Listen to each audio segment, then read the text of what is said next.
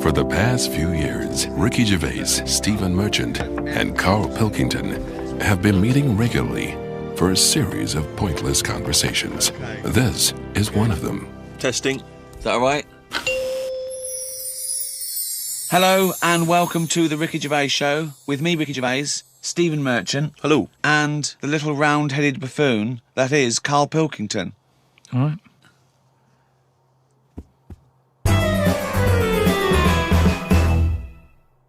Now, Karl, I know you're fascinated by the concept of the doppelganger, of seeing someone who looks exactly like you. Yeah. Jake has emailed in. He says, Karl, if you could spend a day with an exact replica of you, okay, so somehow they've cloned you, Karl, and you've got him for one day, what would you do with this? What would you make him do? What conversation would you have with him?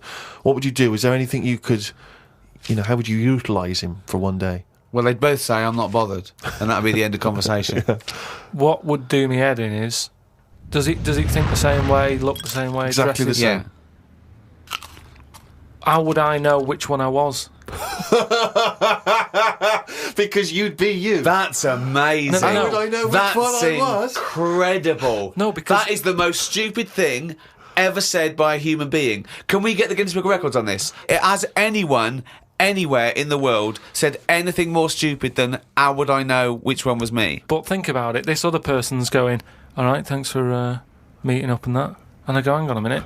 No, you came to me. And then Suzanne would come home and she wouldn't know the difference. And then suddenly you'd start doubting yourself.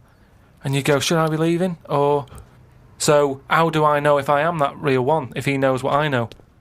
But you know who you are because you're experiencing it. But he'd be saying that because he'd say, yeah, it's a bit weird. But you know the truth, you idiot. How would I know which one I was? So anyway... But bear in mind, what would you do? You could pass him off as yourself. What would you do? Would you play tricks? Would you, You could be in two places at once. Would you do stings? Would you do scams? No, because it would only end up getting me into trouble, won't it? Because people won't believe that there's another one like me. Mm. Otherwise, everyone would be saying that when they get caught robbing. They go, oh, it wasn't me, it was my doppelganger. It can only... I wouldn't want it, to be honest. It's a bit of a headache, isn't it? Because he could be going off, going mental, causing all sorts of trouble, and you're going, will you pack it in? And he's going, what? What are you on about? But then that wouldn't happen, would it? Because he's being me, so he'd be sat wherever I am anyway. Because he'd want to do what I want to do. So, pointless. But I still wouldn't want it. It's unbelievable. That was a conversation with himself. That was amazing. That was like experiencing what it would have been like if there was two Karls. Yeah, he was having a discussion with himself. We could have left in that time and come back, and he'd be arguing still. What does this mean? Does this mean though that I could just sit at home and not do anything, and just send me out on? Yes. And when he's seen something happen, I'm seeing it. No. You're separate people. You're separate people. But then he's not a doppelganger then, well, is he? you're identical twins then. You found out identical twins and he's got exactly the same input as you. I mean, it's not a real question, is it? It's just a little... Again... But I said to you the other week about twins and that, how I wouldn't like to have a twin. It's all right when you're a kid, but unless you're a Siamese twin, even they don't even look alike, do they? They're just stuck together. You don't go, oh, don't they look like each other? They have different haircuts. They don't carry that thing on, do they? That normal twins do. Like normal twins, the mums say have the same haircut, wear the same shirt. Siamese twins never look the same. They've just got their arse stuck together. Again, it's a dialogue in his own head. It's unbelievable. Okay, Karl. This is a logical conundrum.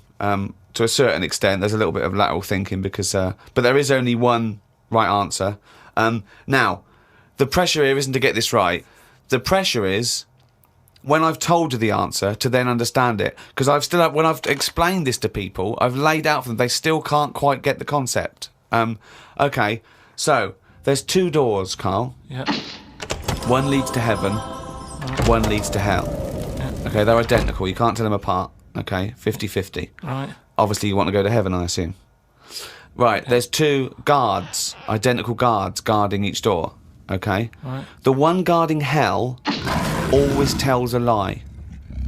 The one guarding heaven always tells the truth. you have to ask one question to find out which is which, and then go through the door you want. What question do you ask? I've only got one. Yeah. And what? One to both? No, one to either of them. You don't know which one's which, though. So what question do you ask? Why can't I ask, like, both of them one? Because it's Because not the rules. are you can only ask one. There aren't actually two doors labelled heaven and hell, Karl. This is a leap of imagination here. And I've definitely got to answer. I've got to ask them a question. I can't just sort of have a feel of the door to see if there's any heat or anything. They're identical. You stand a few yards away. You cannot tell from the outside of these doors which is which. What question do you ask? I can't look through the keyhole or anything. There's no Can't get anywhere keyhole. near them. Let's imagine there's a small rope that prevents you from getting anywhere near, rather like outside a nightclub. Yeah. So they stood there. Yeah. They both look the same. They're both smiling, Yeah. but one of them's not really smiling. Really, he's trying to make me make a mistake, isn't he? Well, he's just going to lie when you ask him a question. If you ask him. So what's the point in asking a question? Do I know one of them's going to lie? Yeah. But would they be neighbours like this? Would they be that close? Why? I mean, we're not sure if these two guys get on. Okay, it's a logical. Well, I'll tell you the answer. No, I want to see if he can get it. He's almost there. No, he's not almost there. What am I thinking? So- No, hang on. Right, so you go up and you Yeah. go. You Right, go, hang on. Well, look, let's imagine that. Let's imagine Ricky and I are those two guys. Okay, right? But we have to. Well, me and Steve will decide which doors we're guarding. Okay. Right. I'm. Look away, Karl. Okay. Right, then. so we've decided. Okay, one of us is guarding hell and one of us is guarding heaven. Which question are you going to ask and who are you going to ask it to? Right. I'll just say to you, Steve. I'll go. Got some post for God here. That's not a question. That's a statement. Right, you've got some posts for God here. Well, that's not a question. Yeah, but maybe the Alright. question's coming. You got some posts for God here, yeah. And it needs to be signed. It's not a question. Still not a question. No, let So him finish. Maybe is it's a question. God in? Because I need him to sign for this post. Is he in? Well, I can answer that as well if you want. Go on. He's in. He's behind my door. Do you want to answer it? Well, Yes, Do you, he's want, in. do you want to get him? Just Well, no, you've only got one question. So you're asking Steve, is God in? What's the answer? Yes. Ask me. Yes. look, lads. I'm just trying to do a job here. What am I going to do with this? Well, give it to me and I'll give it to God because he's behind my door. Steve? Yeah, give it to me and I'll take it into God because he's behind my door. You're an idiot. Let me tell you the answer. I'm guarding hell, by the way. I'm the devil. Steve's God, okay? So you asked me what Steve would say if you asked him what door he was guarding, and I'm going to lie. I know he'd say heaven because he'd tell the truth, but I'm lying, so he'd say hell. So the question is, if I was to ask the other one what door he was guarding, what would he say? And whatever the person answers is the door they're guarding. Steve, what door are you looking after? Well, Heaven. yeah. Why should I believe you? Because you don't know. No, that doesn't work. Because you asked me the same and I'd say heaven as well. Right, so who do I believe? This is where you use your gut feeling, though, isn't it? This is what life's... Well, as opposed to the pure logic that Ricky's just used. I just think because there's a lot of questions in life where you don't know the answer and you go, do you know what? I don't like the look of him. So... They're identical. Yeah, but they're still identical twins. You always get a little snidey one.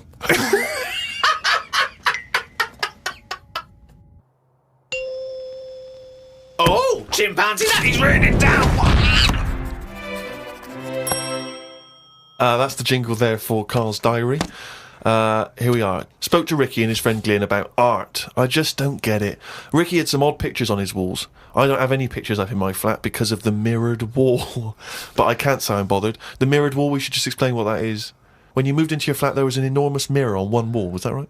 We just got this flat and, it's not a big flat, so I think the people who had it before us, he was a gay fella, right, which was a bit like, oh, so you've been doing with that mirror and that.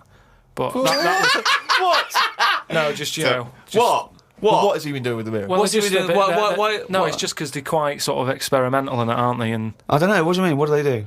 Well, I wouldn't know anything about it, but go on. No, what do you want? What? No, I don't. Experimental in what What do way? you mean experimental? I just mean, they'd be doing stuff. What? Whatever they do. Chemistry. What? Have a chemistry set out. They were doing experiments. What? No, just doing what. Singing I Am What I Am and just checking out No, the each to dance their own. I'm moves. not having a go at anyone, but What? I'm just saying, like, they're doing what they're doing, which Carl, you're is not annoying as homophobic, well. are you? Because, You're not no, st- I'm not. I'm Well, not. This is why. What? Why are you worried about what a little gay fella was doing in your flat before you got it in front of a mirror? I wasn't worried about it. Why I are mean, you thinking about what he's doing? Why are you fantasising what a little gay fella was doing in front of your mirror in your... I'm not bothered. I'm just telling you why it was a bit odd that he had a mirror in there, right? But forget the history. But you've got a mirror in there now, haven't you? No, because what I did was I was going to take it down, and I thought, it's a bit dangerous. This, it could crack and Because it's the fall on size me. of the whole wall, isn't it? It took up a whole wall, Right. So like when he's moving about everywhere, he's got a good view of it and that. But he's got this full wall of mirror, and I thought I can't take that down. And I thought, what can I do? So I've just put wallpaper on it, Brilliant. and it looks all right. You wouldn't know, what have you? But it means that I can't put any pictures up. That's all. That's all I'm saying. 'Cause I've got a nail in it. And what don't you understand about art? What about art don't you understand? The concept? Specifics? No, So- that's like when we were in London having a shop around at Christmas, and there was that picture of fruit for 700 quid. It's like, well, just get some fruit. You know what I mean? You can get some real fruit for 3 quid. Yeah. I understand that, but don't invent cameras then, one or the other. Do you know what I mean? That's what annoys me. Someone invents something, and then they go, we've got to invent something else. Like the abstract thing. Why has someone gone, I can't have paintings anymore because... What do you think of Dali? Going, melting clocks and stuff? No? I mean, the first one was all right when he did the first clock, but then all the time he's just like, I'll draw something and it's got a melting clock on it. I'll do a sheep, put one of them on it. Have you put a seen his little clock on lobster it. telephone?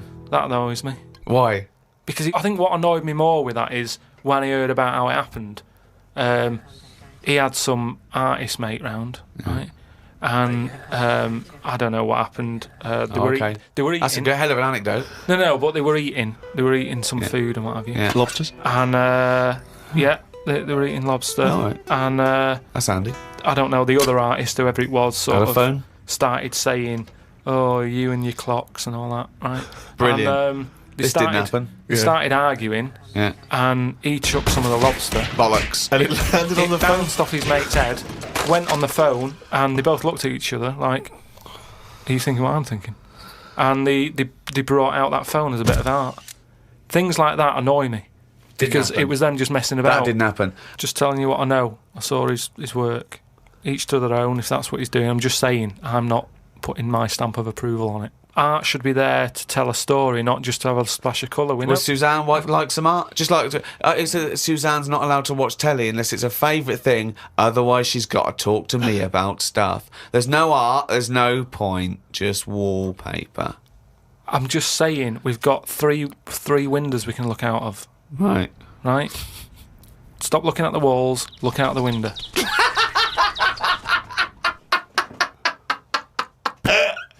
My mum phoned and said that my Auntie Nora, the classic Auntie Nora, wanted me to look on the internet to find out what the weather would be like in Spain at the end of November.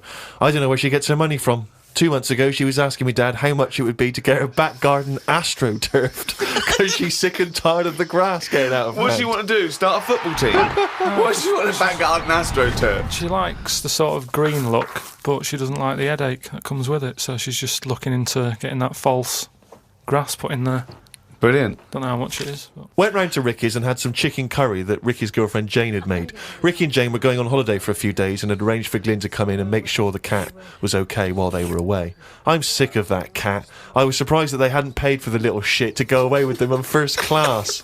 Blimey, getting a bit vitriolic in the diary. Why doesn't he like the fact that I've got a cat and I love the cat? Why? It's just everything in that house that you've got gets sort of special treatment, and it's a cat. And it What do you mean you annoys get me. special treatment?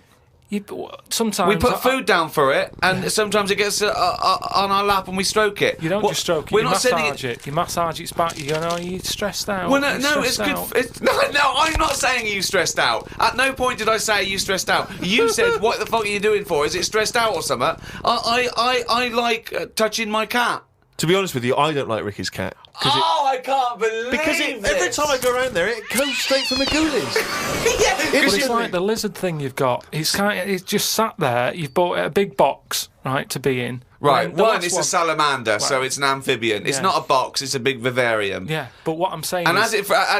and if you're going to criticise someone for just sitting there, having a round head and doing nothing with its life, people who live in glass houses, No, we've but done this one. Do you know what gets me though, right, Steve? When I was there, I was looking at it and I thought, is it dead? Right, because he's just sat there. Like, And it was thinking exactly the same fucking It's sat thing. there, not moving, right? And then on the top of the box is like a box full of crickets and stuff. That's it. It's food. Yeah. Right? But they were more active than the thing that it was going to feed.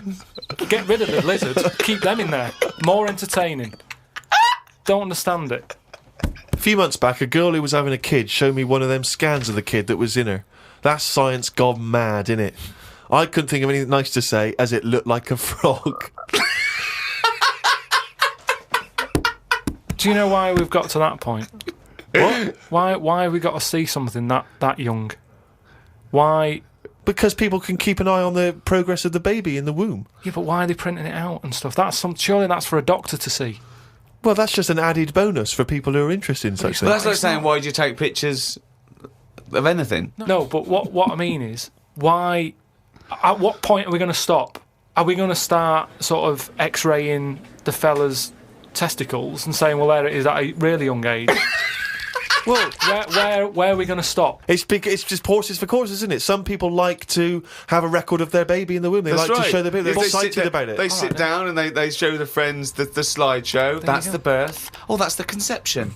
Oh, look, Ron's going a bit mad there, isn't he? But why do I need to see this? This is what I'm saying. It was an awkward situation because she was happy with it. I was like, oh, God. You know what I mean? It was an odd-looking thing. I couldn't say, oh, it looks like you, because that would be a diss. Well, Rick, you're not the only one who's been away. I know you've been off working, but I, at long last, have taken a bit of leisure time. Go on. And you've probably heard of the Rio de Janeiro Carnival.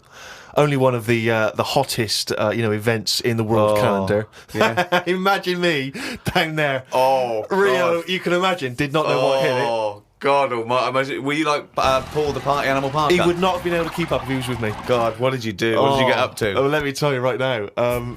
Day one, I almost drowned. Day two, I got a foot infection and spent the day in the hospital. And the rest of the time, I had diarrhea. So that was a hell of a time. Carnival. Yeah. I did. I was able to watch some of the carnival on TV, and it looked brilliant. It looked Did it? amazing. I didn't actually. It was difficult to make out because the TV wasn't actually in my room. Because in an effort to save money, I wasn't staying in a hotel. I was staying with a bunch of other people in some kind of, like, someone's flat that they'd let out. And so I had to watch the TV, like, from my window, watching a neighbour's TV. And of course, when they change the channel, often during the juicy bits, I couldn't see anything. And but it looked really good. I'm bunged up at the moment just so I can get through the show. But I've just been on a 12-hour flight, and it is terrifying being on a flight when you know that any moment you could go. Because how the problem is sometimes the toilet's free and sometimes you've got to queue up. And the worst bit is that sort of half an hour just before you land when they say the toilets are out of bounds now. I tell you, I went twice before that in quick succession. The woman sat next to the toilet. She didn't know what was going on, the noises and stuff in there, and I was really panicky. Oh, Christ! And so of course then on the whole flight, as we're landing, I'm really petrified because I'm thinking I packed a pair of underpants and jeans in my bag in my holdall. Just in case it all went. And I was really, because I hate flying anyway, and I hate landing because it's the most terrifying moment of the journey. Then it really was rumbling, and I was thinking, I got to get out of here. Of course, you know when you're in a hurry, everything makes you angry. The little old lady in front of me who's just hobbling along off the gangplank. Yeah. Just really annoying. With your bad hips and your bad and legs. your Zimmer frame. I know you've been through a war, but get out of my way. Yeah. And just anyone who kind of even passes you, and so I managed to get there just in time. Got into and it all went off. Man alive, it was grim. But that was not anything compared with the first couple of days. Because the first day I went for a walk. Ipswich Beach is famous for just the beautiful, beautiful people that gather there. There's so many beautiful women in Rio. It made me angry. I was angry that these women were so attractive and that none of them were even looking at me. So, but anyway, I'm on the beach because I was shopping and I needed a wee. Right, and we went for a quick impromptu swim, and I thought, wee in the sea. Just think of him. I'm this beach, right, with diarrhea. Well, I'm wearing great big long shorts because I'm not going to try and compete with these boys because they And you are, could I say this, the whitest man Yeah. I've ever met in my life. Yeah. I mean, with his shirt off, you can see his heart like a newborn fish. Well, this was the thing. As I went into the sea to have a wee, there was a discussion about this. As I went into the sea to have a wee in Well, a little tray. you see, there was a discussion about this because I'm very much of the opinion that you should take your trunks down, and some people, some of my friends are saying, just do it in your trunks and let the sea just wash it away. What a hell of a carnival. And I think I'm against that. I've always been against that in swimming pools, everything, you know. So I'm against pissing in swimming pools, full stop. It doesn't matter whether you do get in, take your trunks down or don't piss But in the what about swimming in the pool. sea? Yeah, well, fine, yeah. Fine, okay, right, Fish do it. So anyway, so I'm in the sea trying to urinate, and I kneeled because I'm obviously very tall, so it's tricky to get deep enough for the water to mask what you're up to. So I tried to kneel down in the water, right, and I got John Thomas out, but then the water swept out again and just left me on the beach. But luckily my back was to everyone, so no one saw. I can't think of a funnier sight than Steve Merchant on his knees with his little John Thomas out. I don't know how big it is. I've never seen it. But I imagine it's in proportion to the rest of it, is it? I wish. That's all I'll say is I've been a little shortchanged. But so then I got up and I waded a bit deeper in, right? And now I was trying. I got it out. But what I didn't realise is that the waves just off the beach are really just uncontrollable. You never know what's going to happen. So suddenly, I see this giant wave coming towards me, crashing towards me, and I got the cock out and everything, and it grabs this wave, comes over me, and lifts me up, flips me up in the water, right? And I'm floundering around. I can't see anything because, of course, I had to take my glasses off to go in the sea because I didn't want to lose them. Oh God! So I floundering around, and I'm genuinely getting scared because as I try to get into shore, the wave just pulls me back again. So I'm waving to my friends on the beach. But With everything. Well, what I don't realise is that because I'm not wearing my glasses, I don't realise that I've been dragged along the beach some way, and I'm not actually waving to my friends. So there's like a bunch of these beautiful women on Ipanema Beach watching a pasty white man waving with his cock out. And what annoyed me was my friends were laughing, and that Steve, really angers if me. I'd have been there, I would have burst. But why wouldn't you have come running? Would you have come running in to help me? Oh, I couldn't have saved you with your glasses off and your knob out. If I ever save you, I want you to be fully dressed with your glasses on. So you'd have just let me go. That would have been what you'd said to my parents.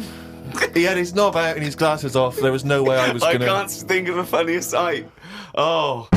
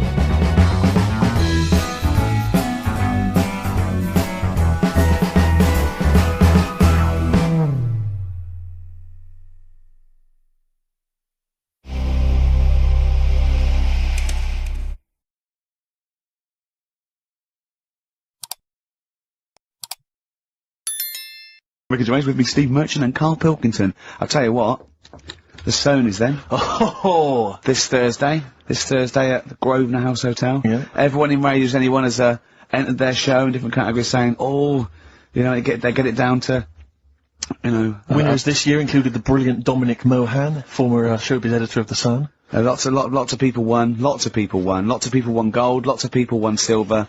Lots of people won bronze. We didn't get a sausage.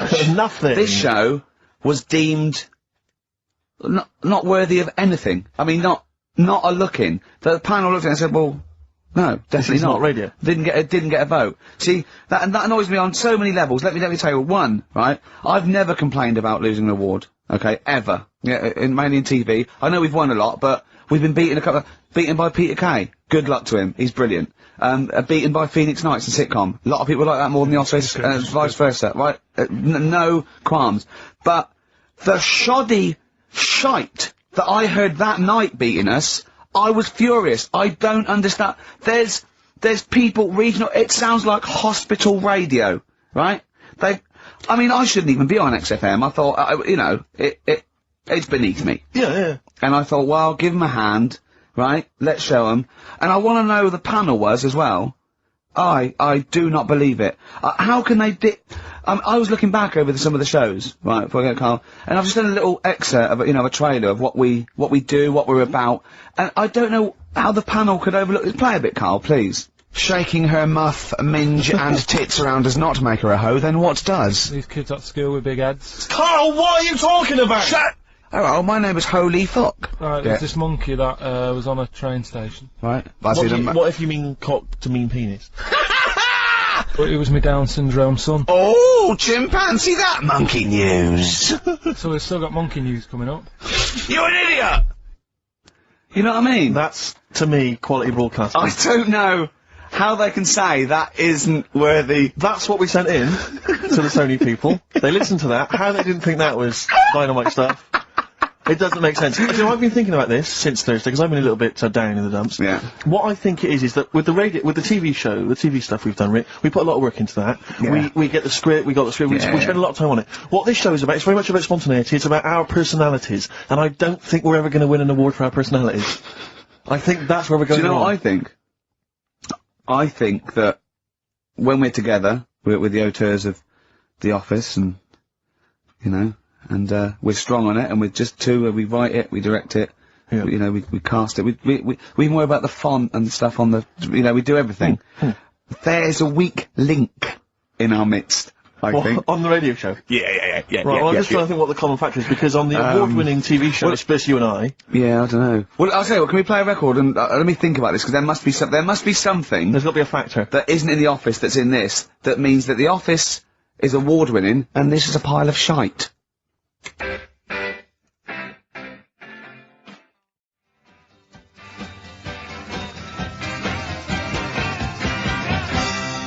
Brown Sugar by the Rolling Stones on XFM 104.9. I'm Ricky Gervais with Steve Merchant, and with us, Karl Pilkington, the third member of this team. Me and you do The Office. Award-winning. Yeah, and us three do this show. No awards. Nothing. Karl, what are your thoughts? What do you think's wrong with the show? Why do you think the panel listened to our show and said that is awful, it's not actually a radio show? Well, can I just point out, so many people may not realise that last year we won a bronze, so we've actually gone down, we've actually slid off the list entirely. I know, but I mean, but Karl wasn't really as involved last year. Well, I remember last year, it was very much you and I. Yeah, I mean, we just started out on it, yeah, so I mean, so you can't really compare. Hold on, though. Well, interesting. What do you think, Karl? What do you think the reason is? Thoughts, Karl? Any thoughts? I see what you're getting at, right? But You're not stupid. But when I put the compilation together, I made sure that it was mainly you two. So don't be doing that. Don't be playing that game. So you put the compilation together? Yeah. Right, again. Ah, right, interesting, because We weren't involved with that. We usually do The Office, edit The Office and everything, we have the final cut on The Office. So you... Oh, I see, so you... Oh, right, no, so you're the producer. You had your fingers all over it, interesting. Oh, that's interesting. So, so the tape was the smoking gun, and whose fingerprints were on it? Karl Pilkington's, interesting. Yeah, that's interesting, we didn't get a sausage. But, do you know what, seriously though, Well, I don't mean seriously, it is his fault. I know, but I mean, it's our fault as well, because we should have known better, right? But... Than to employ him, yeah. But, I actually think it's a slap in the face. I want to know who the panel was. A lot of Sony are thinking, just handing it out to the same old people. You know what I mean? Every clip they played was a funny phone call. Do you know what I mean? And so, Did we send any of our funny phone calls in? So if anyone cares, I think we should knock this on the head as a protest against Sony.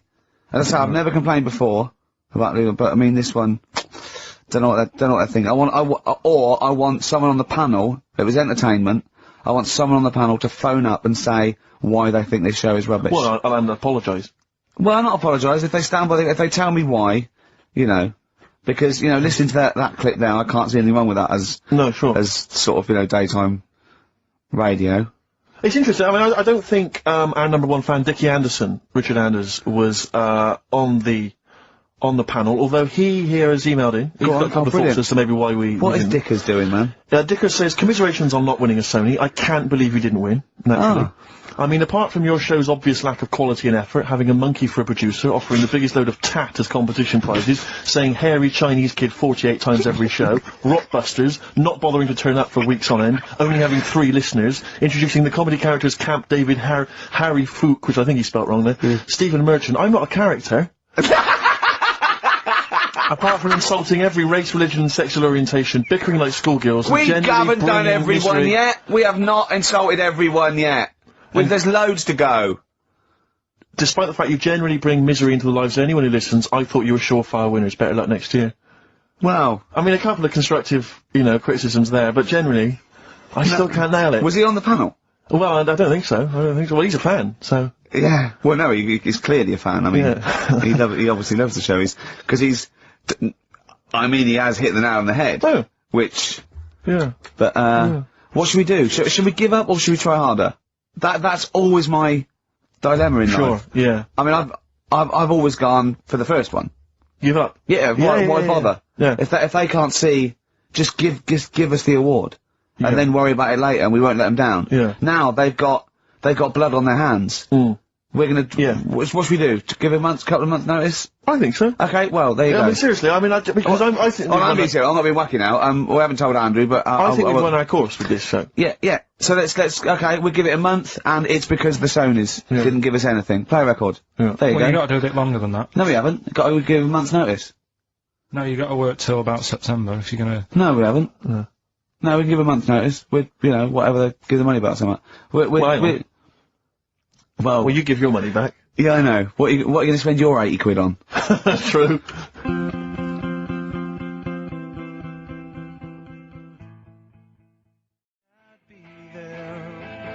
Waiting for... By the way, Red Hot Chili Peppers on XFM 104.9.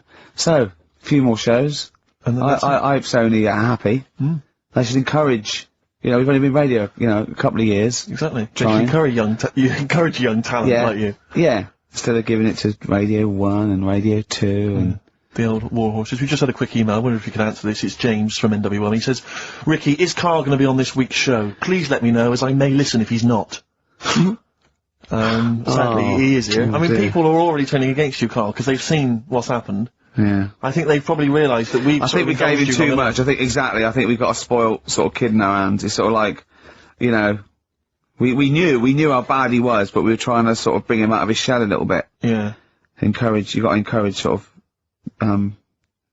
children like Karl. Well, yeah, exactly. To sort of fend for themselves. I like the fact that Dickie Anderson had that wonderful rant. It was an articulate email. It was quite long, and he must have typed it immediately.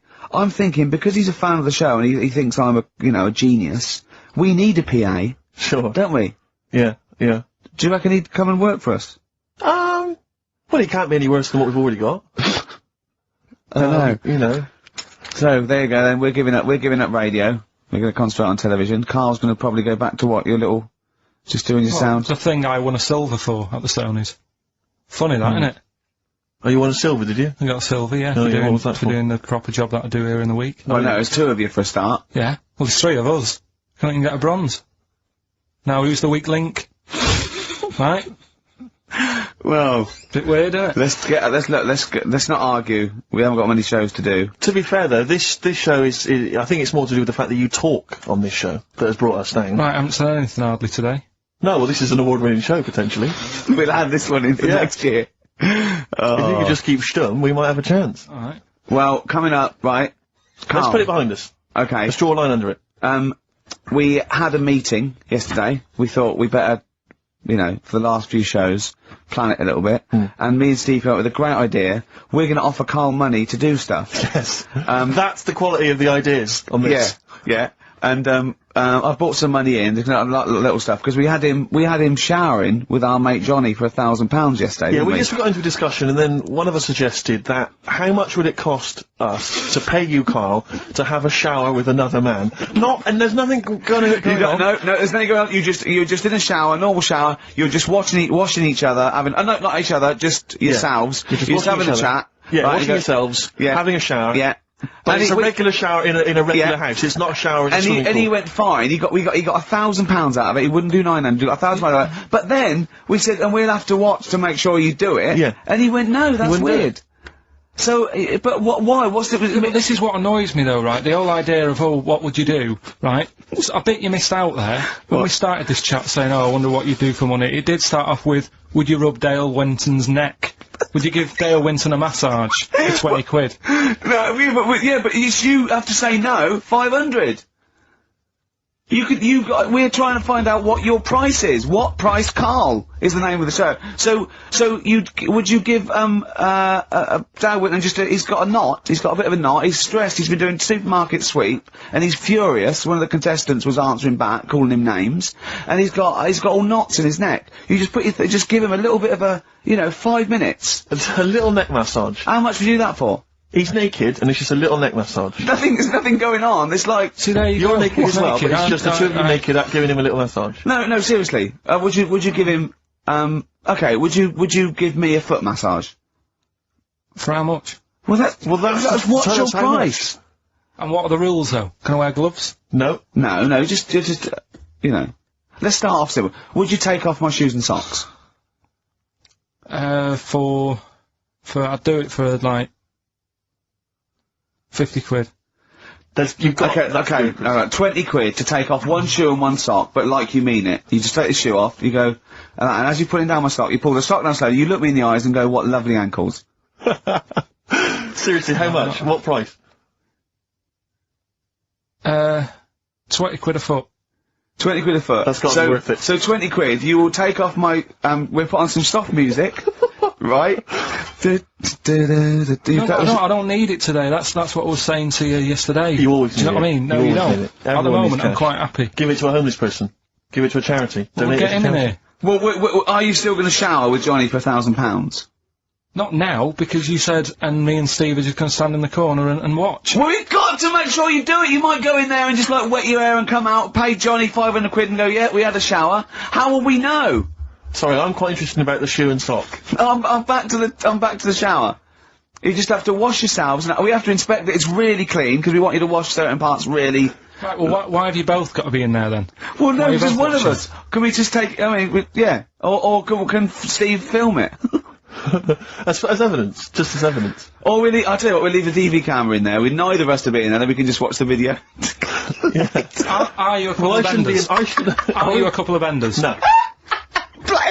No. But can we discuss further the taking of the shoe and the sock? Because I think there's £20 in. I'm willing to pay £20 to see that.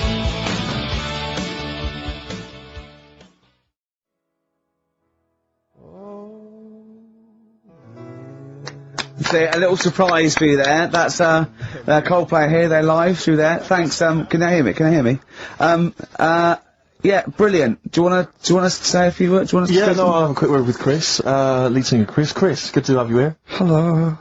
And how's it going with Gwyneth Paltrow? Brilliant, yes. She's a lovely lady. Yeah, no, I thought so. Yeah, I saw her in Shakespeare in Love. I She's thought she good was in that, isn't Yes, she? if you would pass that on to her, just Yeah, say I well, enjoyed that. It's going alright. You going to get married or? Yeah, what's happening? so I marry either her or that Julia Roberts woman. Yeah, either one is good. Yeah. I know you're on holiday at the moment in Hawaii. I read in the paper today. No, You're actually here. I'm actually here. Okay. Got to go now, got to go. Alright, just a couple of quick See you later, Chris. Yes, see you, Ricky. So that's the sort of guests. That's the caliber of guests. We're just trying to up Just things. like Jonathan Ross. We've got guests like Jonathan Ross. That's Coldplay, just popped in. Just pop So- in. So if you're the Sony people listening, you might Brilliant. want And we've still got Karl to take off my sock for 20 quid. Okay? Let's do it now. Let's just get it over with and do it now. to... Come on, Karl, let's get our cash out then, Rick. There's £10 right there. No, you don't owe him, because he owes you 10, so I just have to pay him 10. Okay. Yeah. So, go on then. Just take... Not whilst Coldplay are here. So they've had to shoot off. Come on. I don't want to do it. Let's Why leave not? it, Tell 'cause me we've been what- on now for half an hour. Okay, We well, haven't okay, done well, anything at the yet. end of this, why won't you do it? It's ridiculous. You won't have a shower, you won't take my shoes and socks off, you won't do anything. You won't give Dale Winton a rub down. What will you do, for Christ's sake? I don't want to do it. Say my mum and dad have heard about how well I'm doing in London. Yeah. Right? They've heard about, the Sony Awards and that. They're talking to the mates. They're saying Karl's doing well for himself. Yeah. Let's have a listen to him on Sky. Yeah. They're tuning in. I'm taking off socks for money.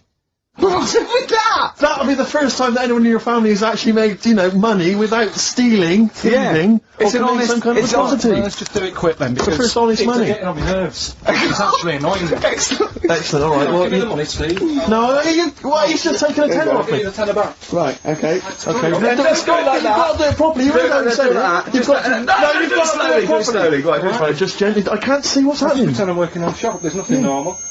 No, come on, just get it done. What's I that? hear whistling. What's whistling? What's the whistling? Right. Okay, now do it properly, gently. Yes. It's a sweaty trainer, which just makes it all the more... Straight Just away. gently caress it. There's someone watching in the office. Caress it there, don't just gently ease the Gently shot. up, just gently up. Just like working on a shoe shop, there's nothing weird about it. Just gently ease that I'm off. the best! I'm the best! Alright, now it's just... Right, No, just come on, stop. gently do it, don't just rip it stop down, off. yeah? Yeah. Slowly, slowly, What- tease it. Tease it. I don't like this! I just wasted a tenner and that wasn't enjoyable at all. Now wait a minute, you've got to say... Say You've got to something nice say... about my ankle. Say you've got lovely toes and I love your ankle. You got nice toes and that.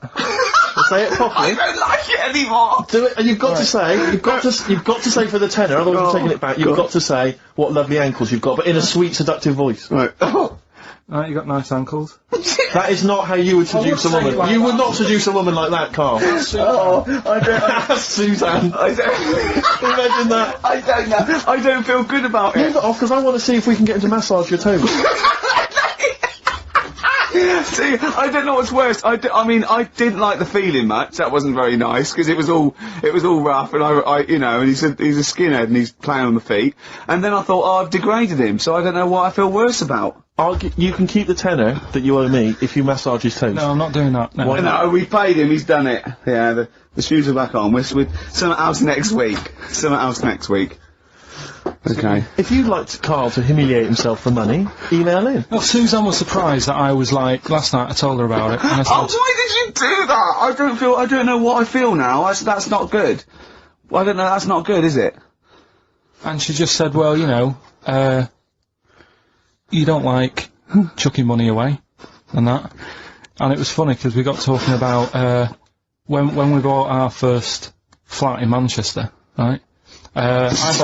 I bought a bed, right? I didn't have much money, and what annoyed me is I bought the bed and it turned up, and I said, "Where's the mattress?" And they said, "Well, you don't get a mattress with the bed. You've got to buy that separately." And I was like, "Well, that's not a bed then, right?" So I didn't have any more money. Suzanne's at work, so I thought, well, I don't want to stress her out at work and that, so we haven't got a mattress for the bed. I had a word with my dad, right? He knew a mate who had one in the back of a van, right? He said, I'll have a word with him, he'll let you have it. Got the van, brought it round, stunk of diesel and that, but I thought, well, it's free, it'll do. Yeah. They brought it up, I stuck it in the spare room. Suzanne got home, she looked at the bed, she said, that looks alright. She said, where's the mattress? I said, it's in the next room, but I thought I won't tell her because she won't like the idea.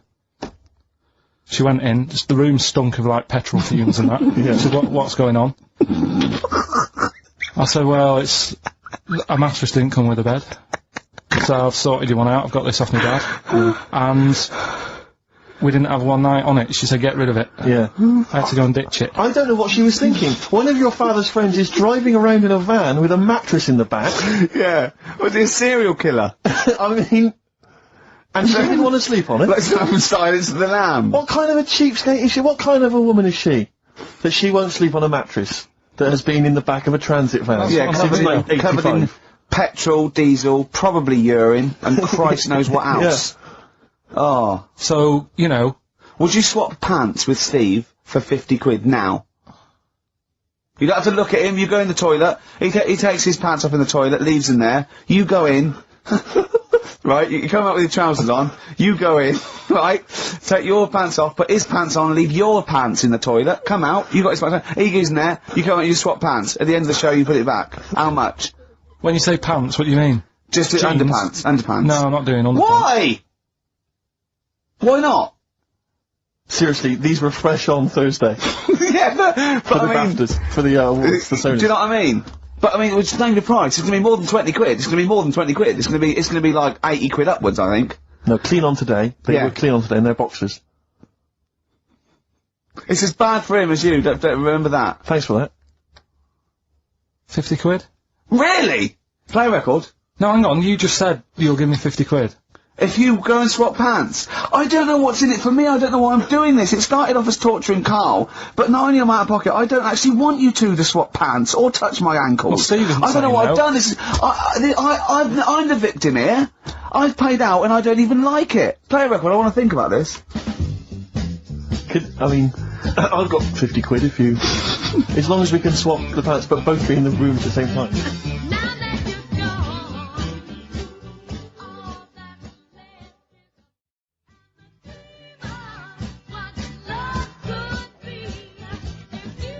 Band of Gold by the artist who featured in a recent Rockbuster clue, which was, I think, the Jamaican fella needs an aspirin for his head, and that gives course to free the pain. Brilliant. Rockbuster's coming up, isn't it, Karl? We set it up now. Get it going. No, let's I thought we weren't doing this anymore. I don't know what happened. I don't know. I mean, but we're shooting off in a couple of weeks, so yeah. What difference does it make? Well, we might as well. Now you've mentioned it, it's a good time. Go on then. Right. 3 cryptic clues like the one you just heard there. First one. Cryptic, I like that. Is cryptic a word? First one. My younger brother spotted you the other day. Right, that's the cryptic clue. My younger brother spotted you the other day. The initials JS. JS for the band. Second one. That champagne belongs to the Boxers Kid. The way he looks up, like, it's Oscar Wilde. Yeah. It's, oh. That champagne belongs to the Boxers Kid. The initials are AM. And the third one, the Vibrators. And the initial B. What? Right? The Vibrators. And the initial is B. So the first one, my younger brother spotted you the other day. Oh, I know that one, that's ridiculous. JS. The phone's going. Second one, that champagne belongs to the Boxers Kid. AM. And the third one, the Vibrators, the initial B. So, email in, and you win. We can say the prizes later, can't you? Well, I tell you what, this is terrible. I mean, we didn't even say the prizes, we weren't going to do this. The phone's going. Look at the phones, are going mental. Right, well, Karl, did you ever do paintings and drawings at school and then bring them home and your mum put them on the fridge? no, not really, I never brought them home. What, did you just screw them up and throw them in the bin? I just left them at school. Yeah. 'Cause I'd never had a bag. Right?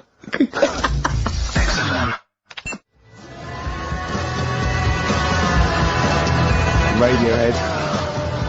There, on XFM 104.9. You see, no, wait, this is giving me an idea, because, I think, what the best thing about this show is what happens when the records are playing.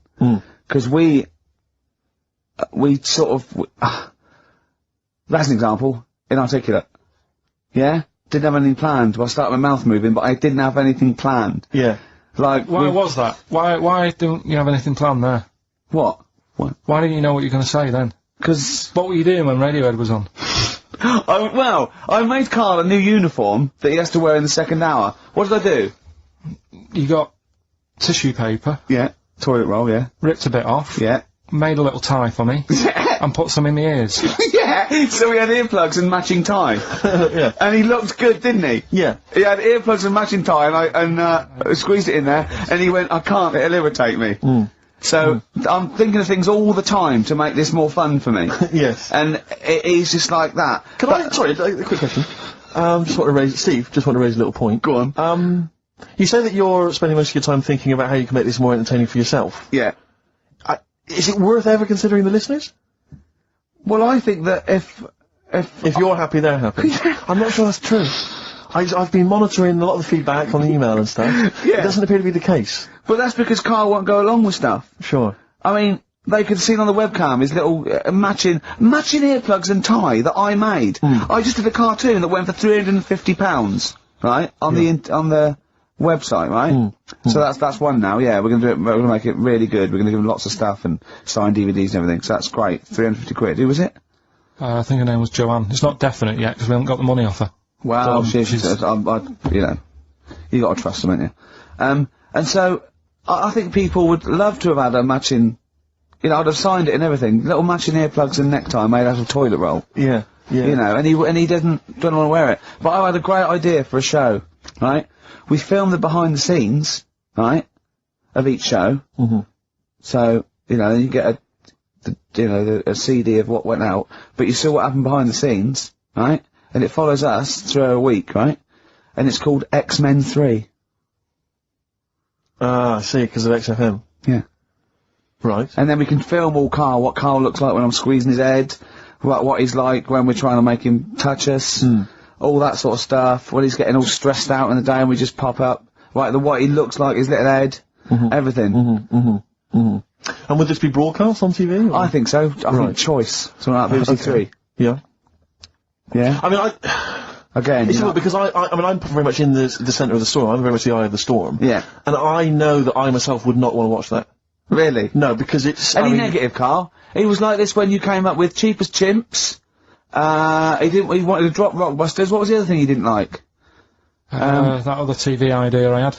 Yeah, what, putting a baby in a room, setting it on fire and see if it can make his way out? Setting the room on fire. Let's not get silly. No, but he didn't like that, did he? I mean, I don't want to sort of... I don't want to blow my own trumpet, but it does seem to me that my criticism of those things is probably justified. I mean, Cheap as Chimps, where is it now? Well, Donald McIntyre took it. Not really, Karl, not really. It is but a pitiful memory. Both your game show ideas terrible.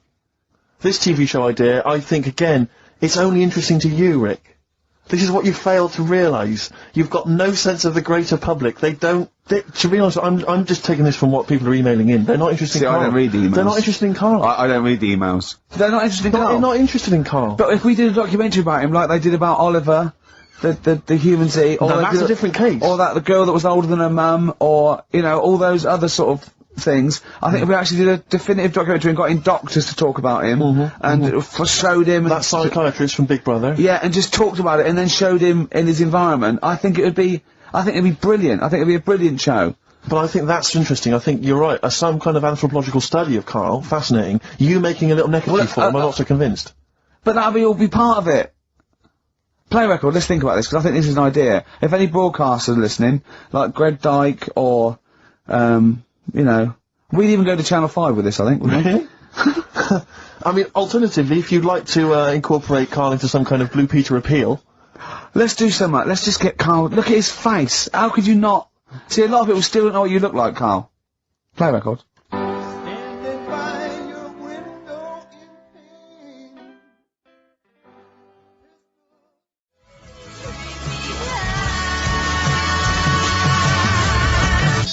Turing Breaks, Painkiller on XFM 104.9. A couple of emails, Rick, that I ought to notify you about. Holly has emailed in. She wants us to wish her good luck. She says that she's one of 15,000 women who will be walking 26 miles around London starting at midnight tonight in their bras to raise money for breast cancer research. Prostitutes? No, just regular ladies, I think. Oh, right. But I was at a loose end, so that's something for me to do.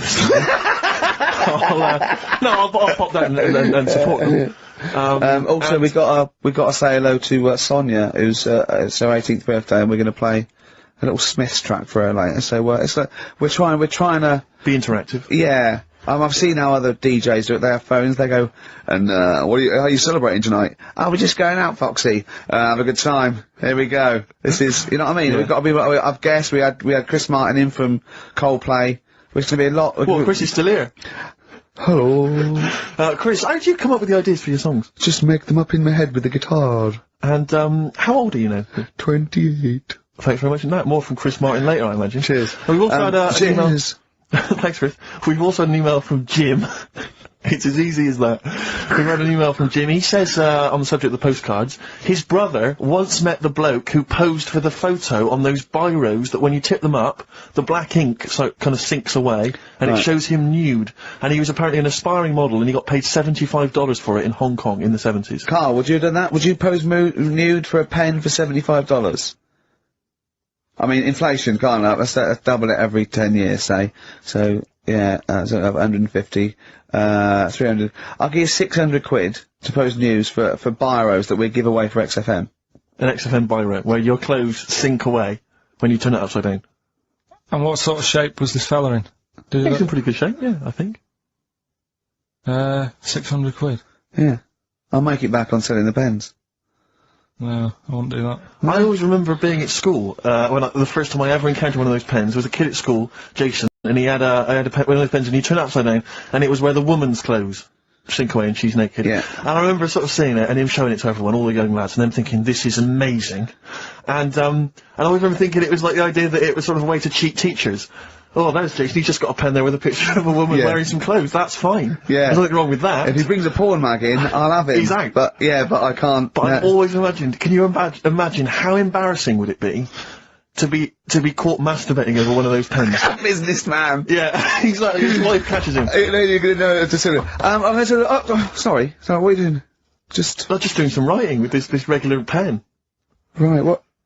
Well, no, don't turn it upside down. Can I just come round where you're sitting and just say, why are you naked? The only thing I think more embarrassing would be to be caught masturbating looking into a mirror. Well, for you maybe, for me and Karl, you're right. We should give the Rockbusters clues again one final time before we give out the answers. And I should mention the prizes as well.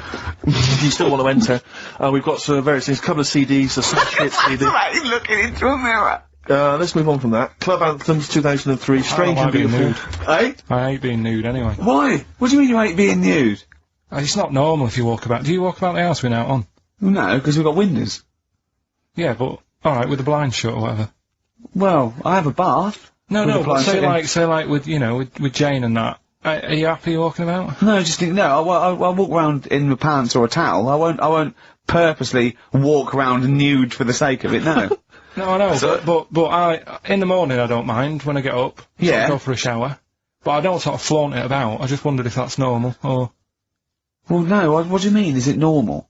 If there's no one can see you, then... No, like, but your girlfriend's in and that. But what I mean is... Yeah. It's like... You can put a pair of pants on, can't you? Do you know, all I'm saying is... Well, put Steve's on if you want. Yeah, for 30 quid. What do you want? Do you want to put a pair of pants on now? No, it's just like you're asking me to do it for a pen. What would you do, right? What would you do, right, if you did that thing with Steve and you left your pants in there, you went and you put his on, but it was sort of like it was damp. Right, so Rockbusters then, we'll get this out of the way, right? So the prizes, Karl, mentioned there's a number of CDs. We've also got Wild Weather, a fascinating, it looks like 2 VHS set about weather, about various weather conditions around the world. That must be selling like hotcakes. Sean Lloyd could be in that now, Yeah, couldn't indeed. she? And, also signed by Norman. It's Fatboy Slim's Big Beach Boutique. That must have been troublesome for, the station that has, you know, close ties with Norman to get hold of, but well done. And, that's Fatboy Slim, Big Beach Boutique. So, yeah, there's a number of not bad prizes to give away there. And the clues were, Karl? First one was, my younger brother spotted you the other day. The initials JS. We had, That Champagne Belongs to the Boxer's Kid. That was AM.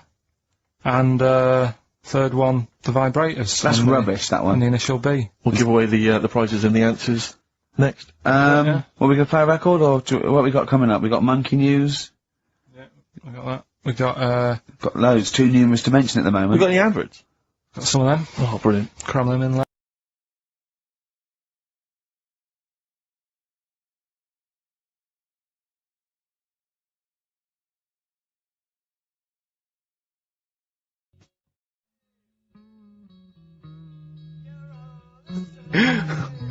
Different for girls. Joe Jackson on XFM 104.9. A retro cut.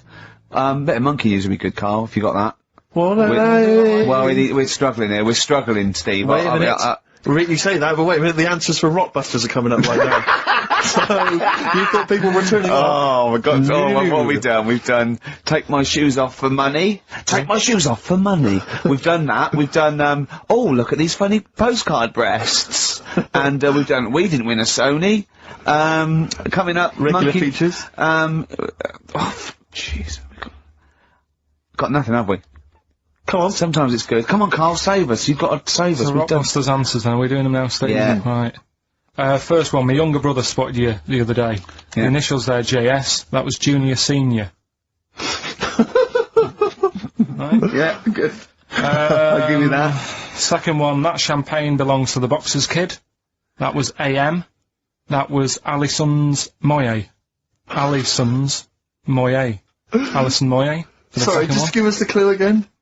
That champagne belongs to the boxer's kid. So, Muhammad Ali's son. Yeah. Right, And a bit of Ali Moye. Yeah. Brilliant. And then third one, always an easy one in there for everyone so they can take part. The vibrators, the initials, B, that's Buzzcocks. You can't say Cox. That's why we win the award. That's why you can't say Cox. Have we got a winner? We have indeed. I chose him because his name amused me, which is a bit harsh. It's not Mr. Tits. No. Gerald Preston. Sorry, Gerald, I don't know why that tickled me. It's so unfair. It only tickled me because it's not funny. There's so nothing unfair. funny with Gerald Preston. There is nothing funny. I think it was because it sounded like it was a man of a different generation. I think that was why Gerald Preston. it sounded like... That's terrible. I know. Right, Gerald, there's nothing funny about that name. There's nothing funny about the name, Gerald. Steve just made me laugh. He did. I don't know why that made us funny. It made us laugh, but it did tickle me. But Gerald, whatever you think of your name, don't worry, because these prizes There's including nothing funny about Gerald Preston. I don't know, Gerald, if you're a fan of wild weather, but you've got a 2VH set coming to your way, so you certainly will be interested in extreme weather conditions by the end of that, I would have thought. Plus some arbitrary CDs, so good luck, Jerry. Oh, dear. Excellent. Right, brilliant. Good. That's that sorted. Right, let's have another tune and then maybe some monkey news. Yeah. Well, actually, now you've sort of mentioned a bit of monkey news, that I've found something in the week, right, that we've talked about in the past, right, that I've got some other monkey stuff, but this is just, forget it.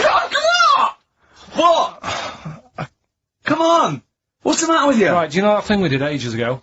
What? When, we were out one day and we were talking about monkeys in a room with a PC, and if you leave them in there long enough... Yeah, eventually an infinite amount of monkeys, or one monkey in an infinite amount of time, will eventually type the complete word of Shakespeare, yeah. Right, we talked about that ages ago. Yeah. I said it wouldn't happen. No, it doesn't make sense. You can't say it wouldn't happen, it doesn't make sense. It's a mathematical conundrum. It doesn't make sense. Go on. Anyway, right, they got a couple of monkeys. Alright, so not an infinite amount then. Okay, so, alright, but never mind. Yeah.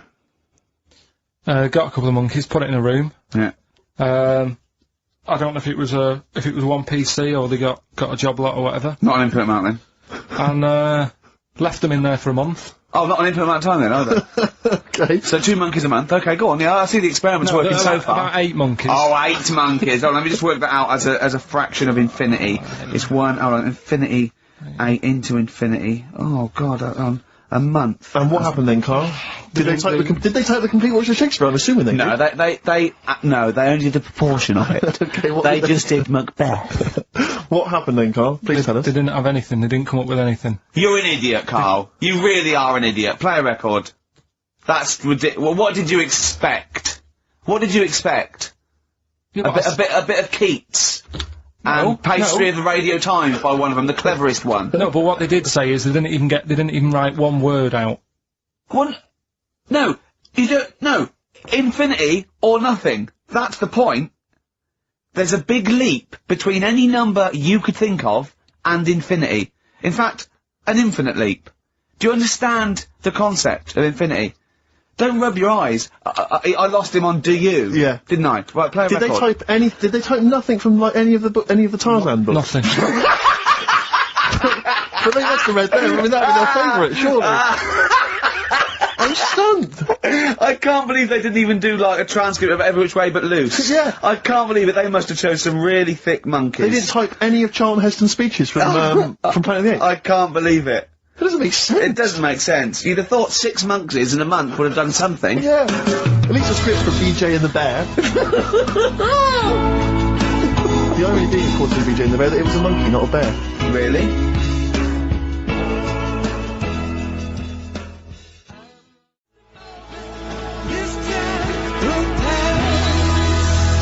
Stuck in a moment. You can't get out of it by you two. I know how they feel. Oh, just a quick thought. I just had a sudden thought. Just a little update on something we talked about ages ago on the show. You might remember I said once that if I ever met Dido, I thought I had a good chance with her. Yeah, because she looks like the sort of woman that would work in, say, a photocopying shop. Yeah. And she'd probably be quite charmed by me. Or a secretary that sort of like wrote a couple of songs. Exactly. And the boss said, entered her in something. Yeah. And it won. She did them at the Christmas party. Everyone clapped. Exactly, yeah. Well, anyway, just an update on that. So far, nothing's happened. You haven't I haven't met met her? her. Nothing's going on. So okay. I'll keep you posted on that, Rick. I know you're interested. I imagine it's a foregone conclusion when you do, though. It's That's only the a matter beauty of of time. it. It's, you know, when when I hear you met her, you don't need to say any more. Okay, well, I'll just say, I'll let you just know. wink and say, I met Dido last night, and I go, Yeah, say no more. exactly. You don't need... I'll just look a little bleary-eyed. Yeah, yeah. And probably still wearing the same clothes. From the mace. Yeah, exactly. Right. Anyway, I just thought I'd keep you abreast of that. Yeah. All the best from London, Karl. Come on, Karl, cheer up. You've had a good Karl. week. Do you have to do a month's notice? little bit of friction between Steve and Karl. I think they're, they're getting to each other, which is his underpants are pinching. Come on, Karl, cheer up. You're lucky. You know how many people would pay good money to... Karl, you had a good night out this week. You went to the Sonys, you had a free meal. Yeah, that annoyed me. I don't... We came away empty-handed, but... Yeah. It was a good night, wasn't it? You enjoyed that? Did you enjoy that? I ate it, but go on. I'm just finding more and more things are annoying me. Really? Like, even... Like, at that Sony's night, right, you've got a lot of, respectable people going to that thing, people who are high up at the BBC and that. Yeah. And just the way, it's a posh night, there's people there with dinner jackets on and stuff. Mm. And then I went to the toilet for a wee. Old fella in there. I thought he looks like he's been in the, the radio game for years, probably done loads of award-winning Sony stuff. Yeah. All the BBC documentaries to do, in-depth stuff, and I thought, I wonder if I'll be like him when I'm older, I wonder if I'm as good as him. Thinking all that, he's having a wee in the next urinal. Farts. I know. Yeah. He just farts. Old fella in a dinner jacket, probably hired. And I thought, is that like they try to? They think, well, I better do it in here, and it's sort of like a trumpet, and everyone just goes, yeah, that's fine. What's up with that? Yeah, I know what you mean. It's just the arrogance of doing it. He just did it. It sounded like a lost whale. and he didn't sort of go and try and clinch it. He carried on, and then he went, oh, that was a good one. Really? Old fella, must have been about 70. Oh dear. And what, better out than in? Yeah. But it's not though. I wasn't brought up like that. You see. Right. Because I did it. I mean, I never really did it that much as a kid. Sure. And then I was at my mum and dad's. You never did it that much as a kid. What, farted? Yeah. Okay. Not just like, as a joke and that. We are taping this for next year's Sony Award, aren't we? We're taping this, what we're talking about now, aren't we? To hand in. Because this is, go on. But I was at my mum and dad's, right? And, Suzanne was sat on the floor in front of me, and she was like, oh, rub me neck, it's hurting. So I thought, oh, and I hate doing that, it really it bores me, well, right? she's your girlfriend, for goodness sake. I know, Dale Winton's different, you're getting paid for that, go on. So I thought, the only way to shift her is I'll let one go, right? So I did that. I love that! It's such a loving relationship. I love that, that's great! Like doing the washing up badly. Yeah. She won't ask me again, what have you done? I've smashed the cups up and I've written in excrement across the wall. Well, that's no good, isn't it?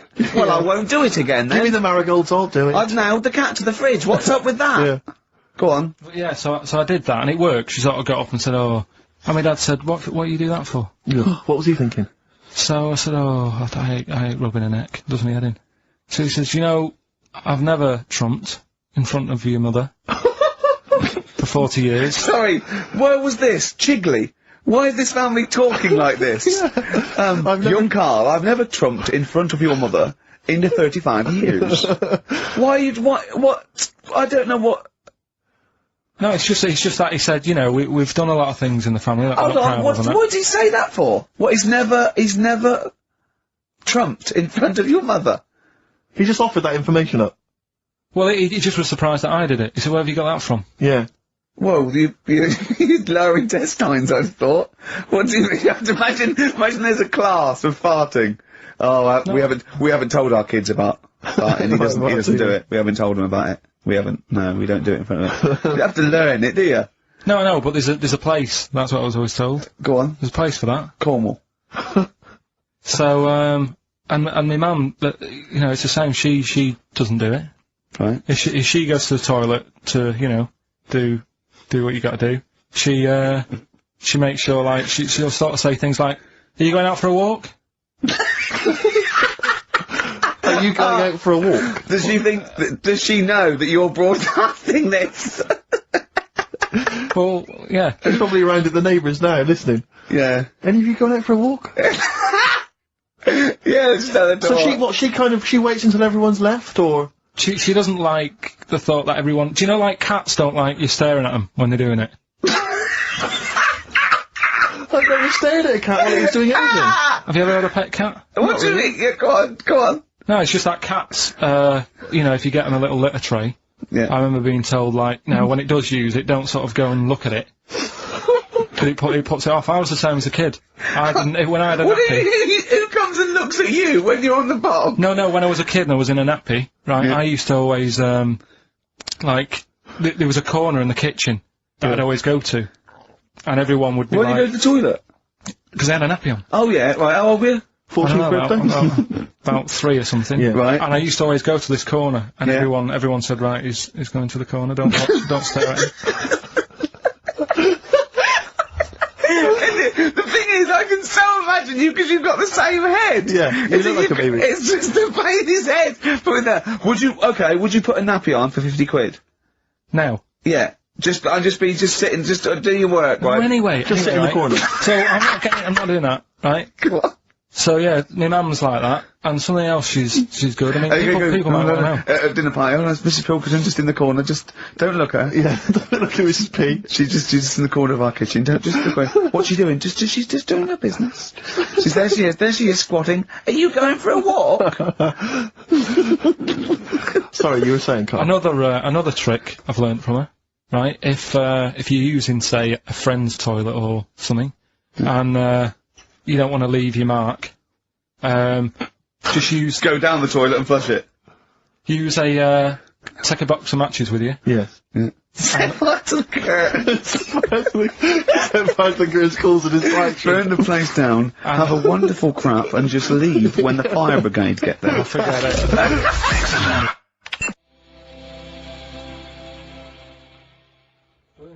Who is it? It's Vines. Yeah. It's a good one. We don't go brilliant, do you? If you're going to talk, you do say something useful. Yeah. Vines, they're homesick. Brilliant.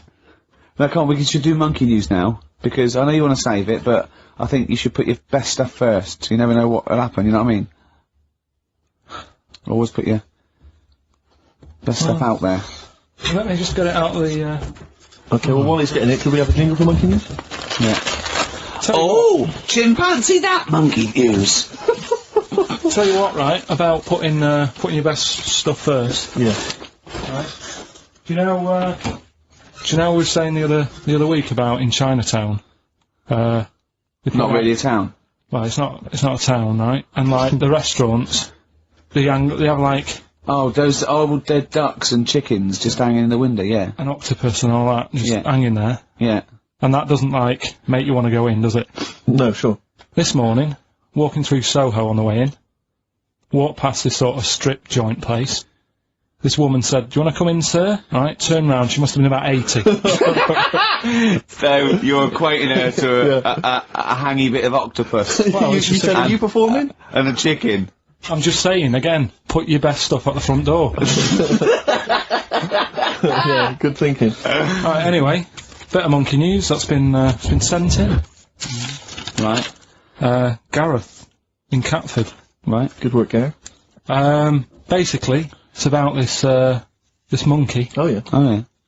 in the jungle. Yeah. It's got a gig at an hairdresser's. What are you talking about? What are you talking about? What are you talking about?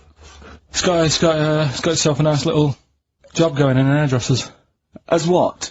It gets people sitting down, and what it does before the people have their hair cut, that it sort of sits there, and it goes through people's hair, makes sure it's clean, and people are loving it.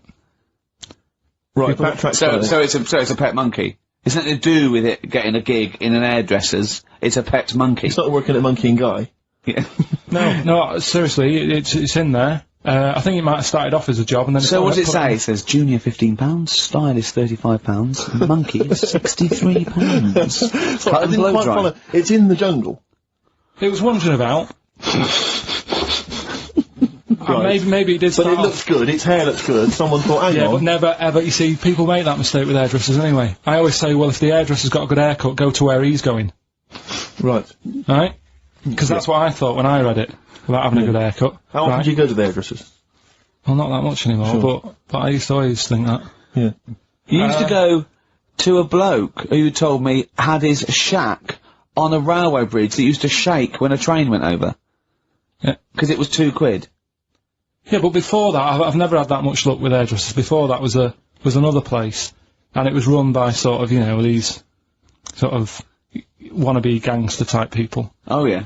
But they'd, you'd go in What for do you mean by haircut. wannabe gangsters? Well, sort of just petty crime stuff. You'd go in for a haircut and then you'd walk out with a video recorder. Do you know what I mean? You don't have to take it. No, but they'd sort of spend ages flogging you that whilst cutting your hair. It was their thing. It's like, right, sit down, you alright? Yeah. Oh, you So know. for the weekend? What do you think, though?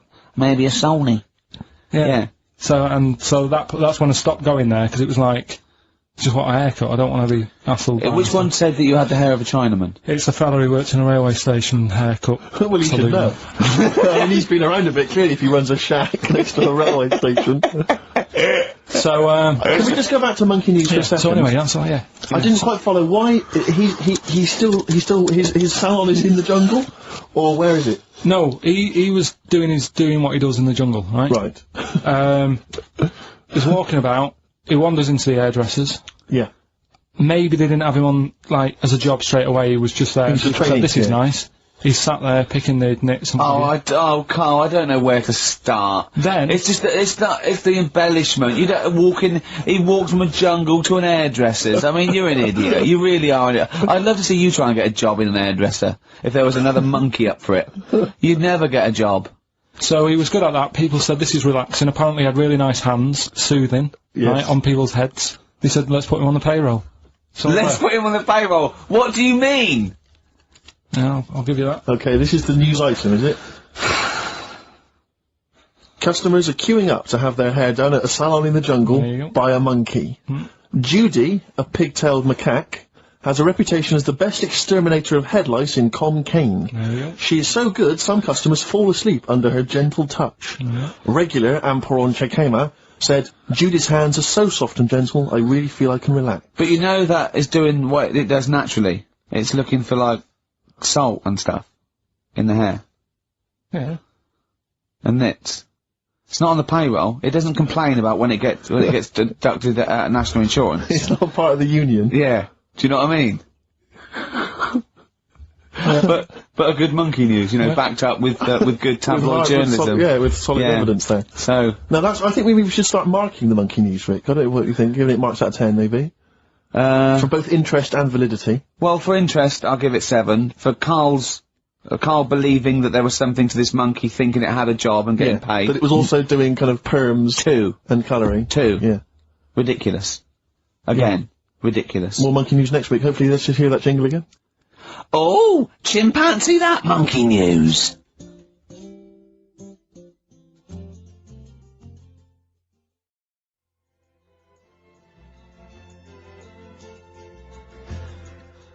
Peace Train. Isn't that brilliant? Cat Stevens. Now, well, I've sort of enjoyed the last sort of, hour or so after disappointment of the Sonys. I think we are going to give up, to be honest. Do another week and then shoot off. Yeah, knock it on the head. Okay. We were doing it for a laugh anyway.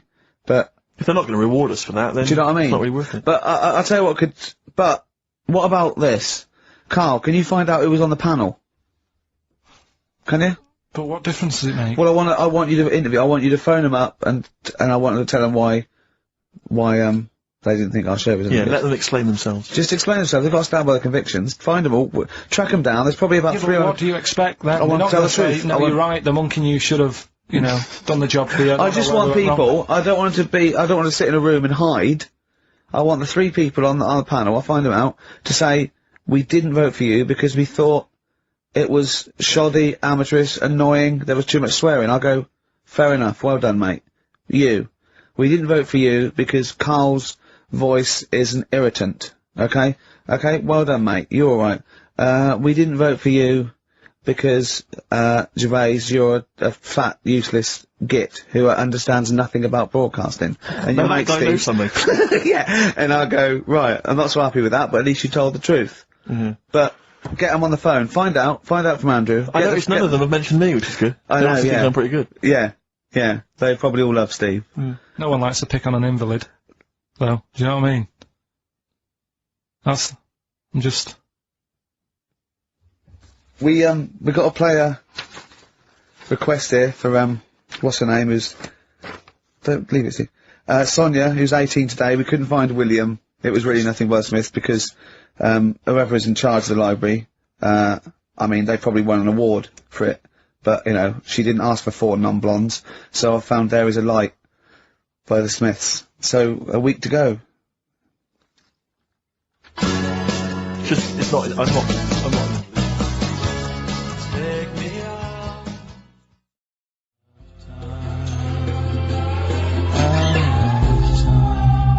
Blur and Out of Time. They're joking, there's 2 hours to go. On XFM 104.9, I'm Ricky Gervais, with me Steve Merchant and Karl Pilkington. A new leaf, bit of a blow at the, Sonys. Not like that.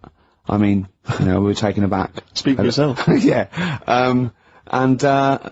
We've got guests. Jonathan Ross won, and he has guests, so we're gonna have guests in. One of which is, sort of a tie-in. He's going to explain himself. It's, Dr. Fox, Dr. Neil Fox, popped in for a chat. It's a pre-record, we've got that.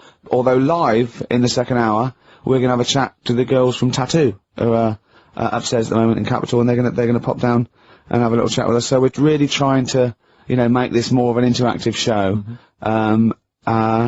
We don't know yet whether we're going to give up, or not. It depends how this show goes. Yeah, look forward to that, but we've got some we went down to the big library, so we don't have to rely on 4 non-blondes and the, you know, the 2 jam tracks that are up here. We went down to the big library, and, we've got some great tracks, Steve, haven't we? We've got some classics. Should we play one now? Well, before that, I just remember that some of the criticism we received, I think, was that we're perhaps not taking into consideration the listeners. A lot of radio shows, they cater very much to the community, to the area which they're broadcasting, they interact with the listenership. Where's the fun in that? I agree. Well, for me, really. I'd just like to justify why we don't tend to correspond or interact with the listeners. Here's a typical email from Vicky, age 25. She asks, do you ski? Rick, that's her question. No, do you ski, yes or no?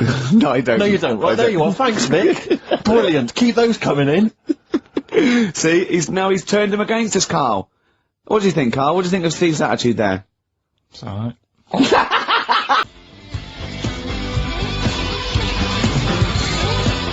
Black Grape, Kelly's Heroes, and XFM 104.9. I'm Ricky Gervais, with me Steve Merchant and Karl Pilkington, okay?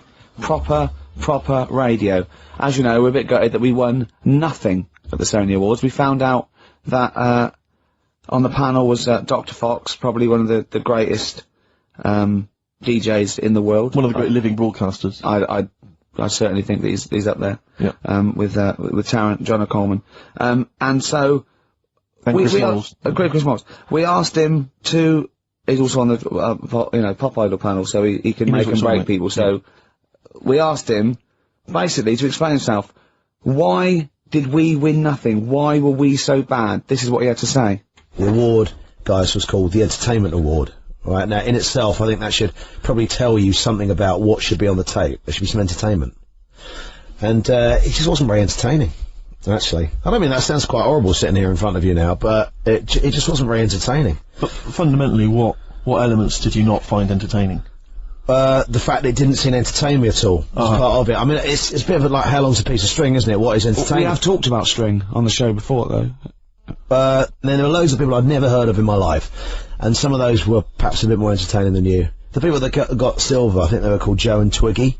They worked for a station in the Midlands, I think Trent FM. They were actually pretty funny. Funnier than ours stuff. Yeah, they were actually. Yeah, they were funny, and they seem to sort of understand their they seem to understand their market a bit more. And then I got onto yours. I think, oh, great, Ricky Gervais. Yeah, he's really funny in that program, isn't he? I must watch that. I'm going to absolutely die laughing here. And oh God, it was painful. How would you have improved it? Just listening. Bit of humour, be quite good. Bit of humour, essential, I would think, to an entertainment show. A bit of prep, you know, a bit to get in there and actually think about what he's going to do, perhaps. Right, okay. Well, thank you, Dr. Fox, for your honesty. We've got to the bottom. While you're here, can I just show you this? That lump. Do you still do prescriptions? Dr. Fox there. He was, you know... He was honest, he was blunt. He was blunt, that's... I'd like a second opinion. I'm only joking, he's not actually a doctor. In fact, well, he used to be called Dr. Fox, and now he just calls himself Neil Fox. I think he's been struck off. No, he's Neil Fox MD. Right. He's just... I wondered if there was some malpractice, that something happened. I mean, we Someone can't... was under, and he sort of, you know, went a little bit crazy. Let's leave it there! Because Froggy will not take that lightly. Who? Froggy. What do you mean, Froggy? He's Dr. Frog now, he's changed it to not Fox. Right. He hated Fox. But are we going to heed his criticism? Because it was about, there was no preparation, we weren't funny, fair enough. Yeah. There was just really no content. We didn't care about We didn't care about the show. the demographic we were meant to be aiming at. Just sounds like a lot of work, all that. Well, I think what we can do is we can take it all on board and immediately forget it and carry on, because it's easier. What about that? Brilliant. I'll tell you what we could do, though. Play some bloody great tunes.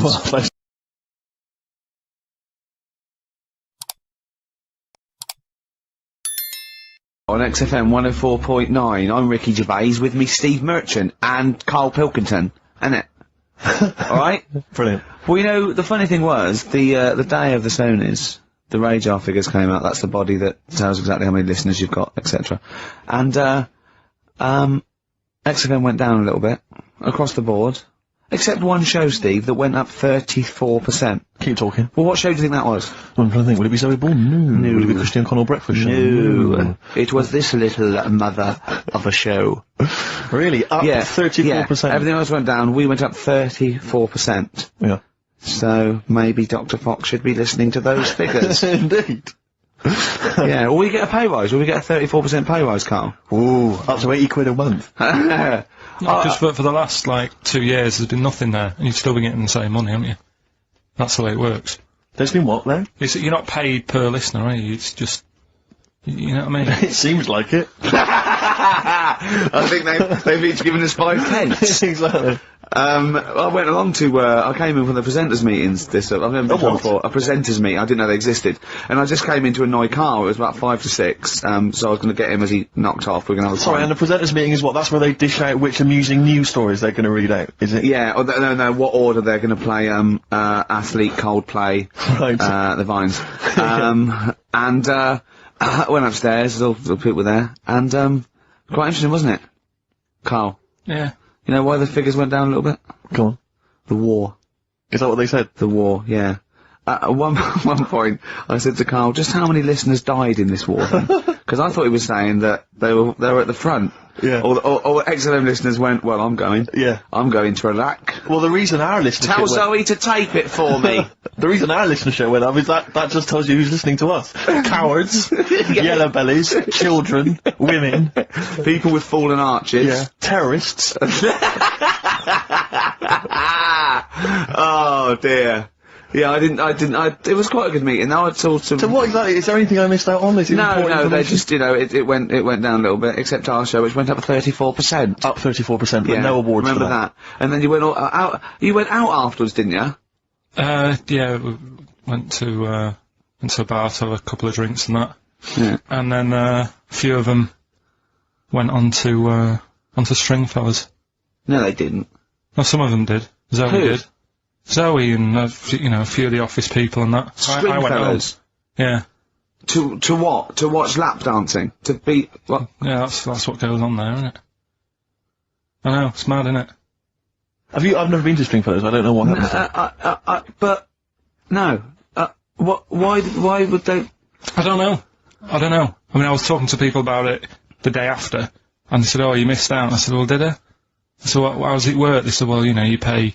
Never quite understood lap dancing. Never quite understood it. It's basically someone dancing naked rubbing their arse in your face. Yeah. That's basically the gist of it, is it? But you can't... The rules is you can't touch. Do they do a home service? I just think it's nearly... I've got to be careful what I say here, but it's sort of... I'm not dissing Stringfellows or anything, but is that not sort of like one step down from prostitution? That's such an antiquated. What are you from the 19th century? No, but I mean, what? It's like I don't quite understand it. Have you? I don't get it. I don't get it. Because the thing is, I said, how does it work? They said, you pay 20 quid, you get some clean money, sort of like little vouchers that you stick in the knickers or whatever. Oh God, clean money. Yeah. Disinfected money, okay. Well, just like vouchers. Can you put loose change in there? Because I got a lot of that. But, I owe you. Yeah, go on. 20 quid it is. Right. And, I just don't get it, because, I mean, I'm not tight with money or anything, but no. You pay your 20 quid, they dance in front of you, but you're not allowed to touch, which to me is like going to a restaurant, ordering a nice big warm dinner, how they put it in front of you, and it's like, well, you can't eat it, and you're saying, but it's going cold. I love the idea of some bloke sitting in Stringfellows, businessman, right, he's paid £20, there's an arse waving in his face, and he's going, can I not just, they go, don't touch, he goes, it's going cold! Look at it, it's going cold! Oh, that is brilliant. It's going cold. I mean, see, Karl in the week was saying that he doesn't like sayings and phrases and metaphor and analogy, and I was going, you know, and he thinks it's sort of like, you know, one step away from poetry. But he comes out with the most evocative phrases. That is a straightforward analogy. Lap dancing is like being given a meal that you can't eat. See, that's great. That's how you saw it, and that's so much better than saying it's mad, you can't touch, or it's a waste, or, you see what I mean? we were trying to inflame his, enthusiasm in the week, and, I said about, different phrases, and he goes, well, why not just say the actual words? I was going, well, it's more poetic. And I told him the, Isaac Newton one, if I have seen further than any other man, it's because I've stood on the shoulder of the giants. And I said, well, that's because, you know, he's saying, you know, I'm getting lauded for being this great scientist and all these discoveries and being a genius, but I'm saying, you know, if it wasn't for those scholars before me that had come up with what they come up with, you know, I wouldn't have got this far. Karl went, what did you say? I just said, well, I prefer him to give me a name check. Do you know what I mean, though? If he stood there and he's saying how good everything is, don't just class me, don't sort of put me in with a load of other people. Give me a mention. If you were one of the other scholars? Yeah. Yeah, I think there were probably people that died sort of years before him. I think he's saying more that he's thanking the body of work these scientists and these great men had handed down, you know, through either books, material, teachings. He's not giving a big shout out to the collective science posse. Yeah, yeah. You know, thank you. Actually, I copied Nigel's. It's not saying that. I was like earwigging. I heard what Nigel said about it, about the third law. Do you know what I mean? Yeah. I mean, I look into sayings and stuff a lot more and see if they work. Well, one that happened a couple of weeks ago, right? You were talking about the you can't have your cake and eat it. Yeah. What you said? Well, I never understood that because I thought, well, what's the point of having your cake and not eating it? Rather like your lap dancing analogy, but it actually means you can't have eaten your cake and still have it there. Yes, obviously. Exactly. Well, the time that I saw that saying work, right? I was in Asda with Suzanne. Yeah. And you know those big binders you get with nice cakes in them? Yeah. For birthdays and that, you can get one with, like, David Beckham on the front of it. Yeah. You can have one with, you know, Thomas the Tank Engine, if you want. Ricky Gervais. Yeah. You can have one of them. And I saw one of those comedy ones where it is, like, a big pair of breasts. Yeah. And that is when, you know, you can have your cake and eat tit. Play records. No, but... You see what I'm saying? Play record, I want to talk to you about it. About puns. Just...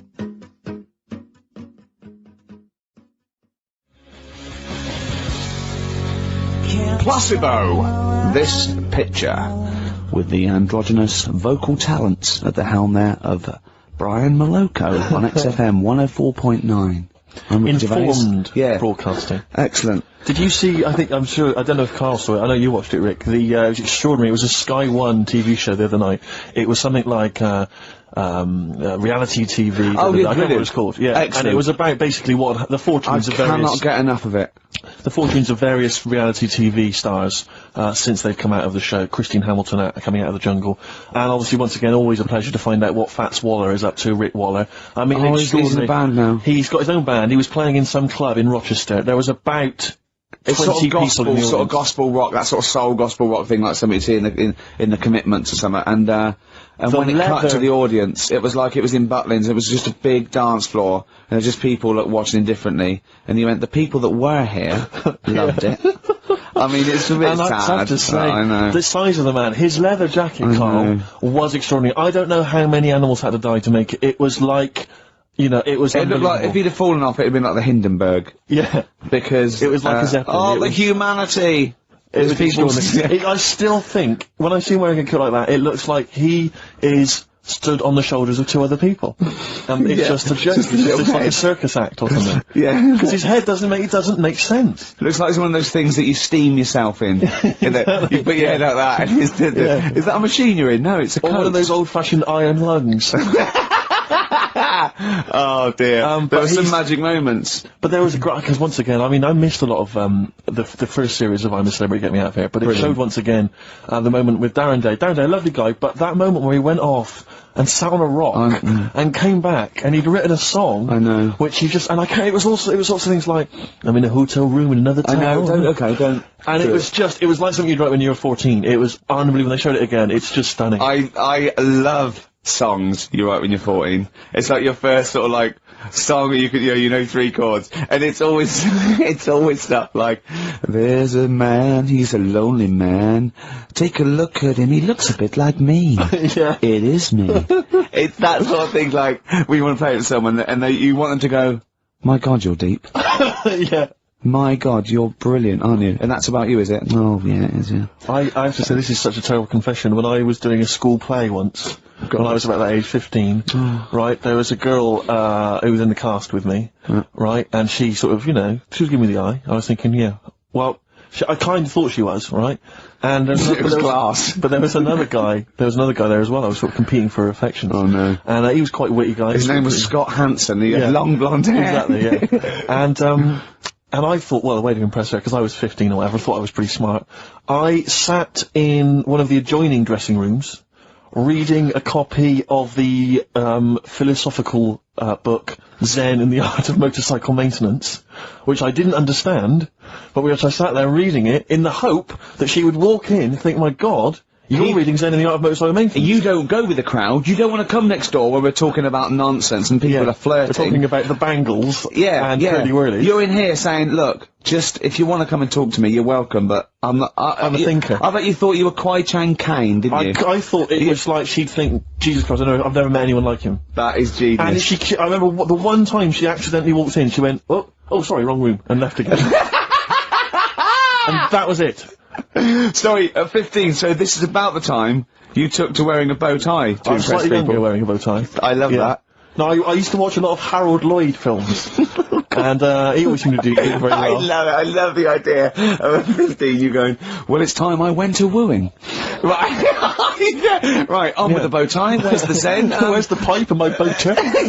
It's a time I got me a bow. Yeah. I love that. But songs are great as well. The other thing you do, sort of when you're about 15, 16, is start writing songs about, like, the world's trying to take a piece of me.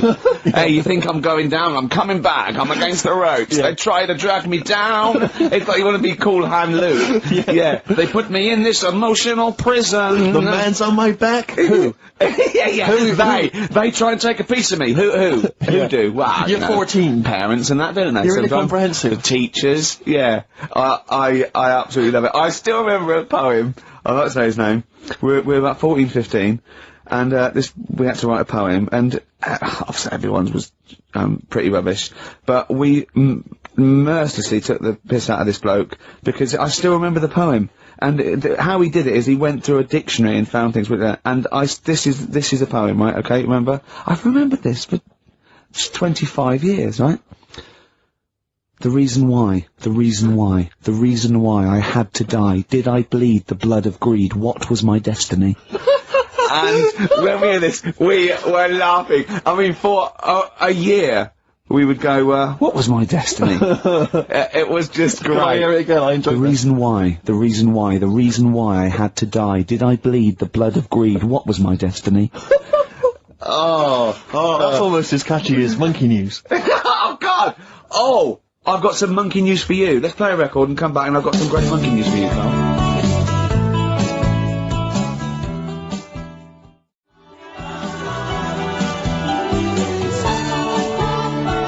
That's from the R.E.M. album that people tend to forget about now because it was so kind of poppy and such a massive hit, Out of Time, but there are some good tunes on it.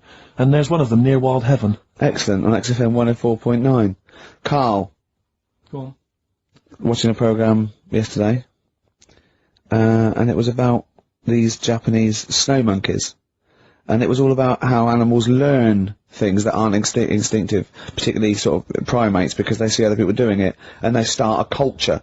And they can pinpoint when one monkey first went down and got in the hot water springs, and stayed there because it was hot, and the others copied them, and now it's part of almost a culture. You know, that won't be handed on, because it's not instinctive, but has to be learnt each time. And, you know, and, they groom, as normal, like other monkeys, right, but they're really intelligent.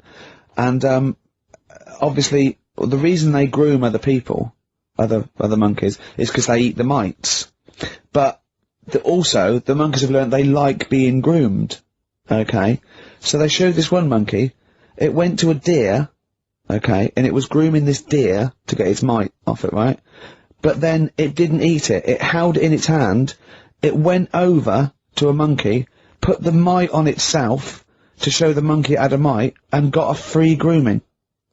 That's extraordinary. That's extraordinary. That is because it gave up the food, knowing that if you put one there, this monkey would look for mites on it, and it would get a free grooming, and it was like having a little massage. What do you think of that? It's not bad. I've got some better stuff coming up later.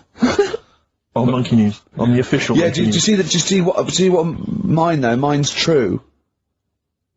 I mean, that's an interesting and It extraordinary. actually happens. It's discovery. social behaviour amongst primates. I saw it. It was, you know. Did it rob a bank, Rick, at any time? It didn't rob a bank, and it didn't open a hairdresser's. Oh, see, that's what you're letting you. That's where you're letting yourself down. It's not quite good enough, is it? My monkey news.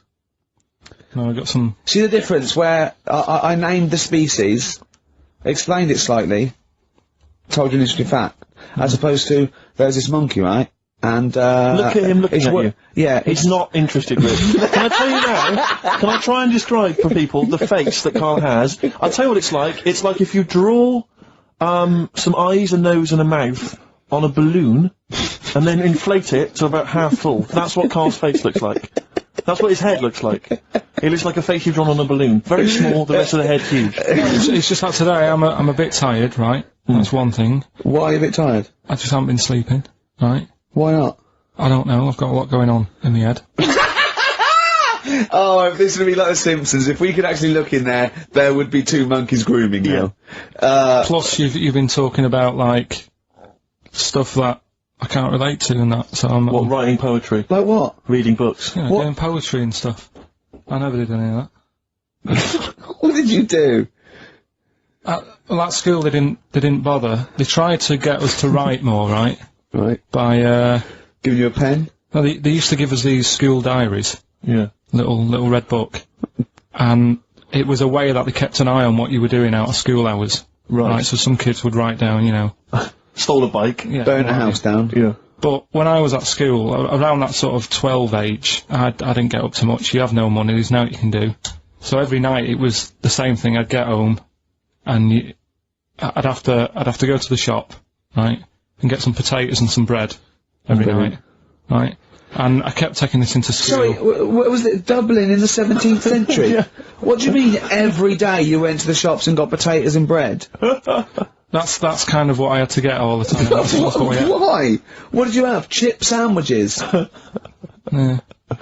Right, so you went to the you went there So I kept with your hoop putting and that. stick. Yeah. I kept putting that in the diary, you know, every night saying went to Gervais. That was the name of the shop. Yeah. What is it called? Gervais. What is it, you or you? Like H-U-G-H. H-U-G-H, yeah. Oh, that was his name? U-phase, right. Used to go there, get the potatoes and bread and that. I love the fact someone who's named a shop after themselves. I'm not going to say what we sell, it's named after me or nothing, or I'm not opening. Mainly potatoes and bread. Yeah. White sliced loaves, King Edward's. And the teacher used to always say, just write something different in there, make something up. Because, like, you know, Monday, Tuesday, all the way through to Friday, every night, it was just, went to U-phase. So you sort of, you Are you sure it wasn't an advert? Sure he wasn't paying you to say, get my name in the book? Yeah. The only time that it changed, and she said, oh, that's made it a bit more interesting, was when it was my birthday, and I had to buy a cake. Potatoes and a cake. And she said, oh, that's good. Yeah. That was my 13th birthday. My mum said, I got home from school, she said, oh, you're 13 today. Teenager, big turnover. Go and get a cake.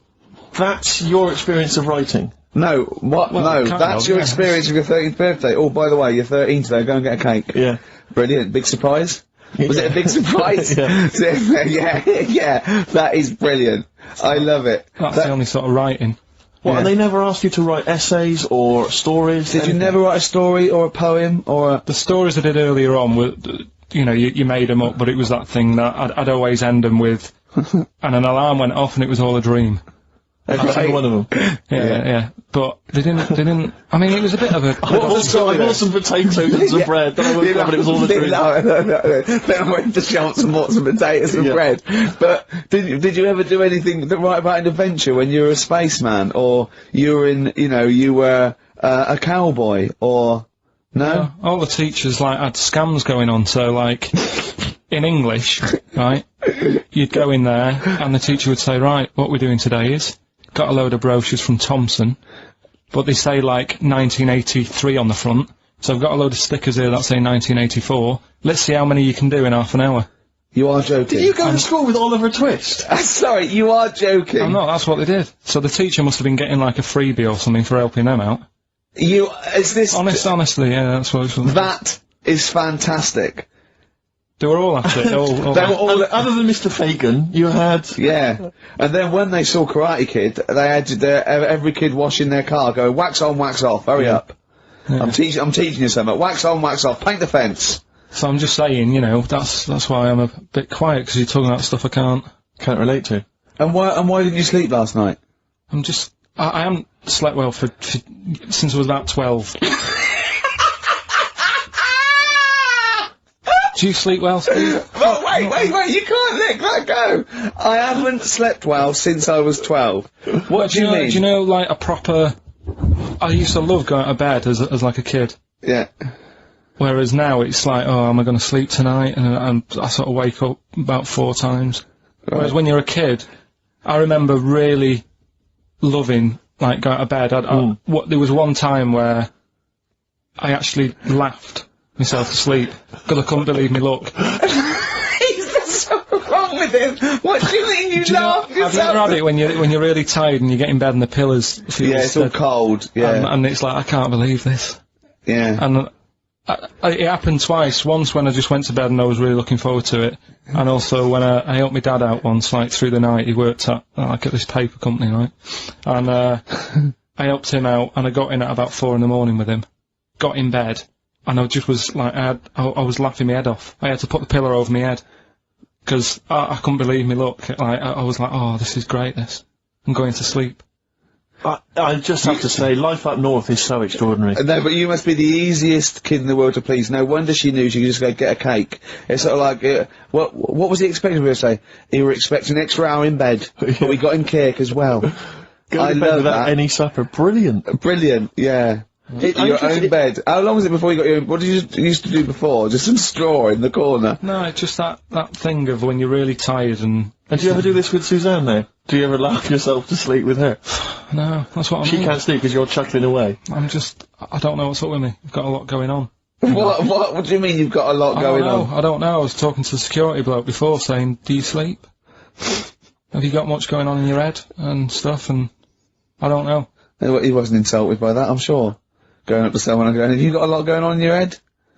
That is brilliant. It worries me. It's interesting that your lack of sleep coincides with the diaries and the writing of the bread and potato story every day. I don't know if once you had that responsibility. Why don't you every night, go to Gervais, get some bread and potatoes, you don't have to eat them, then go to bed, and I think you'll be chuckling yourself to sleep in no time.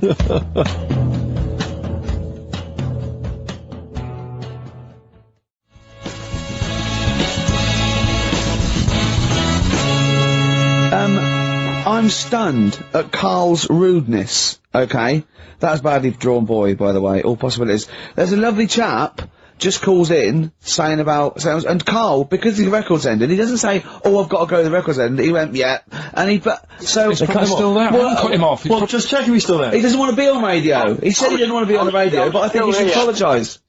I'm still here, hello? Hello. All right. I'm still here. I did ask not to be put live on radio because I get very embarrassed. Don't worry, all we wanted to do is we just wanted to apologise for Karl's curtness and his rudeness. Now, all I want to say is the station is good because you couldn't have a worse slot on a Saturday afternoon, right? Because the youngsters are in the boozers, the older fellas are doing the punting, the racing, the football and whatever. The thing is, the state you play, if you want to get number one... This is XFM, not Radio 2? If you want to be the top, all you got to do is start playing Natalia Umbraglia, this and that, and have your audience with one puke of hair between four legs, okay? Thank you. There you go. Now, that's why I didn't want to go live on radio. But you are when Christian got a little bit sick about being 13, then he got to go, whatever. You're the soundest station in the area, you cover...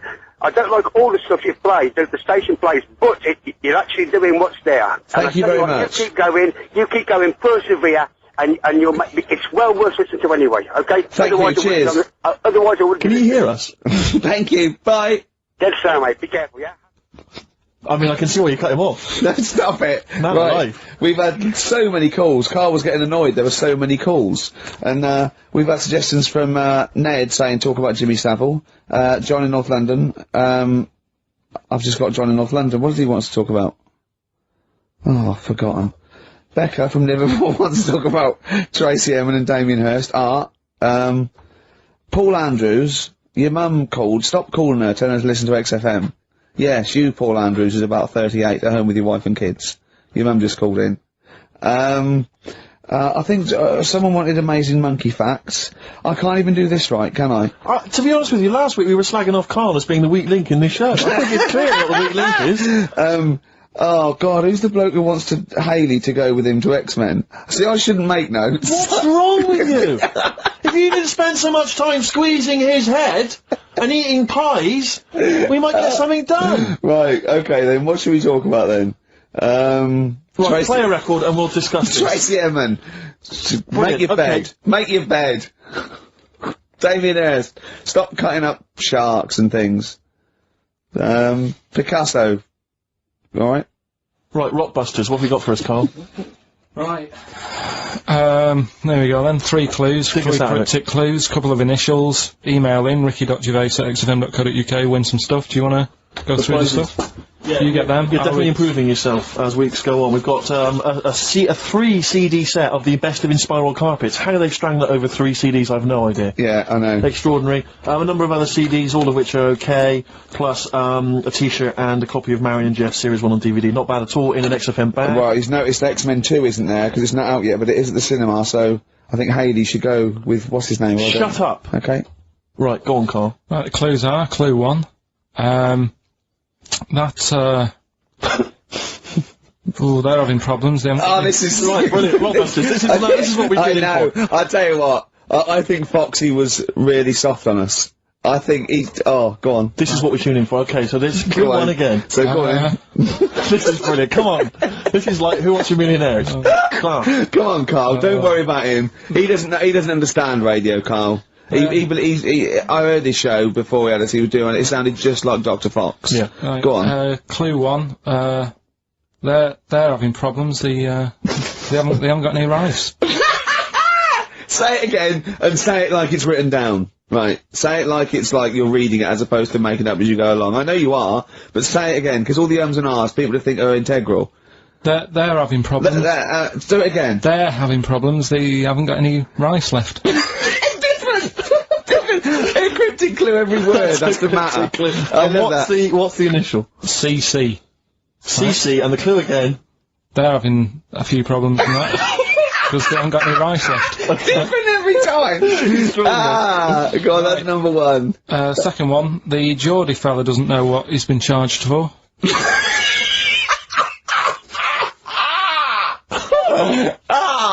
Okay, and what's the initials there? BW. Oh. The Geordie fella doesn't know what he's being charged for. Right. And the final one, if he had 2 bricks, and he had to throw them at 2 women, right? Stop! Right, you've got to go through this without going, right? Oh, yeah, just do it again. Just say it again. Think what you're going to say, then say it. I had 2 bricks. Oh, no, it was if I had before. Well, I've got Stop it a minute! Stop! Because I'm going to burst. Right, Carl, work out what you're going to say and say it. Right. Okay, just calm down. Okay, Can we just everyone calm down? Okay, right. I had 2 bricks to throw at 2 women, and I didn't hit either of them. Right, okay. The initials MM. Right, so Okay. quickly again. They haven't got I've it right. got that! I've got that, and it's brilliant! That is a brilliant one! Okay. Right? They've run out of rice, they've got problems on their hands. CC, right? The second one, Geordie fella doesn't know what he's being charged for, right? BW, and I had 2 bricks to throw at 2 women, didn't hit any of them, right? That's MM. Email in, ricky.gervais@xfm.co.uk. Brilliant, play a record. Win some stuff. from It's that. email only, ricky.gervais@xfm.co.uk.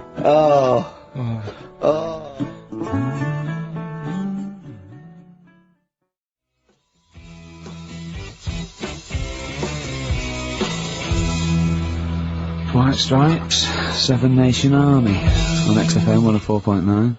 Carl, are you thinking of starting a family? Only if, like, an accident happens or something. Yeah. Were you there, Rick, when we were chatting about this the other day?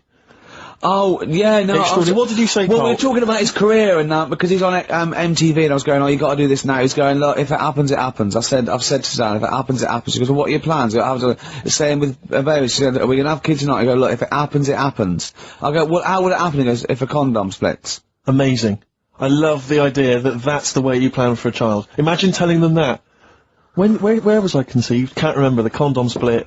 Yeah. You're an accident. I love that. The romantic nature of that is I was just told I was an accident, but, you know, it doesn't matter, does it? enough. Yeah, it doesn't matter. That makes a lot of sense. Yeah, but it doesn't But matter. do many people sit down and say, right, do you think we should? Yes. Well, they lay down. Yeah. I'm busy. You can't sit down, you haven't got time for that discussion. No, it doesn't mean the conception. I think it means bringing up a child till it's 18. But the thing is as well, it's one of them, innit? It's like, if you think about having one, you go, well, the sort of negatives, you know, outweigh the positives. Yeah. I think. Right? Go on. But if you have one, you go, oh, it's not that bad, is it? So what are the positives and what are the negatives? Like I say, the negatives outweigh it. I can't think of that many positives. They get in the way, don't they? Mm-hmm. Cost you a lot. Costs a lot of money. Same with marriage. Like Suzanne saying, we'll get married, so what for? Well, marriage doesn't cost anything. Well, it does. Well, no, not if you go to the registry office and then buy a house. But then what's the point? Well, tax breaks, you know, presents. I don't think you get them anymore. Do you? I looked into that.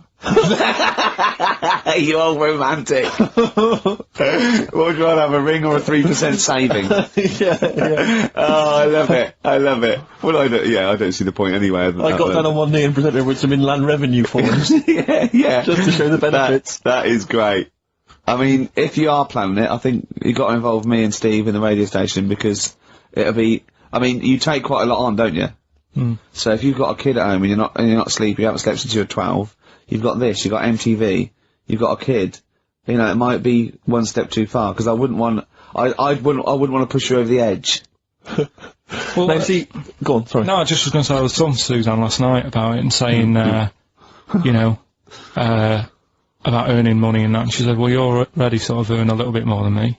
So, you know, if you get loads of money, she said, I'd be happy staying at home and doing nothing, maybe looking after a kid. I said, oh, so that's not happening. Right. I said, I could have a load of money now tucked away, I could have won some money and I wouldn't tell you. I still want sort of that check offer every month. Because I get a check offer to sort of pay the bills. Yeah. And I think you need to keep that in a relationship. Sure. Do you know what I mean? Work as a team. Yeah. Yeah, that's not working as a team. Of course it is. Well, no, you share everything. Sharing everything is working as a team, Yeah, whether you not earn you most or whether stashing some 35 grand back. It's not like you think that, oh no, if I won the pools, but I give her half, she'll get lazy. She'll just sit around the house doing nout. So she's still got to go to work in a job she hates. Yeah. I'll tell you though, she thinks that it'd be the worst thing that could happen if we got a load of money. Because she'd want to go to Egypt, I'd say I'm not going. Why would she want to go to Egypt? I don't, that's what I said. No, why would she? Why does she want to go to Egypt if she wins a lot of money? She said it's meant to be pretty good. So the incredible wonders of the pyramids and the Sphinx and so on, that's not of any interest to you? I've seen it though on the telly and that. I don't want to go all that way just to see it. Exactly. Right. No, exactly. That's To experience other cultures, other lifestyles, travel broadens the mind. Well, you don't. No, not really. You've seen enough different ones here, haven't you? Yeah. There's parts of Wiven. Oh, you haven't seen yet. Yeah. Okay. Well, you don't want to make enough money. You don't want to make a lot of money because you're worried that Suzanne might want to go to Egypt. And then No. And that's going I to don't tear you want to tell apart. her that I'm making a lot of money. I can still tuck it away. Right. And what will you do with it? When you turn up in a big converted limo, goes da da da da da da da da da da da da da. Come on, we're going to bingo. Where'd you get the car from? Never thee mind. Right? What? Won't you be suspicious? When you've got a pet chimp. You know what I mean? What are you? I mean, yeah. What would you spend it on? Is there nothing that you want for? No, I've never. No, there's now at the moment. Honestly, it's. I'm quite happy. Do you know what I mean? I don't ask for much. But you're not happy. You're always whinging and moaning. Always whinging. Clearly, there's something wrong. What if someone gave you? What? Okay, right. Let's be serious. We're not talking about billions, right? But if someone gave you a cash injection, just a one-off cash payment of £250,000, okay, what would you do with it? I mean, that's too easy, because that should obviously be a house. That should be the best house you can find in London. I'll probably want to go and see a tornado. Right. That's on your list. Okay. In many ways it's so sweet, but I want to shake him. Can I just point out to you, Karl, I don't know if you know this, but if you get caught in a tornado, you do not whisk off into the magical land of Oz. And land somewhere nice. Yeah, and crush a witch. Still in your rocking chair. Yeah, it doesn't happen. It's quite dangerous. But you'd go and see a tornado, number one, fair enough. Number two? What brochure is that in? That one. It's Texas, isn't it? Okay. Oh. Number two? Texas. So he's got tornado number one. What brochure is that in? Number it's two. Texas, isn't it? It's Kansas, I think, mainly. Well, I noticed someone's emailed here a link for, can you believe you luck, Karl? Monkeys for sale. Now, I don't endorse this in any way, but here you are, here's a monkey for sale here. Oh, that's terrible. $2,500. It says, male, very smart little guy, loves to play and gives kisses, wears diapers and clothes, has been around lots of people and loves them, healthy and loves to eat. Sounds like Ricky. How much is that? Well, it wasn't Karl, because it says loves to be around people. Yeah. There's a gibbon there. A gibbon for... It's pricey though, it's like that Donald McIntyre programme he did, that Cheapest Chimps programme. He didn't do Cheapest Chimps. He didn't do a programme called Cheapest Chimps. You're saying that, but... Well, he didn't. There's at no point did Donald McIntyre do a programme called... Play a record a minute. Play a record.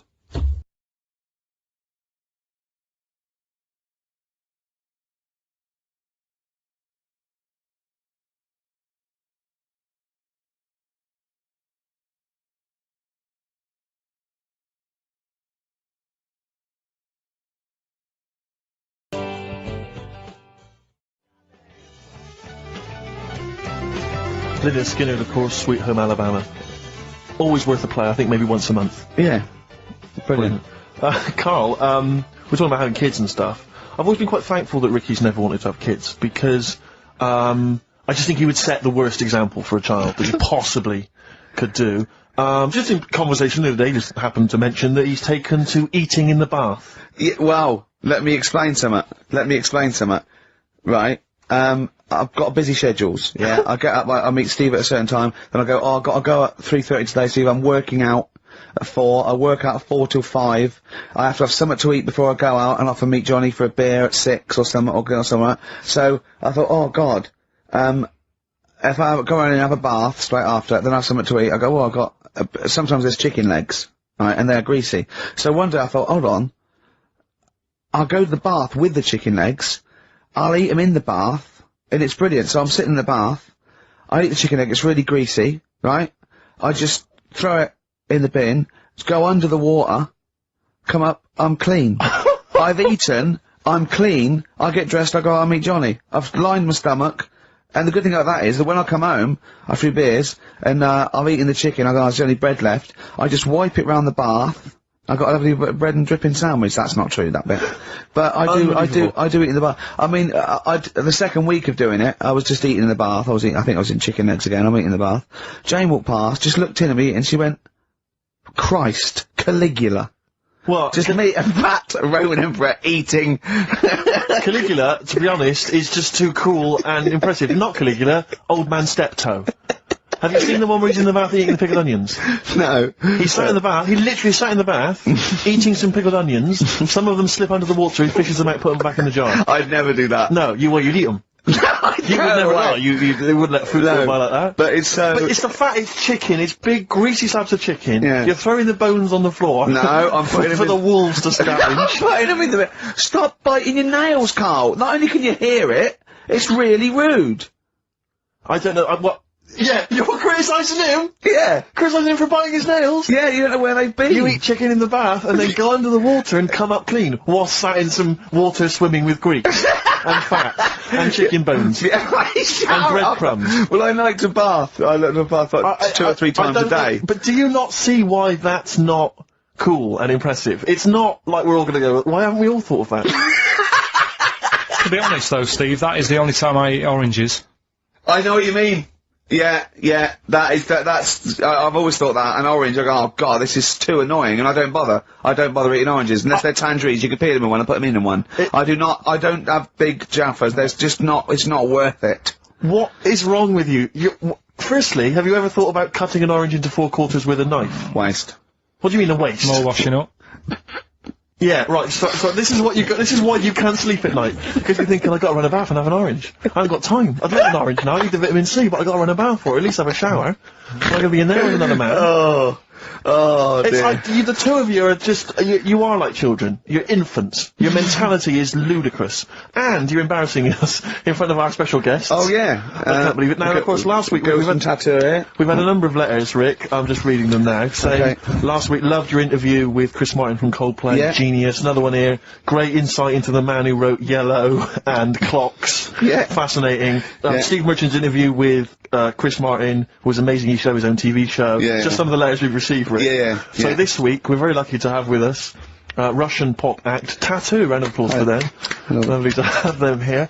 Tattoo. Now then, of course, there's been much controversy that your kind of lesbian shtick is just something to try and whip up some press attention. We are proper lesbians. We love fanny more than cock. Okay, brilliant. And Tattoo, lovely to have you here. Thanks for coming. Now then, you've got some live gigs, I understand, planned. Yeah, duh. Okay. I can't help but notice that you sound, dare I say it, Tattoo, you don't sound so much Russian as German. No, we cannot do the accent properly. Okay. And, Tattoo, it's a joy to have you here. Thanks for coming down. And finally, your lesbians would, for instance, either myself or Karl be able to convert you from your lesbian ways? We like the muff so much that the knob is no good for us. Alright, well, thanks very much, Tattoo. Yeah, thanks, Tattoo. Thanks very much. Cheers. Extraordinary. Next week, share. Brilliant. So if you've got any special guests you love us to interview, then let us know. Ricky.Gervais at xfm.co.uk. And we'll try and get that. Oh, dear. Play a record, Karl. Rockbusters answers next. I was going to say, well, do you want to do that? No, let's do it next. After the record. What were you going to say? About gays and that. What? In a bit. What were you going to say? Oh, we'll look forward to that.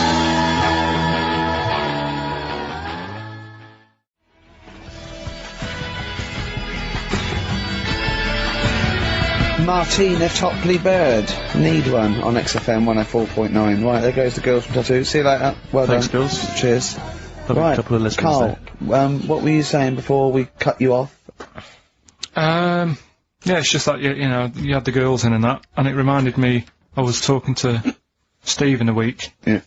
I think it's, when people were talking about going to Stringfellas and that. Yeah. I was talking about seeing naked people. Yes, I asked him, I said, when he used to watch, say, if he accidentally flipped onto BBC Two and some ballet was on, would his eye ever been drawn to maybe the gentleman's lower regions rather than the ladies'? The gentleman's package. Yeah, would your eyes ever be accidentally drawn to that and you couldn't resist it? And you said yes. Yeah, because, right, Oh, I don't dear. think I'm Oh dear. Well, go on, I mean, fair enough. no, right. I'm always looking at the beautiful ladies, but fair enough. Yeah. No, go on. But, right, Have you ever looked at Wayne Sleep's testicles? I went out. Have you ever looked at Wayne Sleep's penis and testicles? I went out on a night out, right? And it was it got to some point in the night where 2 women and 2 fellas got on the stage. Right. Right? Started stripping off. Yes. Yeah. Just what, members of the audience? No, I think they were, like, part of the act. Right? Right. And, What was this, panto? they downed the fellas had, like, their undies on, and the girls just had their knickers on. Yeah. Right? And, Sounds pretty erotic at the moment. Go on. and at the same time, they all whipped the pants off. Yes. Right? It was Now- Spuck's Fizz, wasn't it? The adult show. Now, I said to Steve, at that point, Sorry, I wasn't there. He said it's to me later. yeah. I said, well, you have a quick glance at the fellas. And then the annoying thing was, I thought, right, now I'll have a look at the women, and it was too late. They put the knickers on. How long were you looking at the fellas? Not that long, but But why were you looking at them first? It's human nature, isn't it? Why? I don't know, but I'm sure you would have done the same thing. You just Why? sort of think, well, how are they shaping up? I hope they weren't It's a shaping up at comparative all. test. So who had the biggest knob? Which one of the blokes had the biggest knob? No, it's like, normal. But, This is a whole new side of you.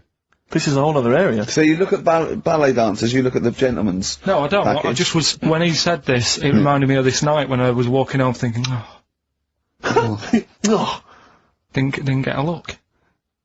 Because I was messing where out. was this? What event was this where people are stripping off? Carl, I tell you what, you are the most interesting man I've ever met.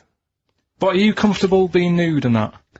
We've done this. Well, I don't know what this is. We did this last week about, are you comfortable being nude? No, think I know, I was talking you're about probably that. most comfortable being nude, it's just probably not in public. Well, Ricky's only really comfortable nude when he's eating. yeah, there's nothing to get, Yeah, you can just wipe spilt on yourself it. down. Yeah, you just sit in the bath, yeah. No, but I've talked about that, and then when I went home, I was talking to Suzanne about it, and she said, "What's all that about? You don't like being nude, right?" And I said, well, it's not. It's like I'm part of an Alan Bennett play. It's just, I love the way you talk. Remember once, right? I don't know if I should talk about this really, but Well, that means you should, so go on. Go on. oh yeah, right. We went to Tenerife, right, one year. And I was still living in I'm Manchester. scared now. Yeah, that I don't know everyone what's said that. I'm happening. actually No, scared. I'm thinking about Suzanne, but she's Well, working. I don't want to know anything about Suzanne, Come to on, be no, honest. but If come on, it's- It Go on. involves me more. Let's hear on, the story. go But on. I'm just explaining to you that I don't like being nude. Yes. Go on. So you're in Tenerife. In Tenerife, right, didn't have much money, stayed in this apartment that wasn't that nice, right, had cockroaches in it and stuff, right. Didn't have much money to go out at night. So, we're in this sort of death trap of an apartment, right. Anyway, so when I was younger, right, had a bit more energy. So, He's 30. 80, I know. so, start having it away a bit. It's a joy. Beautiful. It's So, good, yeah. I mean, it's a wow. I love it. Go on. Right, so, doing what I do, right? Yeah. Someone starts banging on the door. So Suzanne Everyone's says, at it. Right, so you mean knocking on the door? Right, okay. knocking on the door, right? So Suzanne said, you better get it. So I said, well, I can't get it now, can I? I'll have to wait a bit. Right. I can't go to the door. Go on. So the banging's getting louder. Yeah. Someone at the door. Yeah. And she's like, oh, no, but it must be important. I'm like, in a minute. So anyway. I don't want to know anymore. No, come on, finish the story. Open the door. It's a fireman. So I just stick my head round, and he's going, you'll have to get out. The building's on fire. Right? So I'm like, in a minute. Sorry, you weren't still having sex at this point? No, but, you know, Right. still sort of gotta wait a minute or I can't get my pants on. Oh, Carl, I wish I'm so sorry. Right, go on. So now, So the place is burning down. So it could be a serious big fire going on. Yeah. I'm sort of waiting. You can hear people sort of screaming and that, panicking. Is that because the door's open and you're nude? The fireman's saying, will you get out, will you get out? I'm saying, in a minute. Right. And Suzanne was saying, you know, think of something that's not sexy. Sure. So I was thinking of people, you know, thinking maybe down in a fire might sort of calm you down. Yeah. Then the fireman said, we need a big pole. Yeah. Yeah, Sure, go on. But what I'm saying is, that, to me, I wouldn't have wanted to go out and be safe over, do you know what I mean, over being naked. I don't like walking about with out on. So what I'm saying is, if that fire... I love the idea of everyone huddled in there with all the firemen. It just, the camera's fans along and there's Karl. Yeah, a local news report. Naked. With still But would standing proud. you have gone out with now on? But why do I have to go out with now on? I just grab a pair of jeans. Alright, but you just, you know... What? There's a fire, Karl! Yeah, but See, not everyone looks at men's packets. That's only you, remember. Most of the other firemen wouldn't be going, oh, look at him. But He's what I'm pleased- interested in is he's how pleased long... to see us. Karl, how long did it take? And did the thought of dying in a fire help? After a bit, but the fireman sort of had a go at me. Sure. What do you mean? Well, he wasn't happy that I was dawdling. Well, to be fair... But what can you do? Answers on a postcard. To the usual address, XFM, care of Leicester Square. Well, let's just get these right. Let's play a record, let's have Rockbusters and Monkey News. We don't have time for afterwards. monkey news. We'll squeeze them in. Wow. It's a god-awful small affair to the girl with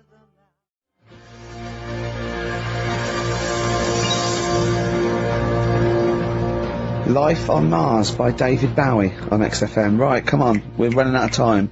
Blockbusters, the results in... Sorry. Oh, what a giveaway. Oh no, embarrassing. I've given it away. Straight into monkey news. Go on So, yeah, Rockbusters, what were the clues? Right, the clues were, the first one was, they're running out of rice, so they've got problems. That was CC. That was China crisis. Right? Okay, yeah, if they ran out of rice in China, it would be a crisis, fair enough. Second one, the Geordie fella doesn't know what he's being charged for. Right? That was Bill Wyman. Brilliant. Yeah. Brilliant. And the third one, I had 2 bricks to throw at 2 women, and I didn't hit either of them. That was Mister. Mister. I let him up. Those were alright, those. That's extraordinary. The winner, Gina. I think Gina Ferry. Well done, Gina. And the reason I gave it to Gina is because she's included, and this is a wonderful segue, some monkey fact information of her own. She says, apparently, that the group Chumbawamba got their name from one of those monkeys in a room with a typewriter experiments. Someone did it as a joke, and Chumbawamba was a word that was typed out, and that's where the group got their name. And apparently. their lyrics. Absolutely, yeah. Which is good. So let's have official monkey news. Play the jingle. Oh, chimpanzee that monkey news. Right, we've got to be quick. Go on, But, this is something that was sent in to me ages ago, and I don't know why I haven't done it yet, because it's brilliant. We were talking about monkeys typing, the Shakespeare theory and all that. Well, this is about a little monkey called Marty, right? Basically, it's in some science lab, right? It's in there. It was wandering about out of its cage, right? The lab fella was busy on the phone or something, right? And Typical. it's wandering about. It goes up to a PC that's in the corner, a little computer, types down, "My name is Marty," right?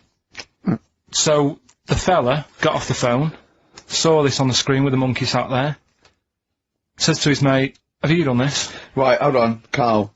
Right. Let him finish. Oh. Before you question, always let him finish. I don't know what to do. Time's against us, come on. He said, "Have you done this?" He says, "Done what?" He said, "This on the screen here saying, 'My name's Marty,' right?" He goes, "What are you talking about?" As he's having an argument with his mate saying, "You're lying, you did it," monkey's sat there, typing, "This isn't a practical joke, my name is Marty." Right, and that's the end of the story? I'm not coming in next week.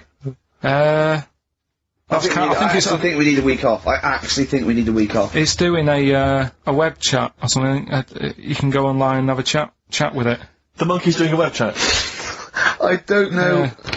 Has he got his own website yet? His favourite Buffy the Vampire Slayer? Have a look at that. Have a look at that. Right.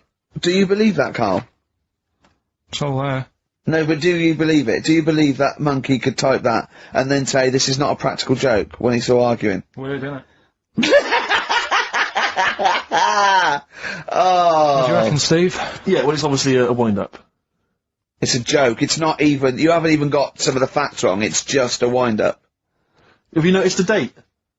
Is it April the 1st? It is April the 1st. You are joking. That it was sent. You're an idiot, Karl. It was sent on April the 1st, Karl.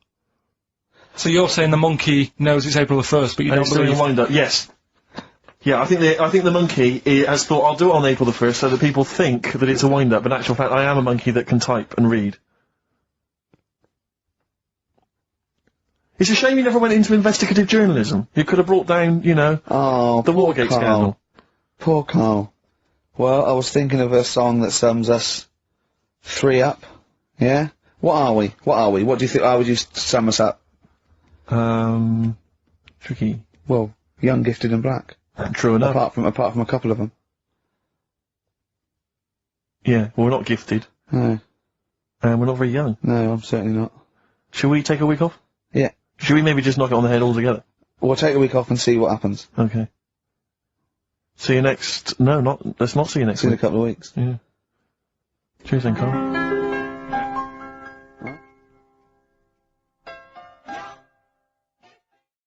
Out of Time on XFM 104.9. I'm Ricky Gervais. With me is Steve Merchant and Karl Pilkington. I really like that Blur track. I think it's the best thing they've ever done. Blimey. So... Strong words. They can quote me on that if they want. Yes. On their, I'm sure they'll rush to. On their, you know, one of their albums. Yeah. If they wanted. Well, listen. You're lucky I'm here, Steve. Okay. Right? You can see, you know something's happened. I've done my back in again. Right. I've got a special chair in here. I'm in agony, yeah. and I'm on the strongest painkillers I can get. Right? Okay. I feel a bit... Right. Karl, I had to call Karl up today and say, look, I don't know if I can make it in, can you come and get me? He came over to my house, we got in a cab and he got me here, right? While he was round my house, Jane showed him, sort of, camcorder footage of how I actually did it. Of how you hurt your back? And, I wanted Karl to tell you, because I was actually worried that if I didn't turn up, what you'd say to me. Yes. What was I doing, Karl? Right, so, I get round to his place, right? Says, right, hit play on the video, right? Have you ever seen a gorilla having a fight? I think I have, yeah, yeah. It was like that. Him and his mate round at his place last night decided to sort of have a bit of a wrestle. Yes. It went on, I mean, how much footage? Honestly, it was like a scene from Women in Love. Yeah. We'd had about 5 fights. We had to stop at one point because his arm was bleeding. And You'd had about 5 fights? Yeah, well, we were wrestling. We were doing wrestling, right, in the... just behind in the lounge? Yeah. Well, we were on our knees and then sort of like doing, you know, and I kept winning with an arm lock. Right. Yeah. And then the last time he sort of threw me and I went on my back and my back was done. And I was, you know, it was Ian Morris. Yes. It was, you know... Yeah, isn't he the commissioning editor of comedy at Channel 4? yeah. And the funny thing was that we'd had lots and lots of wine, and we ran. You surprised me. Yeah, right. And we went, come on, I can film this. And the time we filmed, I said, film this, and Jerry went, oh, right. And I took my shirt off. It's right there, and you can just hear slapping. Oh, why? Can I just ask though? I mean, it's a Friday night. You know, you have a couple of drinks, you know, some intellectual conversation. Yeah. How does it get round to? Do you fancy wrestling me? Well, having it filmed. Well, it was on the couch, but I kept sticking my socks in his face to annoy him.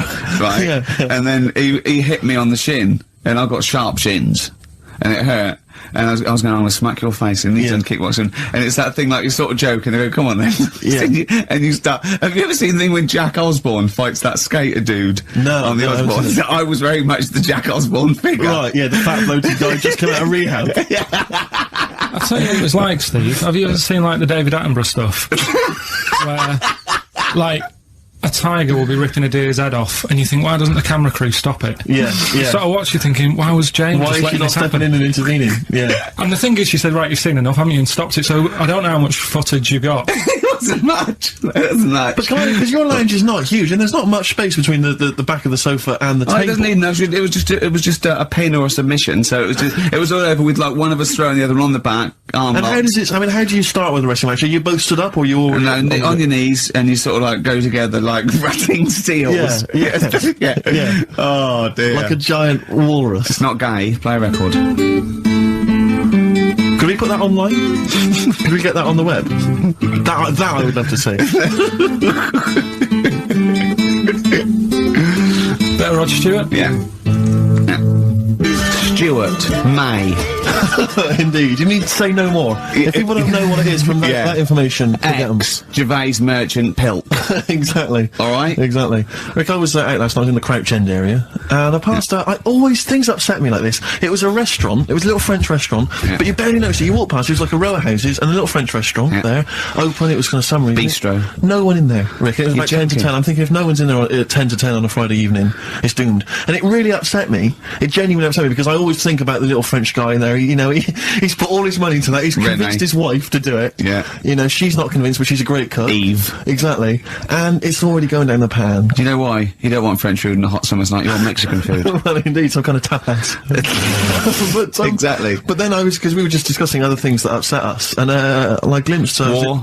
Well, true, obviously war. I mean, obviously I started with war, plague, famine, disease, SARS, that sort of thing. And then it came down the list to worried about people who manufacture fax machines. Why? Because of technology. Well, moving on. I mean, if you want to, say you're making fax machines, you're a little company, you make fax machines. A little what? A little company. Oh, right. You're making fax machines. Are you allowed to use email? What, like, if you work for Coke, you're not allowed to drink Pepsi publicly? It just seems like I'm assuming that fax machine sales are plummeting. Now, the thing is, right, now I haven't got a fax machine, you're right, I've got email, but I much prefer a fax. Well, yeah, because you get it, it comes out the other side.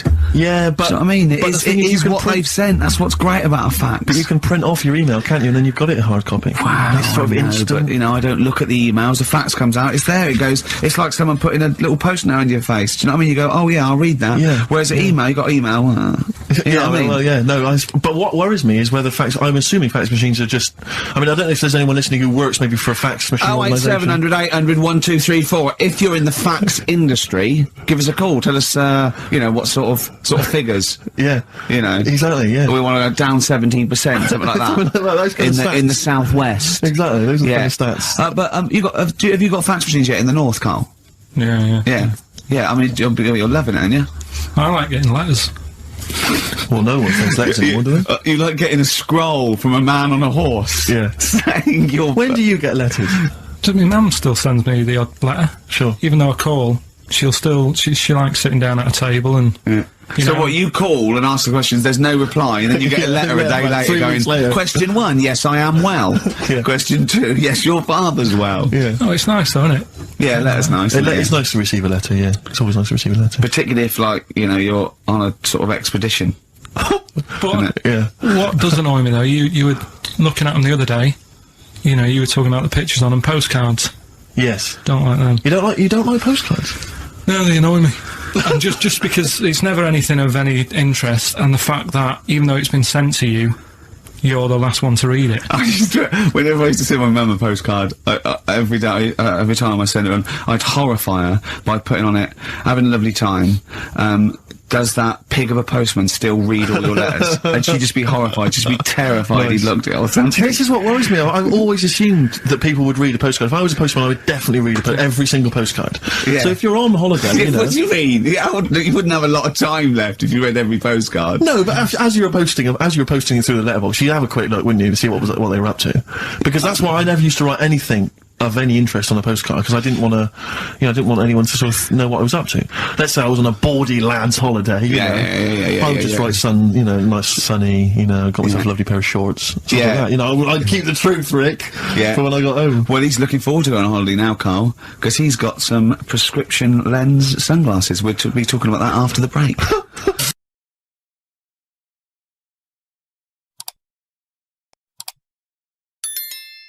I'm Ricky Gervais, with me Steve Merchant, and our producer, I say producer, Karl Pilkington.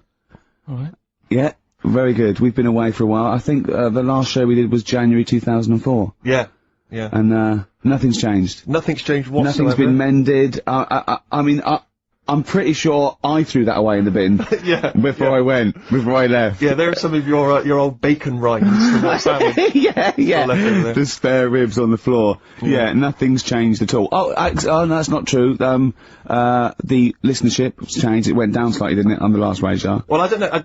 I don't know. Is that what happened? Did it go down slightly, Karl? A little bit, I think. I don't think XFM gets new listeners, because I think what happens is, the reason it goes down just very slightly each time is that their old listeners die. Yeah. Definitely. Old Cure fans dying of... Yeah, smack addictions. Yeah, gout. Yeah. But anyway, I haven't listened to this station for a year and a half, so that's increased by 1, which is probably quite a high percentage. Exactly. I suppose that my question, to you, Rick, would be, why now? Why have you come back now? I was a bit bored of sitting at home. Okay. Yeah. Because we're just here for 6 weeks. 6 weeks. Well, we're standing in for Adam and Joe, aren't we? Yeah. Yeah. How the tables have turned. I remember when they were standing in for us, but... yeah. But the only reason I'm here is because, my housekeeper cleans, between 1 and 3. Oh, right, that's a good idea. So I just got to get out of the house. And, are they listening to XFM? Well, no, she doesn't speak English. I'm not made of money, Rick. If I can help out, a young immigrant lady, then I will do. And there are so many things I can do for her in so many ways. Yeah. But her, picking up my old tea towels and stuff is ideal. So that's why I'm here. But all I'm worried about is I think people kind of associate with the name Ricky Gervais. They associate a certain level of quality. Your live stand-up DVDs. There's a level of quality. You've put a lot of work into them. You've honed it. The TV work you've done, likewise. Should people expect the same from the radio show? Definitely not. No. Definitely not. Those things that, you sit down, we sit down, we write them for a long time, write them for a year maybe, then film them, we worry about everything. This is, I'm not even sure I'm talking into the mic at the moment. I was actually doodling, as you saw there. Yeah. I'm eating a sandwich as we speak. Yeah. Although we do like music, that is true. That's absolutely right. Should we play some great records? Let's play a great record now.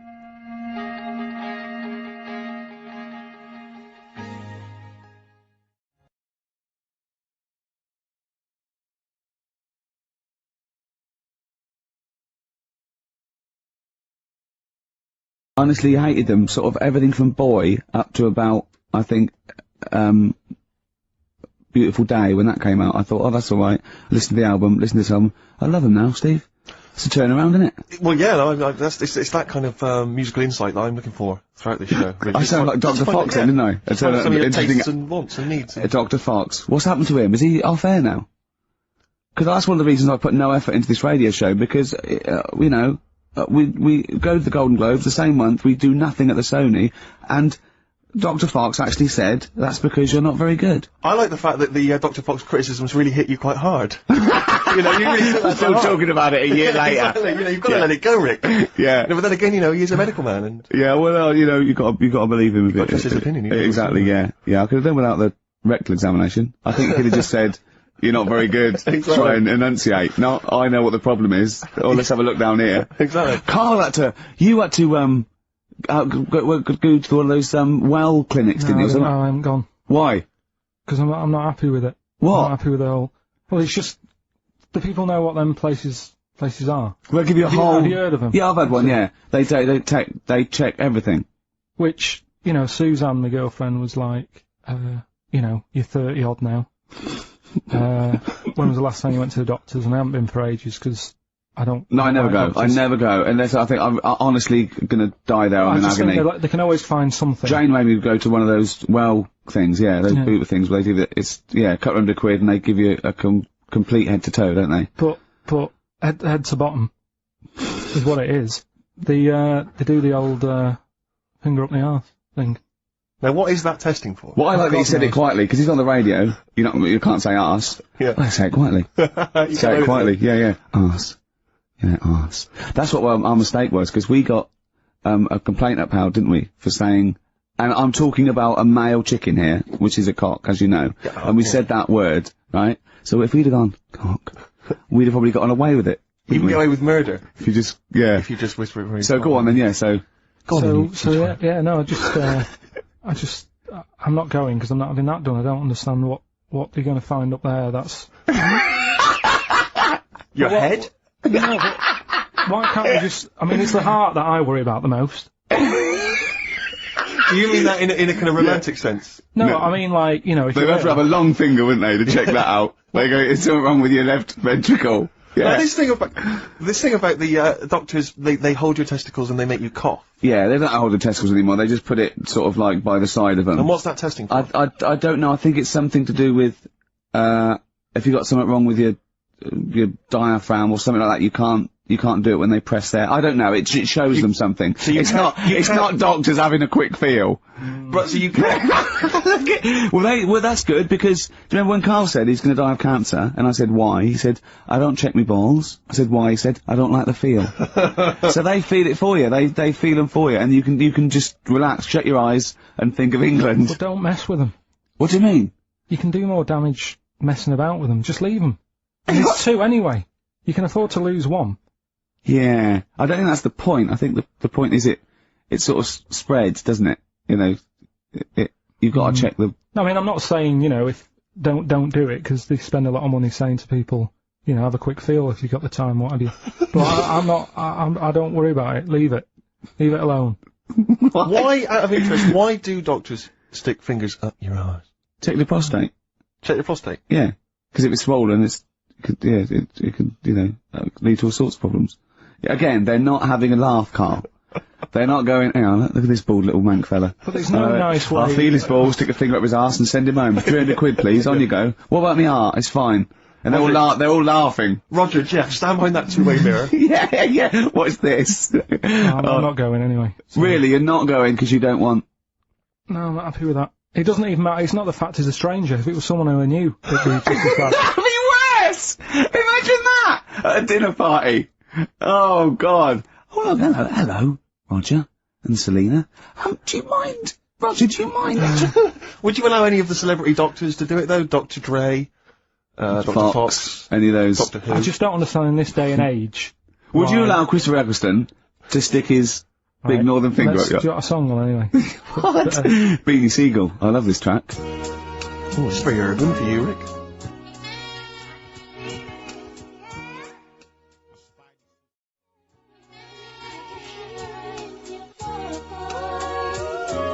Beanie Siegel.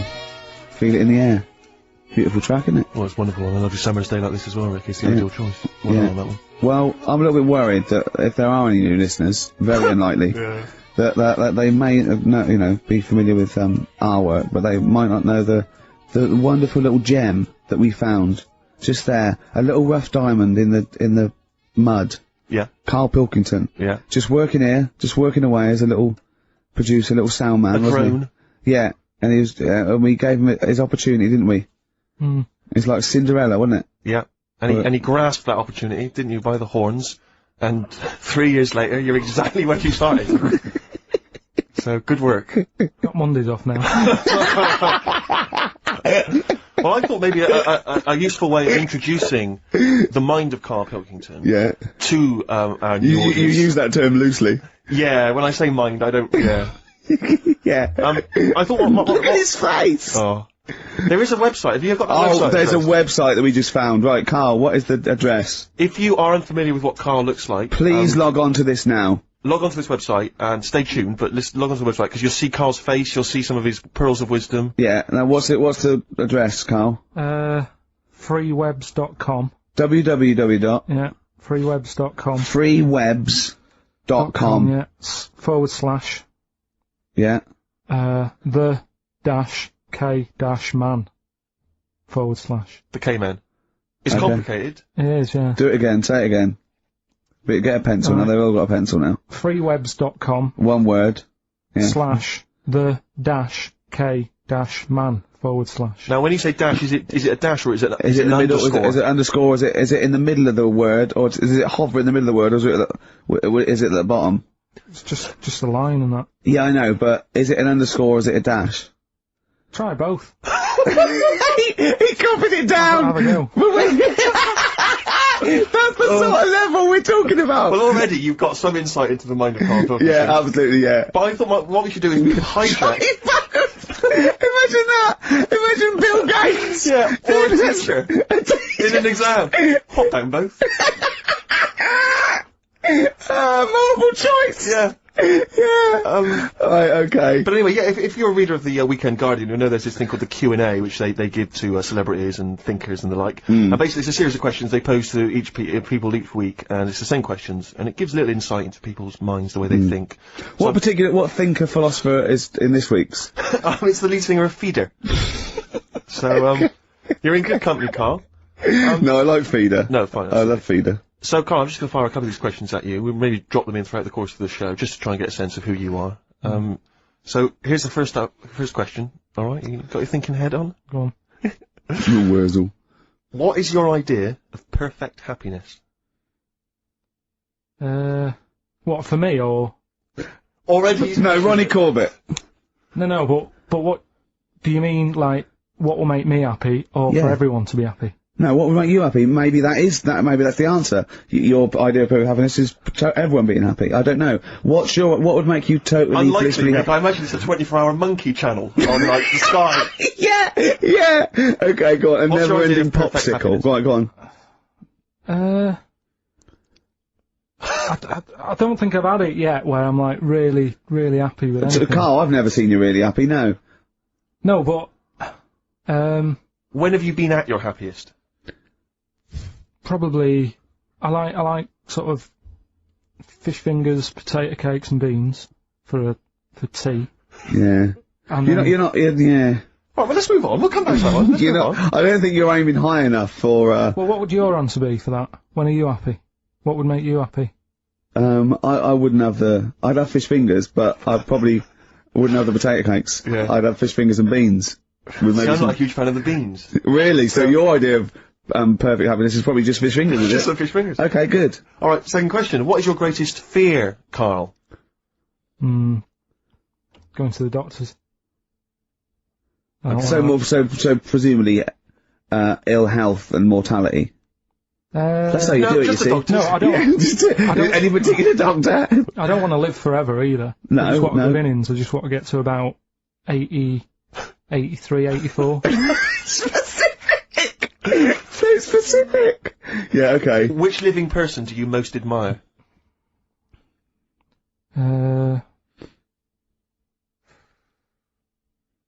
Which person throughout any time in history do you most admire? Winston Churchill's pretty good. You like Yeah, him? it's very good. Why? Right. Good answer. Because if it weren't for him, we'd be talking German. I'm not that good at that. So. He's not that good at that. I know that even if the Nazis won, right, in 1945, and we'd be now speaking German, he still wouldn't be that good at it.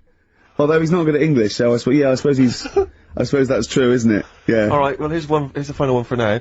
Do you believe in capital punishment? That's not it in Dr. Fox over the head with a stick. Depends what for, doesn't it? Go on. Oh, if it's something bad. And, well, I assume it would be.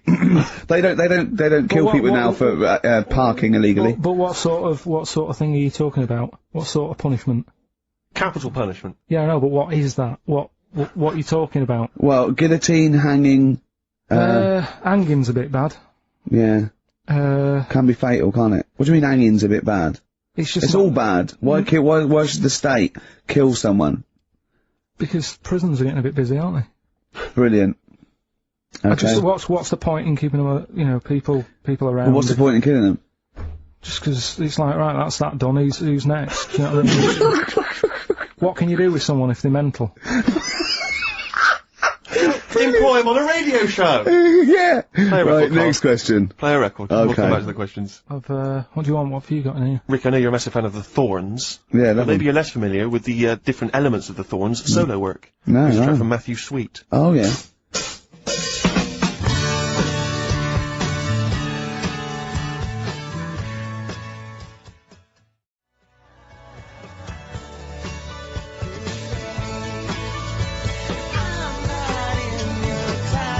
XFM 104.9, Matthew Sweet, and a song called In My Time, Ricky Gervais, Steve Merchant, Karl Pilkington. It was great, that. Yeah, just asking Karl some of these Q&A questions. This might be my idea of perfect happiness, being in a room with Karl Pilkington. Yeah. Just what I watch him look around. When you're talking, he looks at you, and it's like, you know when the owners say, it's like the cat can understand what I'm saying. Yeah. It's like he's on the edge of that. He's on the edge of that. Or you think he can. And I know he understands the words, but I don't think he understands the full impact. He never, whenever you say something to him, it might be some, you know, a revelation or something, he always picks up on the wrong side. You go, well, that's not the important bit. Do you know what I mean? He always goes... It's a bit like having a 14-year-old French exchange student. You know, their English is not amazing. They roughly understand you, but they're trying to piece together what you're saying. Exactly. But it's great. You see, the thing about Karl is, and don't take this the wrong way, I like him because he's stupid, in a way. No, I'm not being funny, but do you know what I mean? But even though I think he is considered stupid, some of the things he says, I think borders on the, I don't know what the PC term is, the retarded. Do you know what I mean, Karl? Anything in particular you're thinking of there, Rick, when you think of the... Well, he was talking to me the other day, because I'm trying to write a show called Science, and he's sort of going to help me out with some of the research, and I want him to do something on the DVD for it, right? And he was talking about it, and he was talking about he says that in the future they reckon we'll be able to soon. He said they'll be able to take us into space, and it's going to cost us £150,000. He said, what's the point? There's nothing up there. He said when they went up there, right? He said when Louis Armstrong went in 1966, right? He said. It was nothing there. So there was him, a fella called Buzz, there was one and third bloke that didn't even get out of the spaceship. He said he went all that way, he didn't get out to stretch his legs. How good can it be? Forget it. That's him summing up space exploration. Don't you agree with that? What's the point in going up there? Because are we talking about the finger in the arse again here, or it's space? No, what is the point in going? Because you're expanding, you know, human endeavour, aren't you, and the human understanding of the world and the universe. It's like, what else are we going to do as a civilization, as a people, if we're not constantly searching and, you know, and reaching out into the far distance? But there's nothing there, though. I know some people you grew up with that haven't left their street, but that's not everyone. But what is it? What do you mean there's nothing there? What has got to be there for it to be a worthwhile? Like, just something. What, I mean, like, to be honest, what would you be happy with finding out on the moon? Video? Just something. I don't think they looked hard enough anyway when they got there, because they seemed to get out, have a bit of a dance about, and then they came straight back. And I sort of think, you know, did they look properly? It's not a day trip, is it? But what I mean But they is... took that car out there, didn't they, and drove around a bit? Yeah, but only a little bit. What I mean is, say if an alien landed in Africa, there's not much there, so they'd go... What do you mean there's not much there? Well, it's a bit barren, isn't it? What, Africa? Just in general? Well, so anywhere like that, desert or whatever, what I'm saying is, have a good look round. Probably where all life came from, and probably 500,000 species of animals live there. Buildings and that, and stuff. Oh, buildings. Well, just stuff. Yeah. I mean, did they look properly? Or did they just land, get out, go, oh, bit dusty, whatever, right, let's go back? I just think it's a bit pointless. Especially when we haven't done everything there is to do here. Go on. Well, I don't know, but I'm sure there is stuff that needs sorting out. Well, I know the place that there's no medical man has been in this room. Yeah. There's definitely an unexplored cavern. Right, alright, Steve, would you go to the moon if someone said there's a space?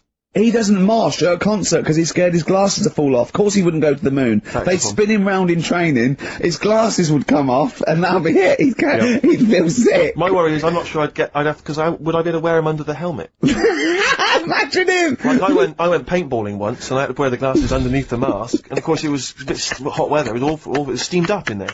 So I couldn't see anything, I got shot straight away, I was out of the game, it was pointless. You know, it cost me like £8. Yeah. You don't have to be that fit anyway, do you? You're only sort of sat there. Well, not, well, yeah, but what are you talking about? Think of G-force alone and weightlessness. Of course you've got to be, what?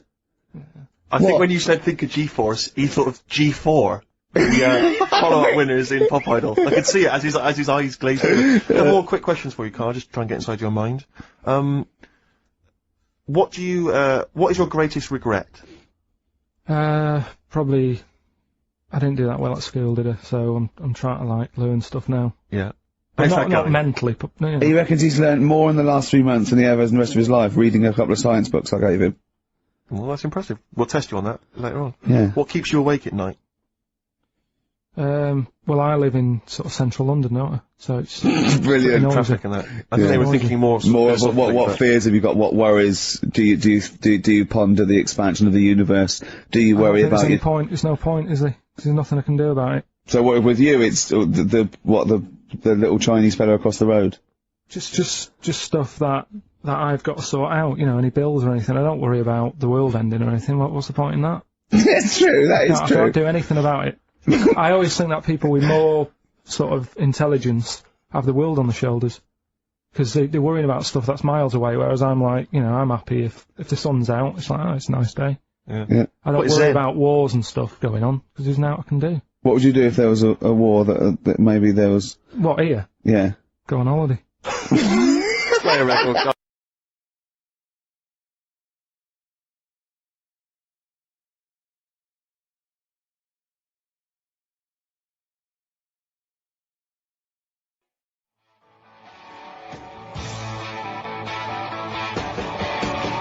The Who. I mean, that's got to be one of the best rock tracks ever, hasn't it? Oh, there's no arguing. Did I sound like Dr. Fox again? A little bit. But that's a good thing. Yeah, it's a good thing, isn't it? Yeah. We're gonna get a Sony award this year. Carl, how are you doing? Yeah, I'm alright, yeah. Yeah? It's good to be back, isn't it? We're doing Rockbusters in a bit, what? Have we got Rockbusters? Well, Hallelujah! I'll tell you this, new listeners. New listeners won't believe their luck when they Hold hear on. Rockbusters. We've got Rockbusters. Have we got, well, dare I say it, have we got Monkey News, Carl? well, I've been away, haven't I? So, I've sort of got a few things that I've read about roughly, Yeah. but I don't know the full ins and outs. You're joking, because usually you do your research quite well, don't you, when you get it off Ann and over and read the top line? So what are you saying, though? Are you saying that it's kind of monkey news? We might have time to do something later. Well, we've got to have him Monkey I News. love it when he because- teases us with his monkey news. We've had emails about that website address. Oh, yeah. It was a what's the name? An underscore. There's an Okay, underscore, so give it out it's- one more time. Now go to this to find out about Karl Pilkington. Someone's put in a lot of effort. It's a really good website. There's some great pictures of Karl. Well, they're not great. They're just freewebs.com/the_k_man/ Okay, forward slashes all the way. Yeah. Except Yeah. the underscores. Except the underscores, yeah. This is interminable. Isn't it interminable giving out email addresses? I know, yeah. Rubbish, it's so boring. No, yeah. Oh dear. Is he enjoying the show? It just says, I love spending 2 hours on a Saturday listening about fingers of arses, doctors squeezing testicles and making you cough. Have you got any news on the airy Chinese kid? So. Well, when you say it like that, some of the stuff we go, it does sound a little bit of, drivel. Well, sometimes. yeah. Carl was worried about swearing, because after we were talking about finger arse and that, he's generally worried. And I don't have a problem with swearing, although I understand why you can't say certain words on radio. It might be offensive, people aren't listening. I mean, the F word, the C word and all those. But when they bleep it out in a record, they bleep out the vowel. So in the F word, they bleep out the U, so it goes, beep. Right? So they go, it's not offensive, I didn't hear the vowel. Presumably, yeah. So if you change the vowel, it's not, do you know what I mean? So, in the C word, could I say, could I talk about the philosopher Immanuel Kant? Well, you can talk about Immanuel Kant because he's one of the great thinkers of all time. So Kant is not an offensive word, because the vowel's different, is it?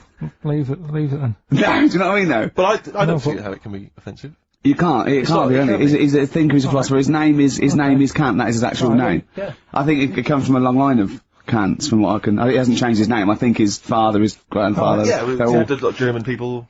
Oh, Germany's, I assume, full of Kants. Well, I mean, yeah. Yeah. What? Well, what else was So there? you can change the vowel. So could I say, Probably not. what if I change 2 words? What if I said cump? C-U-M-P. Now that's not offensive at all, is it? That can't be offensive. So I could say, you fucking cump. Yeah. Right. Okay. I need a schnit. That would be fun. Wonka, Willy Wonka. Yeah. That's a Absolute- good one. Willy Wonka. Yeah. You got, although Willy, is Willy offensive? Could you say Willy? It's tricky. Willy Wonka and his fucking cumps. Yeah. That would be fine, That would be wouldn't it? absolutely fine. Is that alright then, You Carl? got any other questions or anything, Steve? Well, It's not so much a question, but it's something that I think might be of interest to you, Karl. I was reading about this in the paper, and I know how fascinated you are by people of the Japanese persuasion. 2 elderly men found on a remote island are believed to be Japanese soldiers in hiding since 1945, desperate to go home. Diplomats from Tokyo are investigating the claims of these men, who are 87 and 83. What? What are you thinking there? Well, no, go on. I know what you're thinking. Go on. Say what you're thinking. Are they that old, though? Why? Why? Say why. I don't want to. Just leave it. Carl's got a theory. Well, I mean, I don't think that this is fine. I'd say that Carl's views don't reflect the views of XFM, right? Carl's got a theory that Oriental people don't age well. Sure. Let Karl. But that annoys me the way. Yeah, but I think people probably agree with me. But for some reason, the first time I said that, I wasn't even worried about it. But now, because of the reaction of people, I don't understand. I don't know why I can't say that.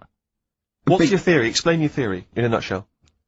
Just like you don't see a sort of a 33-year-old Chinese person. No, but at the same time... What do you mean you don't see a 33-year-old Chinese person? I'm not having a go. At the same time, you don't see that many fat ones either. So, in a way, that's good news. Nobody would be upset about that. But what do you mean? But your news isn't bad news, because it's not true. But wait, stop. What do you mean you don't see a 33-year-old Chinese person? I don't understand. What do you mean you don't see them? What do you see then? Sort of, young ones. And then, like, you don't see that middle ground. I don't know what this theory's based on! So you see old ones, and you see young ones, but you never see any in between? Yeah. What do you mean? So what's the oldest Chinese person you've seen before the age of 33? How old do you think? About 22. 22, so you've seen lots of 22-year-olds, so you've seen range from babies to 22-year-old Chinese people. That's fact, okay? And then what gap do you miss out? When do they pop back up on the radar for you? What age has a Chinese person got to be older than that? Well, 49. They're always so specific. What do you mean when you say they don't age well? What do you mean they don't age well? Do you mean that middle-aged ones look old? Because you think at 23, when they start 23, happy birthday to you, and they look up, and, oh jeez, it's 52. What do you mean? No, I just mean they don't age that well. There's nothing wrong with that. I don't know what it is in them, but they just don't... Alright then, here's the question. You tell me of a Chinese person on the telly who's about 32. Tell me of a Chinese person on the telly first. Give us the great gamut of Chinese talent currently on British TV, right? And I'll pick and choose. Go on then. Bruce Lee. How long has he been dead? Bruce Lee, 70s, wasn't it? And not really on the telly much, was he? Okay. What age was he when he died? 33, I think. Well, I would have never guessed that. Well, what do you think? How old do you think he was? Probably about 42. What, you know Burt Kwok? Yeah, he's old. Yeah. Do you remember the Pink Panther films? No. Okay. He wasn't that old in them, because it was 60s, 70s. But how old did he look, though? If he walked in and someone said, you never guess how old he is, what would you have said? Right then, there's my point then. There's my point. I have to say, I've been listening to you two talk, and I like the idea that there's people who've been waiting 18 months for some of this. for the Kant discussion, the Orientals. Do you know what I think? I think, Kant, as a philosopher, is very popular in Essex. Because I hear him saying his name all the time whenever I go through. What? They're all shouting this and that. All shouting.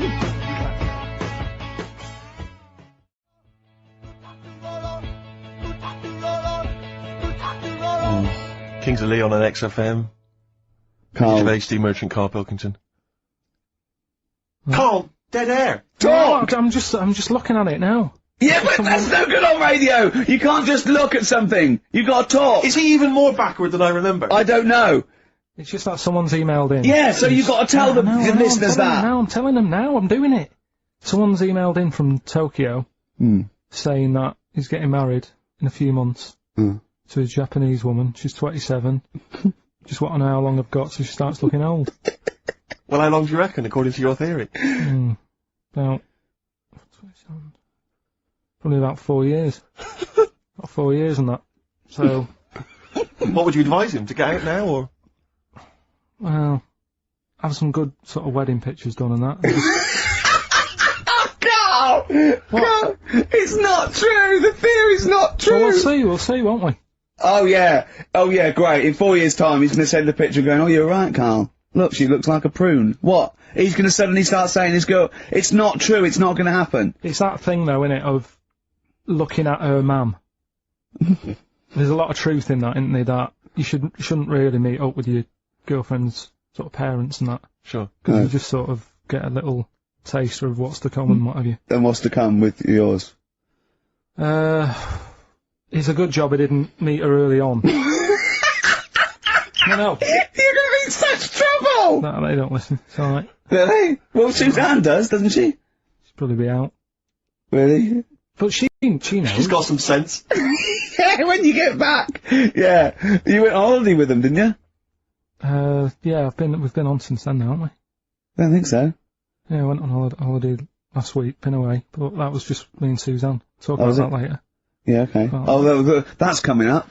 Plus, of course, Rockbusters, the return of Rockbusters. Let's start Rockbusters. Let's do Rockbusters. Let's get it rolling, because I have got some amazing prizes. I went to the Americas, and I brought back gifts. Not your tobacco and your potatoes, but brilliant prizes. Now, quite seriously, these are not the usual tat. You will win some tat for Rockbusters, okay? We've got DVDs, CDs, things like that, right? But the winner of Rockbusters today will go through to a chance to win the prizes in week 6. We're only here for 6 weeks, by the way. This is our first of 6 shows. Thank God for that. Yeah. And, I went to do The Simpsons, last weekend, and I've got, a drawing here, an original drawing of Homer by Matt Groening. See that? Look at that. As Homer there, your pal Matt Groening, May the 18th, 2005. And Homer's saying, I love Karl, 'cause he's stupid like me. And that's going to be framed, original drawing. That is worth, I think, a lot, but I promised Matt Groening that it will not go on eBay. So please, I hope it goes to a fan. I've also got a rare Spinal Tap poster, met with Christopher Guest, and he signed that, Nigel Tufnell. Fans of Spinal Tap and The Simpsons, possibly the 2 greatest things ever, I think. Yeah. Also, my friend Rob, who did flannels with me, has drawn us 3 as flannels. There's Steve there, a little goglanker. There's me there, a little bloke dumplant, and little Karl Pilkington, Pink Floyd numbscrunt. And these are going to be framed. So some very nice prizes. And I got a little surprise for you. Obviously I met Homer. Press that little button there. Listen to this. Hi, this is Homer Simpson. I like Karl and his perfectly round, bald head. If you put 3 holes in it, it looks just like my bowling ball. Brilliant. Actual proof that you've met the people themselves, that the prizes are bona fide and genuine. But don't enter this week's Rockbusters thinking you're going to win those prizes automatically. No. This week you just win the usual tat. What is the tat, Steve? Well, we'll talk about that shortly. Okay, But you go it's worth waiting forward for. to the big showdown, the big final competition in week 6, where you get the chance to win those. One person wins all those beautiful, So just everyone goes in the collectible draw. prizes. Yeah, everyone. Yeah, the winners of each week go into the draw. What is Rockbusters, Karl? We've whet their appetite. I think play a record and maybe some wonderful adverts and then come back with Rockbusters. It's that kind of teasing that has made this a potential award-winning show. Bronze, I think, next year. Can we just swap that round and do ads and the song? Whatever way suits you, mate. Go on.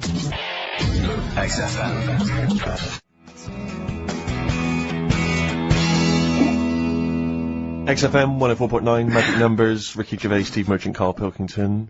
Well, I'm a little bit worried. I've just got to warn the listener, if we suddenly just go off air, right, it's because champagne is pouring down a hole where there's loads of wires into the desk. Because Steve, getting ready to open this champagne, right, just took that wire thing off, just put it there, of course, because it's warm. It just exploded everywhere. Yeah, I should explain now, I didn't bring in champagne to toast our return to the radio. I mean, I'm not an idiot. But, actually, from Focus PR, Ashley has rather nicely sent us some Lindauer sparkling wine, and I'm just trying some, and it's really quite refreshing on this summer's day. So if you're perhaps working for some kind of PR agency, you know, or any kind of company, and you want to send us stuff which you want us to shamelessly promote on air, then feel free to do that. So you're just looking for free stuff? Yeah, I mean, you know, electrical goods. Okay, it's not just like champagne Definitely stuff. not. Because I was going to say, if other champagne companies... What's that champagne company called that they sent us for free? Lindauer sparkling wine, which I imagine is available now. Yeah, so other champagne companies feeling jealous could send you some and you'd mention it I don't want to exclude anyone from this. You know, anyone is welcome to send anything in. Brilliant. And as I say, I'm particularly interested in sort of designer goods. Okay. You know, the Apple Mac people, they're welcome to Sure. send anything in. Now, what's annoying about that champagne opening like that is that, as you know, I put my camera in, and I wanted to film you opening that onto Karl's head. Got the cork. Rick, I got another bottle. Have you ever? I don't want you to miss out on an opportunity like that. That's a bit of a waste of champagne, opening 2 bottles. But Karl, would you mind, because that would have made a cracking noise against your head, that cork going off. And because it's such a lovely, bald little sort of dome. Yeah. We'll put your head right down, yeah? He'll open it, we'll see what the cork does, and I'll film it for, like a website or something. Maybe we'll make that the finale of today's show. That'd be great. Yeah. Okay. Sponsored by Lindauer Sparkling Water. Oh yeah! The sound of a cracking cork against Karl's skull, sponsored by Lindauer. Sponsored by Lindauer, available now. Great. Right, we're doing Rockbusters then. Oh, okay, now you should explain briefly what the concept is, Karl, because there might be a few new listeners. It's Blockbusters. Right, go on then. Well, it's not Blockbusters. No, because they were real clues, weren't they? Yeah, that was actually... He says they're a cryptic clue, it's not cryptic. Well, it's like, what am I thinking? This competition is like, what number am I thinking of? Rick, just calm down for a second, let me explain basically what the concept is. You'll remember some of the greats from the past. Yeah. Basically, you give some vague clue, is that right, Karl? And from that, we're supposed to deduct which band or artist you're thinking of. So, for instance, there was there was one, the West Indian fella spinning a fish round his head, and that was Detroit Spinners. The Trout Spinners. Yeah, Detroit Spinners. Yeah.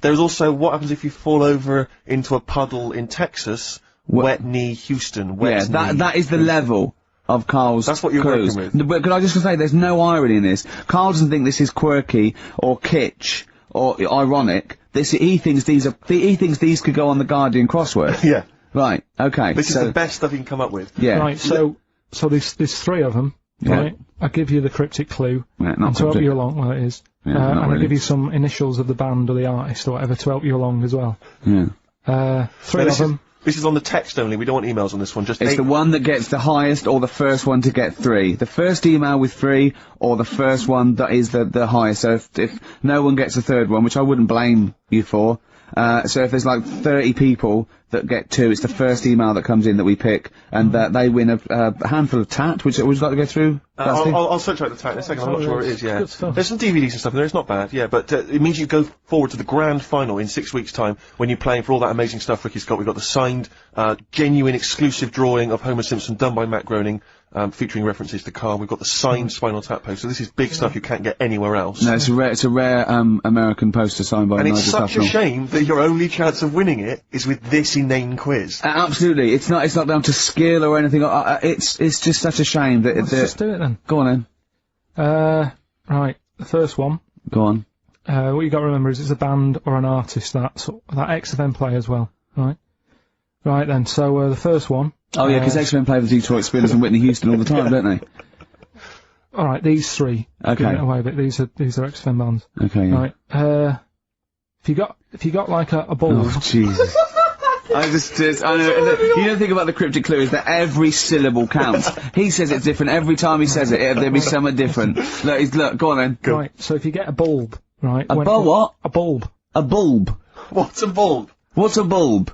Like a... A light bulb. A light bulb. Oh, a light bulb. So you get a bulb? You get a bulb, yeah. Go on. He's gone. Right, go on. So you get a bulb. Right. Oh, yeah, a bulb, yeah. Have you got something in your throat? What are you doing? Are you eating a gobstopper? What are you doing? We'll play a song then. No, come on! Get the clue out, for goodness sake. So the cryptic clue is, so, if you get a bulb, right, so... That's the beginning. Okay, great. Right, if you get if you get a bulb, like, go on. And you look after it, right, you look after that bulb. Mm. And you teach it stuff. Jesus Christ. What you doing there? Do you know what I mean? This is extraordinary. This is extraordinary. Imagine that written down in the Telegraph. Had 18 months to get this right. Imagine it. That's not a clue. That's an essay. I don't know what it is. It's a conversation with yourself. A light bulb, a bulb like you plant in the garden. What kind of bulb does he mean? Yeah. It doesn't really matter. Oh, okay. Right, you get a bulb. Well, remember that. It doesn't matter. Okay. Okay. It doesn't matter. It does, but I can't say too much. Right, so listen, let me just do it again. You get a bulb, right, when Yeah. it's young, you look after that bulb, Yeah. you teach it stuff and what have you. What have you done there? What's gone on? Brilliant! And what are the initials of the band? R, right? R. R for rabbit, right? So what's the band there? Second one, Jesus. people have a problem doing this when they get home from like a night out drinking. Right? What's the problem they've got? Right? The initial there, K. What's the band? Right? People get in from having a night out, they'll have a problem doing this. What is it? What's the problem? Okay. And clue Right. number 3? I had a vision of that Chinese flu. Right? That's C. I had a vision of that Chinese flu. You had a vision of that Chinese flu, Yeah, and that's the the letter band C. C. Right? So 3 bands there. 3 cryptic clues. Not really. Text in 83 XFM. Just send the 3 band names. That'll do, won't it? Can they do a website as well? If they want, they can email in. Well, tell them what it is. Yeah, ricky.gervais@xfm.co.uk. Just Right. send it in there. Give them again quickly then, Karl. Right then, so get a bulb when it's young and that. Look Brilliant, after it. different, look totally after different. It, teach it stuff. Yeah. And all that. Okay. R. What's the band, right? Yeah. Second one. People have a problem doing this when they get home late at night. You know, they've been out drinking and that. They get home. What problem are they going to have? K is the initial. Third one. I had a vision of that Chinese flu. What do I mean? Brilliant. C is the initial. Play a record. I mean, it's abomination. Right, go.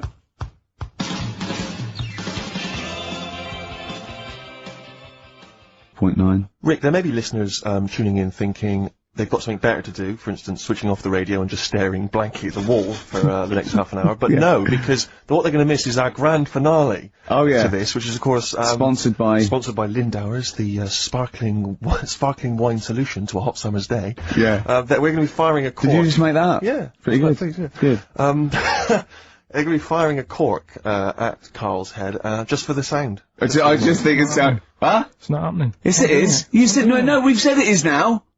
We've promised it to the listeners. Yeah, come on. I'm not happy with it. Why?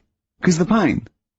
Well, I've never had it done, so I don't know how painful it is. Well, what reason to do it then? Yeah, we've got to try it out, haven't you? You're perfect. It's like a little cowbell or wood block. He said, that's what I'm hoping for. Yeah. I'm hoping for pop. And I'm going to film it for my website. Brilliant. So go to that this week, rickygervais.com, and see Karl Pilkington getting hit.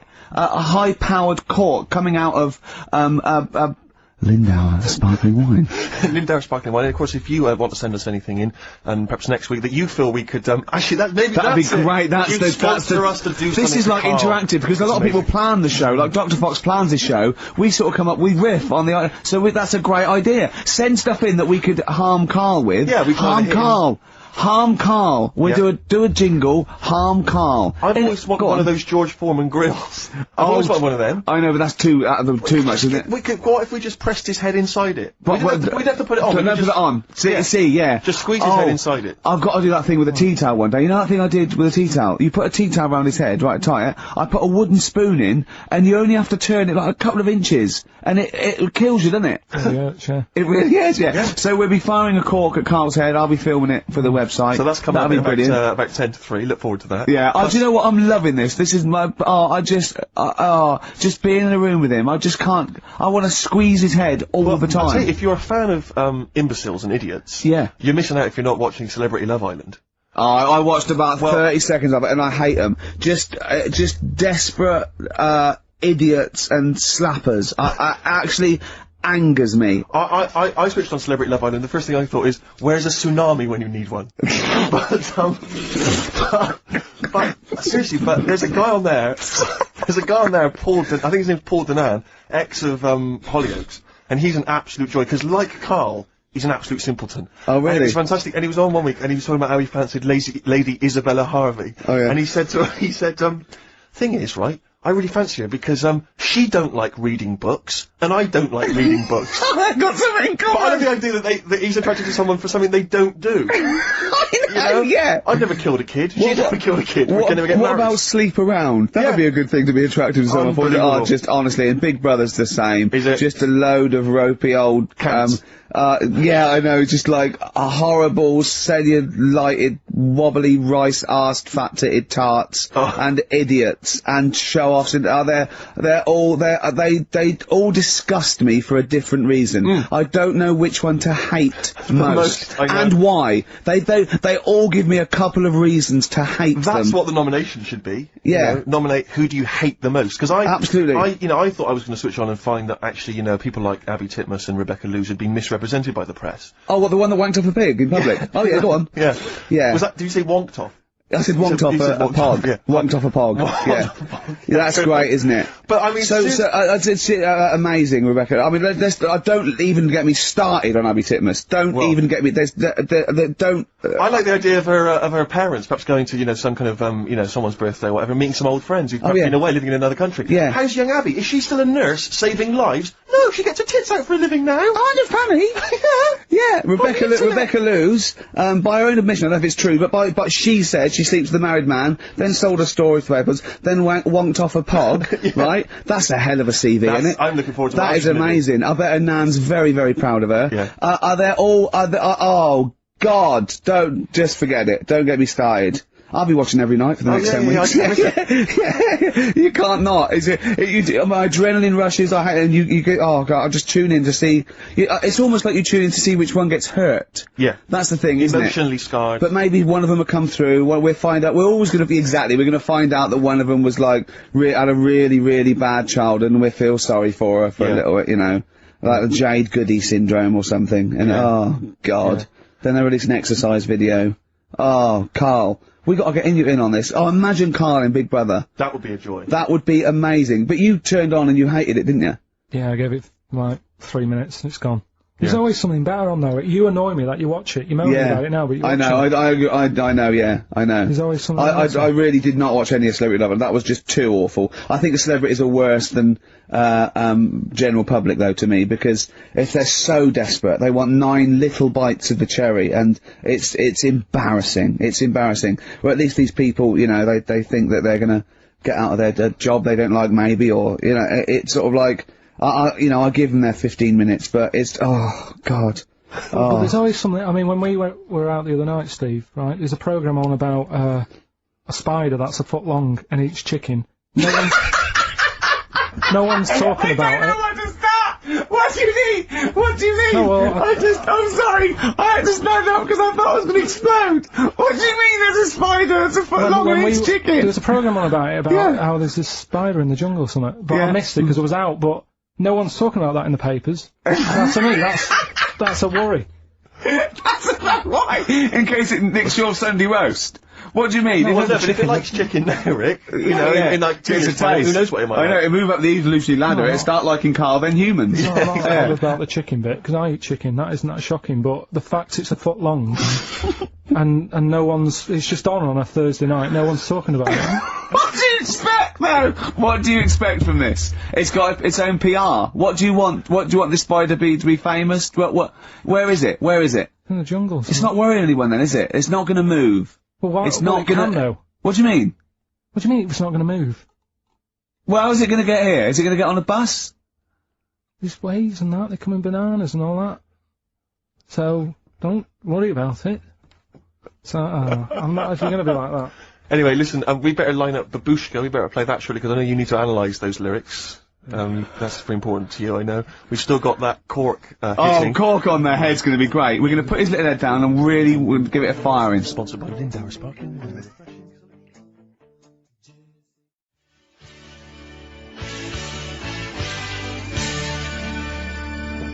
Jess's Girl by Rick Springfield. The reason I played that is twofold. One, it's one of the prizes we're giving away. It's an album called Rock Gods, and that's with a Z, right? And an umlaut over the O. Yeah. And it's got Kiss, Judas Priest, Deep Root of the Darkness. I mean, it really is good. It's all your classic, rock tracks. The other reason I want to play it is because I like that song, and it's a great little up-tempo bubblegum pop song, rock, you know, great. But it's got one of the worst lyrics in it. He's, he's worried about, bringing up the fact that he loves his girlfriend's, his mate's girlfriend. And he goes, I'll bring it up, he goes, I tell her that I love her, but, the point may be moot. You don't use that in a rock song. The point may be moot. Well, I was listening to Christian O'Connell on the Breakfast Show when he had this bounty hunter thing running a couple of weeks back, and I don't know what happened, but anyway, he ended up with Brian Adams in the studio doing a live session. Brian, you know, good-natured or whatever, but you can't help but feel with Brian that he thinks that he's Bruce Springsteen, but there's something wrong. I mean, he's got the voice and the guitar, he can play and everything, but there was a lyric, and he played it completely earnestly, and it was a session, and the lyric was something, it was from his recent album, and the lyric was along the lines of, and I'm paraphrasing, but it was along the lines of, I'm sat in my hotel room, there's a knock at the door and I get kind of nervous. I'm hoping it's you, it's just room service. Which is extraordinary, but Christian came up with the best, they finished it, and obviously Christian was thinking, what would I say? And he came up with the best answer if you've had a session that you're not entirely convinced by. He just said quite simply, that sounded great. That's good. Which is amazing. Who are you complimenting there? The engineer. Yeah. You know what I mean? It's like the sound recordist. What does that mean? That's great. That sounded great. Yeah, good. We got some good mics. Yeah. Oh, Brian Adams. Is it true he bought the pub next door to him and closed it down because they were noisy? I hope so. Yeah, that's what money's for. Oh, That is what money's for, isn't Absolutely it? Right. Waking up the neighbours. That was his album, wasn't it? That was right. That was. I don't know if that was before or after that, whether it was related or not. But if you buy a house next to a pub, you know what you're going to get. Yeah. So move, rather than ruining the fun for everyone. It's more good advice from Karl Pilkington. Karl, while we're talking to you, we should give these answers to Rockbusters. It's the big quiz. And of course, the winner this week goes forward to play in the grand final in 6 weeks' time, where they get to win all those amazing gifts. We've a signed Homer drawn, especially for Karl by Matt Groening. Nigel Tufnell signed rare poster. They're amazing. Should we give away a sort of, maybe a original print of behind the scenes of extras? We've got some amazing pictures, filming extras. I was thinking the other day, you know, like how excited I am to be with Karl and let off corks on his head. Well, our editor, long-suffering editor Nigel, we've worked with Ben Stiller, Kate Winslet, Sam Jackson, all these people for 8 weeks. It was amazing. But my highlight, I thought about it, and my highlight was dressing Nigel up, our editor, in a baby grow. Sure. It was, I planned it, we got the department, costume department hired it, and we dressed it up, and it looked brilliant, didn't it? Yeah. And it's just, and that is BBC licence fee money going towards you dressing up your editor, because you didn't pay for it. The BBC paid for it, so that is how your money is being spent, people. But it's available on the DVD again. Exactly. Nothing's wasted. Which you have to buy for 15 quid. Sure. So, yeah, it's a win-win situation. Like, the whole thing is one big reality game show, isn't it? Yeah. Oh. Anyway, the answers, give us the...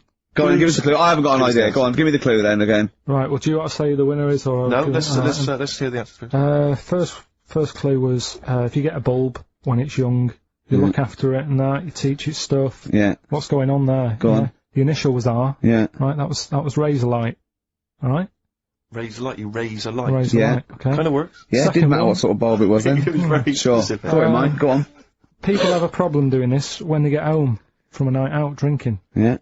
What's the problem they're having? They have a problem getting the key in. Keen. That's awful.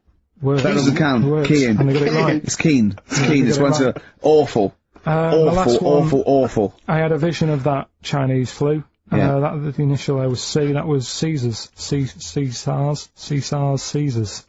They managed to get that as well. I love the fact that even he knows they managed to get that as well. Did anyone get all three? Yeah, a few people. That's terrible. Okay, who was the first one? I don't know what it says about XFM and its listeners that people are getting these answers right. I know. Go on then. I mean, horrific. But anyway, we're going to give it, and he goes forward, as I say, for the big prizes in 6 weeks' time. It's Paul in Bookham. Well done, Paul Bookham, but also he does get the complete series of Alias, League of Gentlemen, that Rock Gods album. So you know it's pretty good for Open Water on DVD and a chance to win all those prizes. Brilliant. Yeah. Coming up next, a cork smacking a bald man on the bonds really hard. XFM. London, it's your city.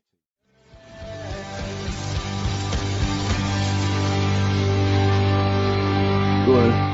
XFM 104.9 playing Green Day. The studio's falling apart. I know, his microphone broke, then mine broke. Rick, I don't know why Lindauer's, the sparkling wine, want to be associated with this shambles of a show. It is falling apart. This is awful, this studio. It's got to be fixed. Right? Right, now, Karl, come round here. It's the time where I'm going to let a cork off. Do you want to film this, Steve? For the website? That'll be available on the website next week, rickygervais.com. So see Karl getting hit One bloke suggested we leave the metal cap on because it's get a better pitch, but we take the. He's staying. Hang on, let's get the camera ready. Get the camera ready. Ready? So if you've just joined us, we are using some Lindauer's sparkling wine to basically, what can I say? We fire a cork at Karl's round ready? head. Ready? Hang on a sec. Let me just put the headphones on. Alright, film this then. He's in position, look. Just firing up. Okay, Karl, come on there so we can see your head a little bit. We want to get the noise, the microphone there. Right, ready? Hold on. Good. So you're just doing it. Hold on. Now, it's in position. What if it... oh. Ready? Yep. Oh, God, it... Oh!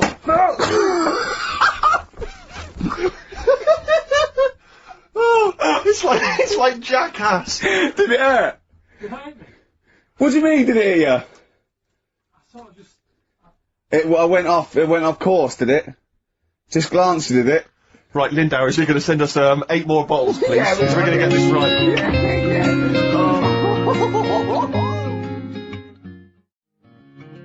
Homesick. Kings of Convenience. Beautiful. Yeah. On XFM 104.9. Well, that's nearly the end of our first of 6 shows, our summertime special. Some of the highlights, Rick, so far today. I don't know what you've made of it. We Finger at the arse. Finger at the arse, testicles early on. Orientals don't age very well. Bit of racism. Bit of racism with the Germany's full of cants. Yeah, that was That isn't swearing. Cork on the head, got champagne down the electrical works.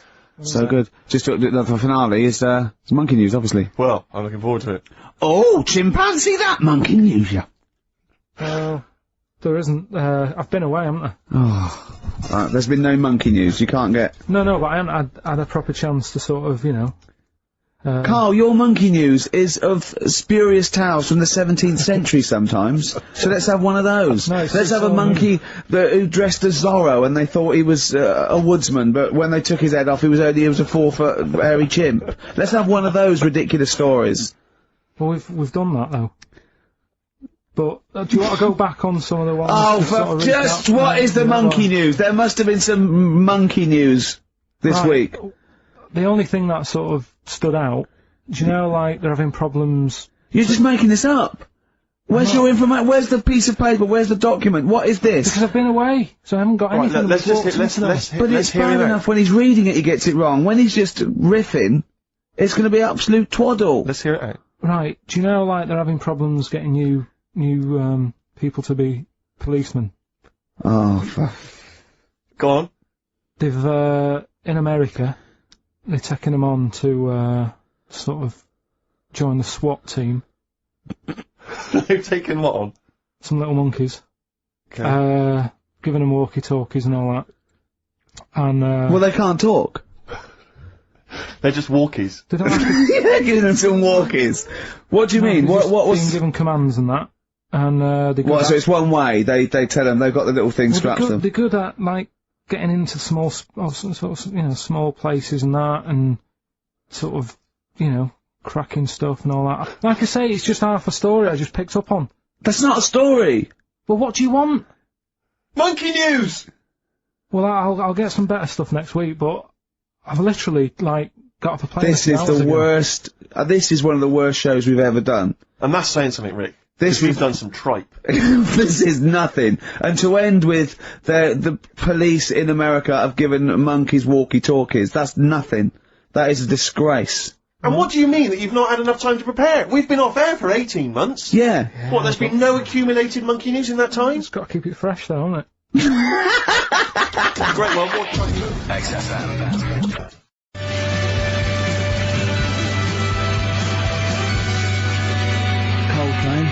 Speed of sound. Steve, I know you like an insight to my musical taste, but that's my favourite Coldplay track of all time. I just thought I'd just throw that in. Not a fan of clocks? No, I think I've overplayed Parachutes a little bit, and but that's my favourite one. Like it. I'm afraid to say I'm a bit of a Philistine when it comes to Coldplay. That sounds the same as all the other ones. I'm sorry to say. Oh, you'll have to meet these boys one day. Yeah, I'll tell them to their face, I don't care. A little bit rock and roll. I don't care. Well, I'm Ricky Gervais. That little, funny little Wurzel type voice over there is Stephen Merchant. And with us our producer, Karl Pilkington. Alright? Alright. Whenever we say producer, of course, that is in inverted commas. Yeah. Done with the fingers. Well, he didn't have it. I wanted to play some off my iPod today to record it because they didn't have it here. It's a great track called Anthony and the Johnsons. He didn't even have the lead. He went, right, it's difficult. And he went, is it any good? I went, yeah, it's really good. He went, well, why haven't we got it here already then? That's the paradigm, is it? If XFM hasn't got it, it's no good. Four Non-Blondes doing well, is it? That's still in the cupboard, is it? Unbelievable. We're a little bit annoyed today, aren't we, actually? I'm really annoyed. Yeah, all that stuff we did last week, that Landauer sent us some sparkling wine, and we thought, right, you shamelessly plugged it. Yeah. How many times you mentioned it? I Like must have 20 mentioned it times? about 20 times. Well, the finale was hitting Karl on the head with a cork. That's on the website, by the way. Okay. RickyGervais.com. Go there and see Karl being hit in the head with a cork, right? Yeah. We said, look, send us free stuff, we'll talk about it. Nothing. The cupboard literally is nothing. empty. The cupboard is bare. No one has thought, I tell you what, there's those guys from The Office. Yeah. I mean, let's be honest, Rick, we are taste makers. We're Yeah. opinion formers, you and I. Yeah. And you'd have thought if anyone was going to send us some free stuff, yeah. you know, it makes Unbelievable. me fume. And do you know what it is? It's because people, PR people and that, they've realised no one's listening. But not only are we going against all our principles and losing our dignity just for some free stuff. And integrity. Yeah. We're going against XFM policy, because obviously they would have got thousands of pounds for Landauer to be mentioned last week, come on, 20 times. No, it wouldn't. It's 40 It's XFM, Rick. It's 40 quid. Yeah. 40 quid for a 9-minute advert. Exactly. So advertise your quality stuff here. Yeah. Jeff's Garage. Cheaper than some other garages. Anyway, actually, Did we play an advert once for a tattoo parlour? Yeah. Remember that? I'm sure we played an advert for a tattoo parlour. What tattoo parlour can afford to advertise on a radio station? Unless it's a tin pot one like this. Oh, God.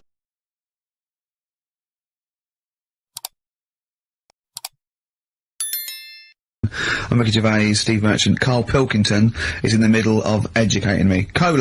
Educate me. Did I tell you the time when the doctor said I was going to die?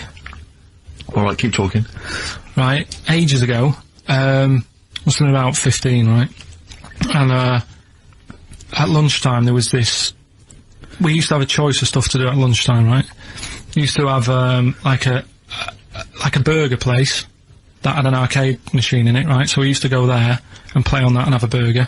Or there was this baker's, right, that my mum worked at, and did great cakes and stuff, right? So she used to like bring some home and that, but she couldn't always bring them home every night because, you know, they cost money, and she used to get them for free. And they used to say they'd rather chuck them away than give them to the staff because there's a chance that the cream might be off. Right. Right, so they used to chuck them round the back. So I used to go round the back with my mate and eat a load. Brilliant. Yeah. Eating out of bins. No, it wasn't out of bins, they were still in trays, but they just stacked them up near the bins, right? So this got out, I mean, it used to be chocker. Once the school found out, everybody used to go there, and it'd be like, well, have a cake. Headmaster fighting the kids off. Right, so I'd have, like, you know, you just eat, I don't know, 6 jam donuts or something, and then you'd spend your dinner money on the arcade machine. Brilliant. Right? So it was a good afternoon, really, right?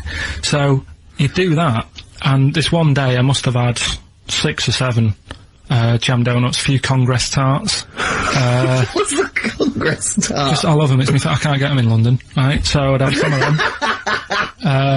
If anyone can get a Congress tart for Karl in London, please let him know.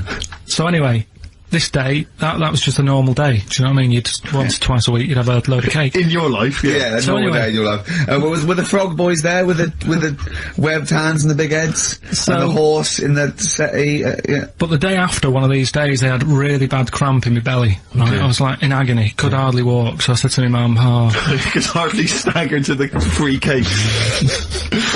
So, I was in absolute agony. I said, I don't like doctors, but you'll have to get a doctor in because I don't know what it is, I can't walk.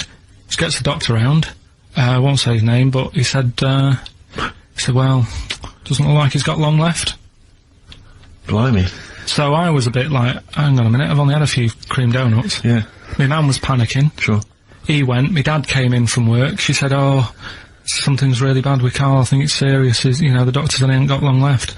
So he said, what, he said that and just left? So she said, yeah. She said, I'll have to call him then. So he called him up, said, what's all this about? You know, Karl hasn't got long left, how long's he got? So he goes, oh, I was only messing. It's just had some bad cream. Can you believe that? Well, the thing is... I like the fact your mum didn't ask any questions. I know. She didn't go into detail. Well, can you explain more, Doctor? No, I got to show off. But she doesn't. You know, I don't want to diss you or your family, but I imagine if I was there, I'd have known the doctor was joking. Yeah. That's all I'm saying. I mean, I sound very arrogant there, but I imagine he went, what's he been doing? Yeah, I had about 6 cream goes. Oh, right. Oh, wow. He hasn't got long to live then. I'll see you later. Yeah. That's what I think the doctor did. Yeah. I just love the idea your mum just let him go. Yeah. Terrified, thinking, well, I'm not going to probe him, he's that's it then. Dad comes in, hi honey, I'm home. Anything happened? The doctor said Karl's gonna die and then left. Did he? I'll call him. But anyway, that's why these sort of things fascinate me. So we'll move on to this next one, right, which is brilliant. Dead short story. So, right, old woman, about 70 years old. She's normally fit and healthy and stuff, nothing wrong with her, she's having a good life. And one day, she goes for a check to the doctors, just to check herself out, 'cause she's getting on a bit. Says, take your clothes off and that. So she does, and checks her out, says, yeah, you're looking good, you're looking good. Turn round, he said, oh God. He said, you got a tumour on your buttock. Right? So she goes, oh. Well, can you do anything to sort it out? So they go, yeah, we could book you in for an operation, it's best if we remove this. Books are in for an operation, operation day comes, strip her down and that, they're all stood round, the doctors, start to operate, it only turns out it's a pork chop that she sat on 5 years earlier, and it had stuck to her buttock. Right, Karl. I can forward you. I'm honest. Right. Listen. Serious. Right, okay, Karl. I'll tell you now. I'm leaving. I'm never doing this show again. No, I'm serious. Honestly. You're talking. I've never had such. What do you mean? You couldn't believe it? No, when I read it, I said I've got to tell Ricky that. This woman had a pork chop stuck to her arse for 5 years. You mental case. Of course she didn't.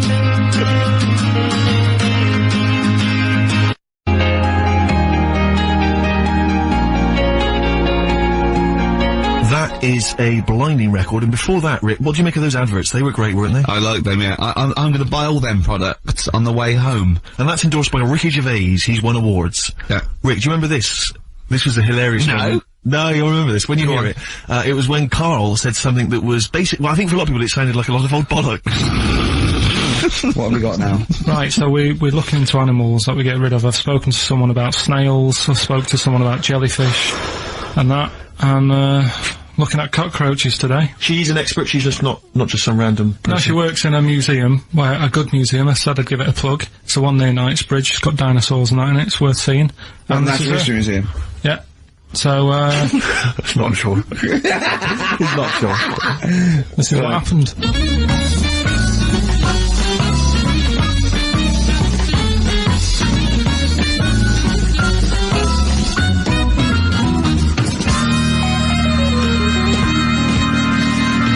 Now, what I'll do, I'll tell you as much as I know, and then you can fill me in if I'm right or wrong. And then, at the end of it, we'll get to the bottom of whether we need them or not. Okay. Alright, so, first of all, the first thing that I found out is that they have 18 knees. That's not exactly possible. They're insects, so they have 6 legs. Yeah. And a knee is usually the junction between femur and tibia. That's sort of classic human knees and every other animal knee. So with 6 legs, you can only have 6 knees. Could somebody sort of got mistaken for seeing one that was a bit double jointed? I think you're grasping at straws or something. Alright, well, we might have to come back to that one then. Okay. They can hold the breath for 40 minutes. Well, they don't do that, because they don't breathe in the same way as us. They breathe through little spiracles holes down the side of the body, so, no, they're not a very apt simile, because the method of breathing is so different. What do you mean? Because insects have a totally different system. They don't have lungs in the way that we do, just breathing through one part of the body. They're actually breathing through every segment of the body all of the time. So even though they've got their mouth shut, they might be able to slide. Nothing to do with breathing. So Only just feeding. So you see, maybe that's where someone's gone wrong. Someone's got hold of one and sort of taped its mouth up or something and got bored after 40 minutes and said, well, we'll call it right. It's an unkind thing to do to an insect, even to a cockroach. Yeah, but it's all... You can't do that. Yeah, but... No. Pretty unkind thing to do to anything, even a cockroach. Something else I found out. Yeah. They can live for a week without an head. Well, that's true if they don't bleed to death in the process. But the weird thing is, when I told you that they had 18 knees, you seemed a bit sort of like, don't talk ridiculous. But then we're talking about an animal that can live without an head. So there's a little bit of truth in that one, yeah? Yes. Why, when it was invented, has it got that facility?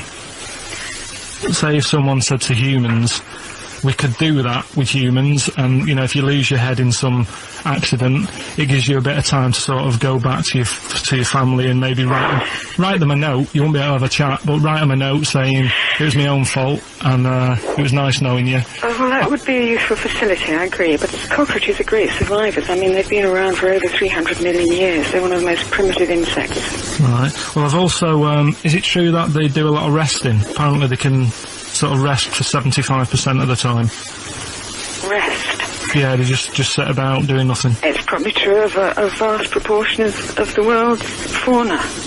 Well, I mean, maybe the 25% that they are working, they're really giving it some, so it might make up. They're probably searching out food and, yeah, they can slow down considerably. You can chill insects in the fridge and they'll become very, very quiet. You might think they're dead. Yeah, but I'm sure, you know, if we were sat in a fridge, you know, we'd go a bit quiet, wouldn't we, you know?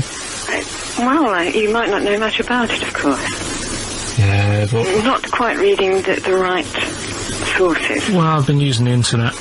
I'm sure there are many useful sources that you could find there, but some of those seem to have been a little misleading to you. So you don't agree with a lot of what I've told you there? No. So, cockroaches, can we get rid of them? No. So we're keeping them then? I would say so, yes.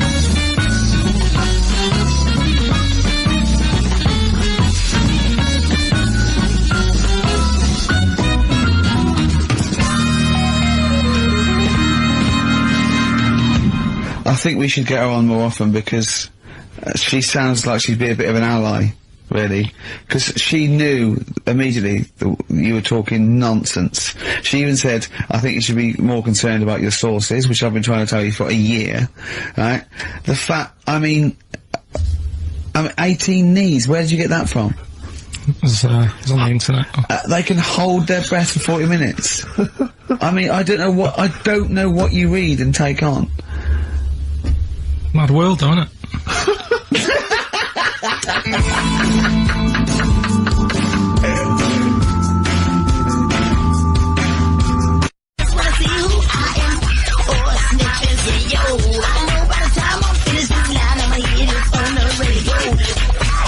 Well, if you've just tuned in, it's XFM 104.9, you've got that bit right. Ricky Gervais show with me, Stephen Merchant. Hello there. Karl is actually in a little booth.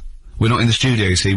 This is pre-recorded. We recorded this last week because we're away, and it's sort of like the best of the last 3 weeks since last time we were away when we put out the best of. Okay, what's the next one? What's the next? Educating Ricky? I don't know. See, like I say, I was looking around, and there's stuff that is interesting. Right, I was looking on the web, but there's no point. Well, it's just that I found one about. What's the point? About a lad who 8 years old, yeah. but he's still breastfed. Now, I don't know if you can get anything out of that. Is that what his mum said?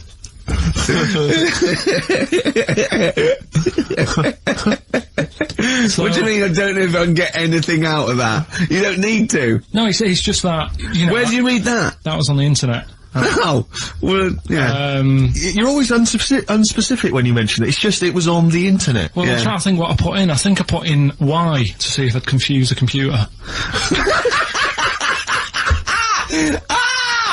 Carl, you are... No, I did no, honestly. I did a search, put in Y, and he came up with funny things that, like, why is this person doing that, why is that... And it had a picture of this 8-year-old lad, sort of, you know, on his mum's nipple.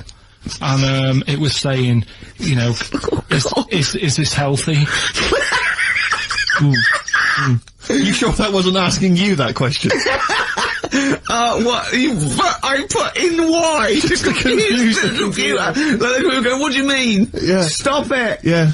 Oh, look, yeah. Last week, I was walking, home with him, and I went, he was saying something stupid, and I went, I've got a competition for next week. Let's do a phone-in, and it's called Karl Pilkington, Genius or Fool. Yeah. Right? And he went, No.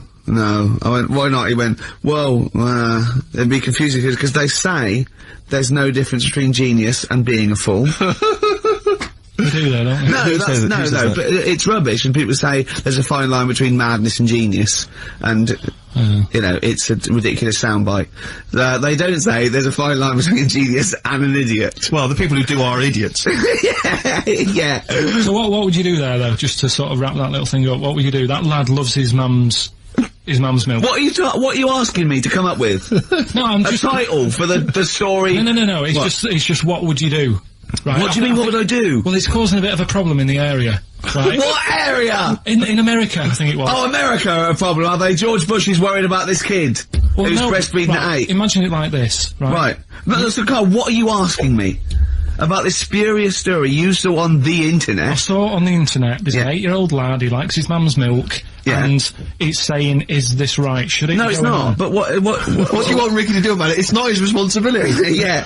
No, but the little town that he lives in, they're all causing an uproar, right? Going, this isn't right, you know, I can't let my kid play out in case he's in the garden with his mum getting a bit hungry, right? So, what should they do? Because his mum's saying, well, he likes it. Yeah. And he, you know, so what do you do? I don't know the laws. No, but I'm not asking you to sort out the laws. I'm just saying, if you lived in that neighbourhood, what would you say? If you went up to him and said, look, everyone's getting a bit fed up with this, look. I'd say, what would I do? What do you mean, what would I do?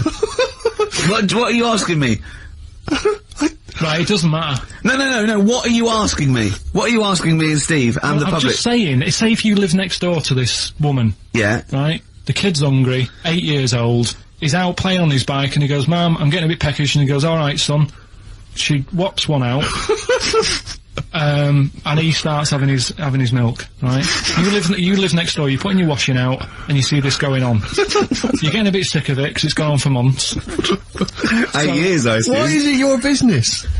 Why are you such a nosy neighbour that you're concerned? What would you do, Karl? Let's turn it back on him. What would you do? What's your solution? What would you do?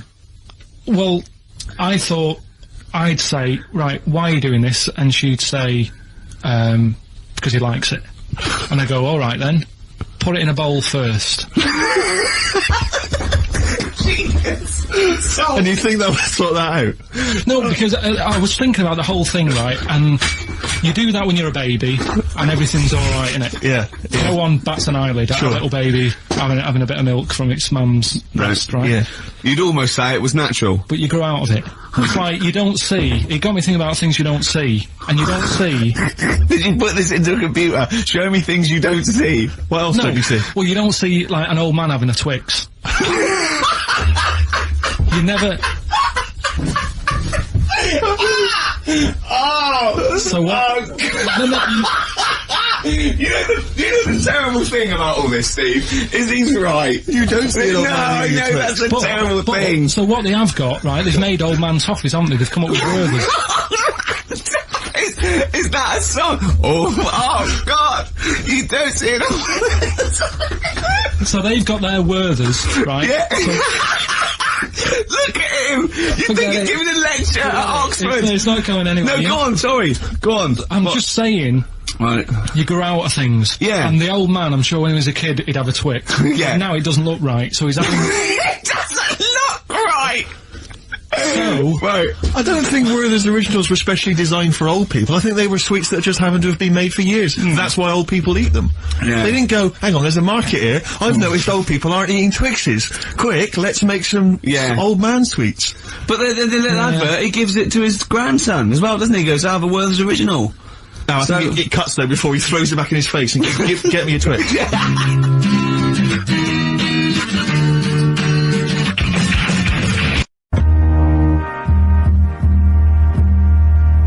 XFM 104.9. We're not here.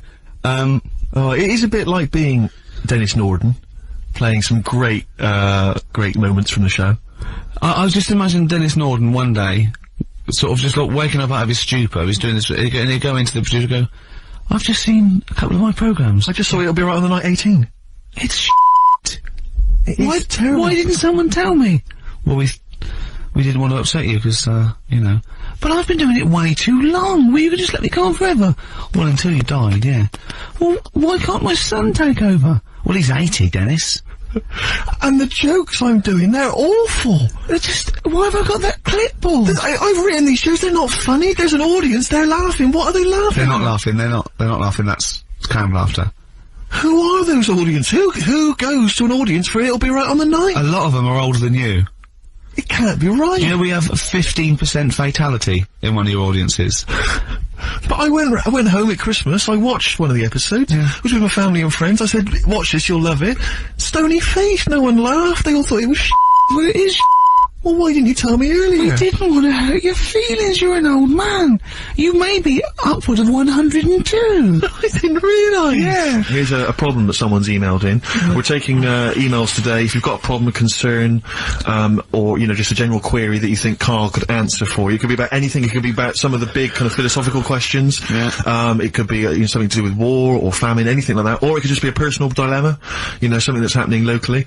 Anyway, this seems one that I think you probably have... You and your father have probably come across this sort of dilemma in the past, and I'd be interested to know what your take is on it. Let me see, this is from Lee Matthews by the look of it. He says, he lives in a suburban area where the local teenagers also live on the same road, and they're running riot. They're smashing wing mirrors off the cars, they're crashing into parked cars on their skateboards, they're just generally making mayhem, you know, night and day. What can he do to stop this going on? The parents of the kids don't seem to give a damn. Anyone who complains to them, they just say, "I'll piss off." You know, the police are useless because they never catch them in the actual act of violence, which is what they got to do to apparently convict them. So they don't know who to turn to, really. It's rather like when a little old lady went and got the A-team, you know. You know, and he was dressed as an elderly Chinaman. Exactly. She knew who he was. Colonel Decker didn't have a clue. Yeah. You see, it's weird because now it has got out of hand. Do you know what I mean? Like years ago when I was growing up on the estate, yeah, you had problems, but not like you have now. Do you know what I mean? You know, Summers were nice as well, weren't they? Well, right. And police are getting shorter and younger. But you yourself kind of admitted in the past that you were something of a tearaway. You didn't do anything like these kids here. The thing is, I was scared that if I got caught doing it, my dad would go mad. Yes. And I remember smashing a car window by accident and legging it in the lounge and sort of pretending to go asleep on the settee. Right? Genius. And I heard a knock at the door. He chloroformed himself just to be unconscious when his dad came home. And there was a knock on the door, and I thought, oh god, this is the fella who saw me. I was chucking a stone in the air, seeing how I could throw it. Of course you were. Did it keep landing on your head? That would explain a lot. And it came down. Chucking a stone in the air, love it. To see how far I could throw it. Brilliant. So, you know, I wasn't bothering anyone. Did you invent that game? Right, Did you get the stone for your birthday? Go and play with your stone. He gave one to Suzanne. Karl, go and play with your stone. The thing is, right, and it came down at a funny angle, and Of course it did. It ate the back of this car, and the back window is the most expensive because it has that heating thing in it, Yeah. in case you got a frosty window. Yeah. So I thought, oh god. So I legged it in, got on the settee, went to sleep, knocked at the door. Genius. It's a brilliant plan. It's a brilliant plan. I couldn't be guilty. I'm asleep. So I love the idea. So the thing is, our lounge used to sort of, you could see in from the door, right? So this family who saw me do it, saw me asleep on the settee, and my mum said, "Go and get the door," and I sort of went, "Oh," as if I'd been asleep. Yeah. I went to the door, like rubbing my eyes, and the fella said, "What did you run off for? I saw you." I was like, "Oh no," and I didn't see my dad. I went out. It was when he was working sort of evenings, so I went out so I didn't have to see my dad. And then the next day I came home from school, and my dad said, 45 quid.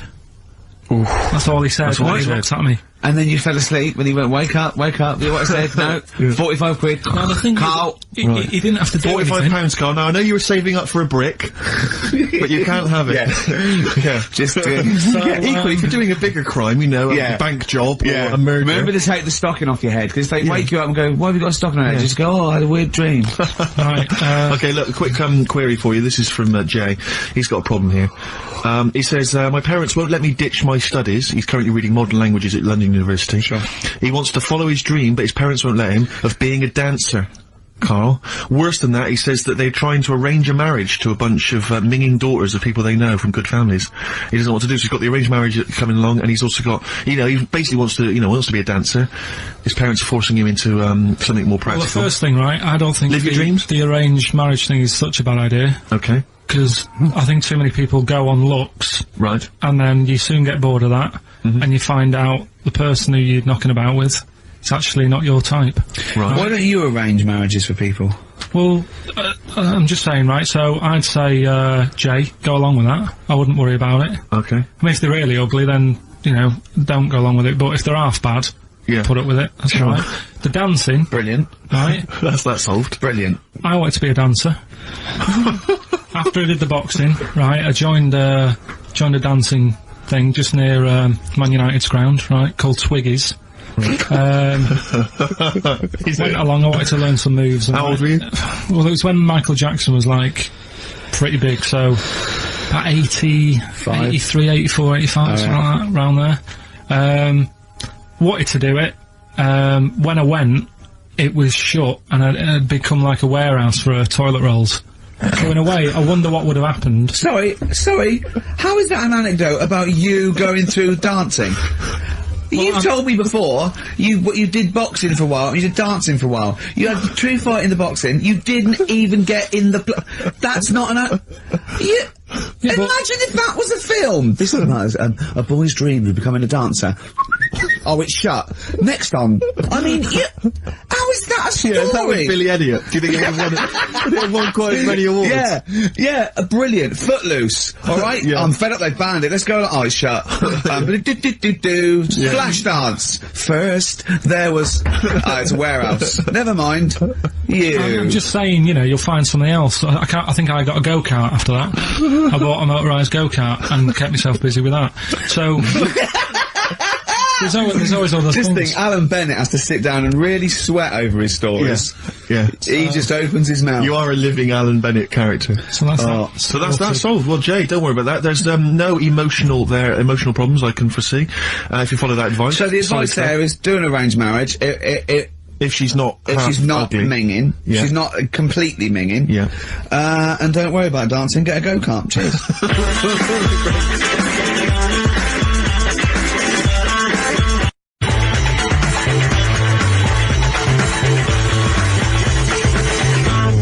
This is XFM 104.9. I'm Ricky Gervais with me, Stephen Merchant.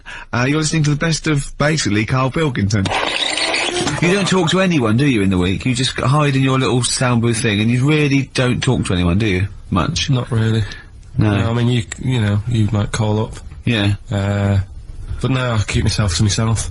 Yeah. Then you don't get bogged down in the office politics and stuff. Yeah. Is there a lot of office politics here? I don't know. I don't get involved in it. Oh, yeah. Proved your point. So when, we're away and we're, like, out of action, who, other than Suzanne, who will you talk to of the day? How will you get a sort of, feedback from the world? How will you get sort of, like, input and... I always, if ever I've got, like, a question on anything, the internet's that there, and I can just go online and find out. The internet is good. It's brilliant. But it's not all verified. It's not all necessarily factually accurate. Anyone can put things onto the internet. It's it's freaks and things that put on things one, right? Here's one that I read in the week, right? One. About this woman. Yeah. She was a bit of a punk. And, to get her hair done like she wanted it. Super glue? Right, no. She got lard. Apparently it's a popular thing, you might know. Put lard on your head. Yeah. And you put it in the oven.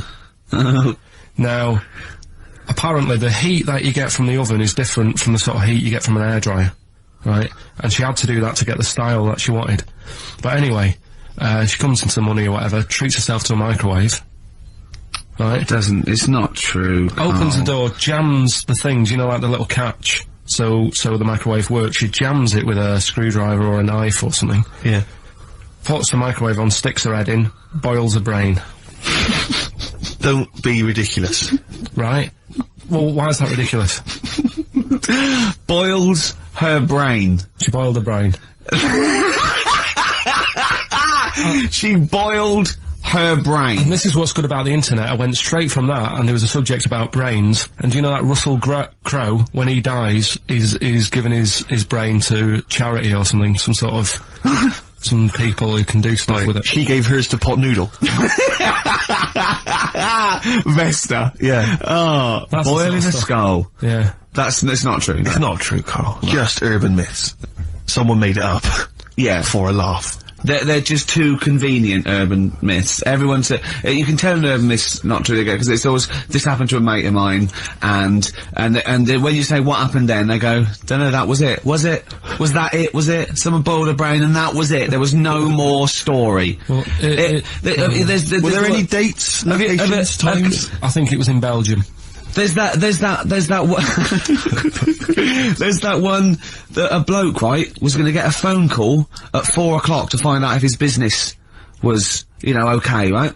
And if he didn't get the phone call, he knew he was broke, destitute. So then on 4 o'clock, the phone didn't ring, so he went up to the roof of his office and he jumped off to commit suicide. And as he was passing his window, the phone was ringing. Oh no.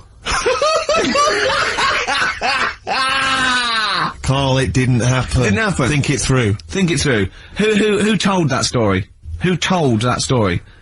As he hit the pavement at 120 miles an hour. He's the only person who could have known that series of incidents. Also, why didn't he wait? As his life's at stake, why didn't he wait till 5 past? I was going to give it 5 minutes just in case. In case the lines are busy. Yeah. And what sort of bloke goes, I'll call you at 4, okay, if you're busy. Well, call me anyway. No. If I don't call exactly 4, then, no, you commit suicide. Commit suicide. I would, because if I don't call at 4, that's the end of it. Well, call me anyway. No, that's not the way I work. Why can't you just call me and tell me either way? Well, I'm telling you how I do it. If you're bust, I don't call. Can't you just call to verify in case something goes wrong? What if he's engaged? It won't be engaged. Just commit suicide at 4, please. It didn't happen, Carl. The other one, right? A bloke, right? He's on a train station, and I say I heard it. He's waiting for a cruise station, whatever, and he shits himself. As you do. And so he goes, oh, my train's in 5 minutes, so he runs across to Millets and goes, quick, Levi's 36. The bloke just puts it in a bag, he runs onto the train, he goes into the toilet, takes his trousers and pants off. He's soiled. Yes. Throws them out of the window. I won't be needing those again. Cleans himself off, open the bags, it's a jacket. Oh. No, it didn't happen, Carl! At what point did he go into it and go, quick, Levi's 36, and the bloke went, sorry, Levi's 36, what, a pair? No, shall I wrap them? Them? It? Shall I wrap? Just wrap whatever it is. Do you want to look? No, I'm not looking when you're putting it in the bag, please. Right? 36 waist stories. Don't say anything. I've told you 36 Levi's. I put it in a bag and charged me for it. Yeah. I don't want to discuss it further. Yeah. There was one, There we go. There was one about a woman whose husband died, and she had him cremated. Yeah. And made like a little egg timer out of him.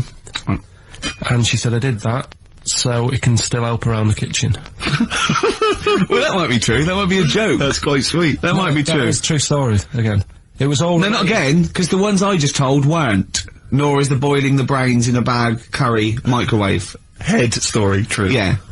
That's all. I'd like to play a beautiful song now by Cat Stevens called Lily White. It's lovely. A song for the lovers' room? Yeah. Big Sal. Beautiful day. You too. To kick off the show, Steve. Absolutely. The Ricky Gervais Show with Steve Merchant. Hello there. And Claire Sturgis. Hello, Indeed. boys. Carl's ill. Well, he's not here. I mean, I never believe people when they're ill. I think they're always malingering. I never take any days off work. I just think you can drag yourself in unless it's life-threatening or... To be fair, Rick, can I just stop you there? It's not so much that you take days off as you'll just suddenly decide around lunchtime that you've overeaten and you need to go and lie down. But I'm my own with boss. a cold compress. Yeah, and but I'm my own masseuse. I'm my own boss. Yeah. No, it's not so much you take days off. It's not so much you take days off as you never actually do a full day's work. Yeah, You actually exactly. prevent that straight away. I never take that hour and a half off a day. Exactly. XFM 104.9. So what's the story, Claire? Do you know anything about Karl? Do you know what his illness is? I think he's got this sort of cold virus that's going around. He phoned me yesterday. He did sound poorly in his defence. A little bit croaky. Well, I'll tell you what. He coughed a bit. I'm not being funny. He better be in hospital. To miss this show. To miss this show. Flagship show of the week on XFM. Do you know, you are right, because, and you've been away, haven't you? You know, Been away you've 2 missed weeks. We had the best of again. But let's start at the best of. Yeah. Let's start at the best of the last 2 weeks, Yeah. shall we? Yeah. I mean, we're going to try and get him on the phone. We're going to phone him, and I want him to really explain himself because, you know, I think he's malingering, to be honest. Well, he phoned me in the week and he said, Steve, don't forget, there's a documentary on Friday night about Oliver the Humanzy, the human monkey. He said to me, it's gonna be brilliant. And it wasn't. And it wasn't brilliant. It was. I've specially stayed in and watched it. I taped it and watched it afterwards, and I've never seen so much hype and desperation. They kept showing the same clip of this, definitely, this chimpanzee that walked upright like a lot of chimps can. Exactly, right? yeah. It lost its hair, so it was half human, because all humans are bald. Yeah. So that's the half human bit. It didn't have hair. I'm sorry, humans do have hair on their heads. Yes. The other thing was, this desperation to go, could it be half chimp? No. It's a chimp that superficially looks less like a chimp than other chimps. So, Lee Evans looks a bit like a chimp. Is he half chimp, half human? Yeah. No, he's a human who looks a bit like a chimp. That's libelous. Yeah. That's a bit insulting, Evans isn't could it? have you Should we there. just play some music Yeah, now? I'm really sorry about that. I'll get back to you on that. Yes. TikTok, that's Coldplay and Clocks on XFM 104.9. Actually, can I tell you a Coldplay coming in a couple of weeks' time to co-host Zoe Ball show? Right, one, don't ever interrupt me. Two, don't tell them about other people's shows. No. Okay, moving on, thank you. Please do not mention that there are any other television celebrities on this channel, on this station. We are trying to convince people it's only Ricky. But the interruption was the main thing. Sorry. Well, we can't get hold of Karl, right? We looked, it's got his old number out there. What, his home number? Yeah, hold on. So, we went to the new records. He hasn't even given him this new home number, so something's funny going on. He doesn't want to be contacted. He hasn't given me his home number. I've tracked down a friend who's looking it for us. That phone might ring any moment. I apologise for that. But why is Karl not available? It's interesting that neither you or I, and I like to think of ourselves as being fairly close friends of Karl. Yeah. We have made him the man he is today. We cannot get in touch with him. In the same way that that bloke bought Oliver. Sure. I think that Karl is now ours. Yeah, exactly.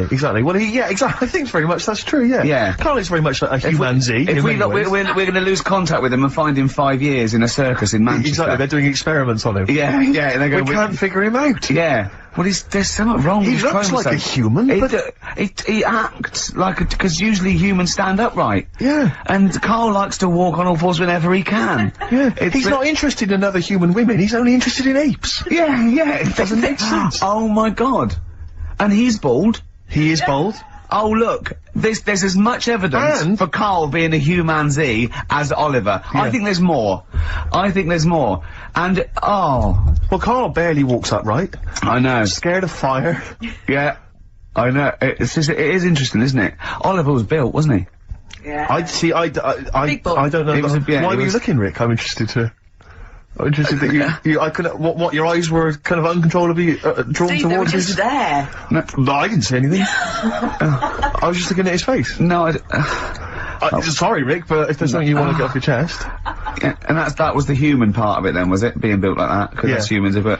Yeah. Although Karl's is very tiny and hidden behind. And I've noticed something else as well. He's got a big red arse. That's true. Hasn't he? Yeah. Yeah, it's all beginning to slot into place. And I've seen him climb up a cabinet and eat a banana as well. Just over lunchtime. And peel it with his toes. It's all coming together. Yeah. Right, we're gonna track him down, because he's malingering. He's definitely I'll tell you what, he's at home now, in the garden, swinging on his tyre. He's not ill. I think more truthfully, someone said to me, that I said Karl might be ill, they said, right, are you not gonna do the radio show then? Well, that's what annoys me. I mean, that's the biggest problem, is that, let's be honest, we haven't got anything without Karl. All we've got is the hook. People are staying listening because eventually they think we might get through to him at home. Yeah. And there'll be fun on this show to be had. If we don't get in touch with Karl, I think we may as well just shoot off and leave Claire to do the show. I've got some great music. Is that not a... Well, it's a small... You could leave the music with conversation. me. I could just play There's not it. many That is true, isn't it? Okay, well, play some great music now, play a Steve. great tune. Okay, wedding present, Steve. Yeah, I'll explain what it is afterwards. Just play it. It's a joy. There's a monkey theme. There is a monkey connection. Call in if you know the answer. Doing their cover version of Pleasant Valley Sunday. That's from this new compilation of those. Remember they brought out a load of 7 inches. Of course I do. Of course I do. Of course I do. It was my favourite day. Yeah, absolutely. And on the B, do you remember on the B-side of each one there was a cover of a different song? Steve, I even played the B-side of each one and listened to the song. The connection there that we're talking about was, of course, it was by the Monkeys. Indeed. Yeah. Indeed. Brilliant. They turned up in yesterday's episode, didn't they? A lot of people, I'm sure, won't have seen this documentary. It was on Channel 5, after all. So I always feel like we should remind people that what we're actually talking about. If we just happen to mention Oliver, a lot of people don't know what that means. Yeah. If we explain that it is the primate version of Karl. Yeah, that's exactly. the sort of shorthand, isn't it? Yeah, the half. Yeah. But they were on a the Human Z. The Human Z. He was on a Japanese TV show.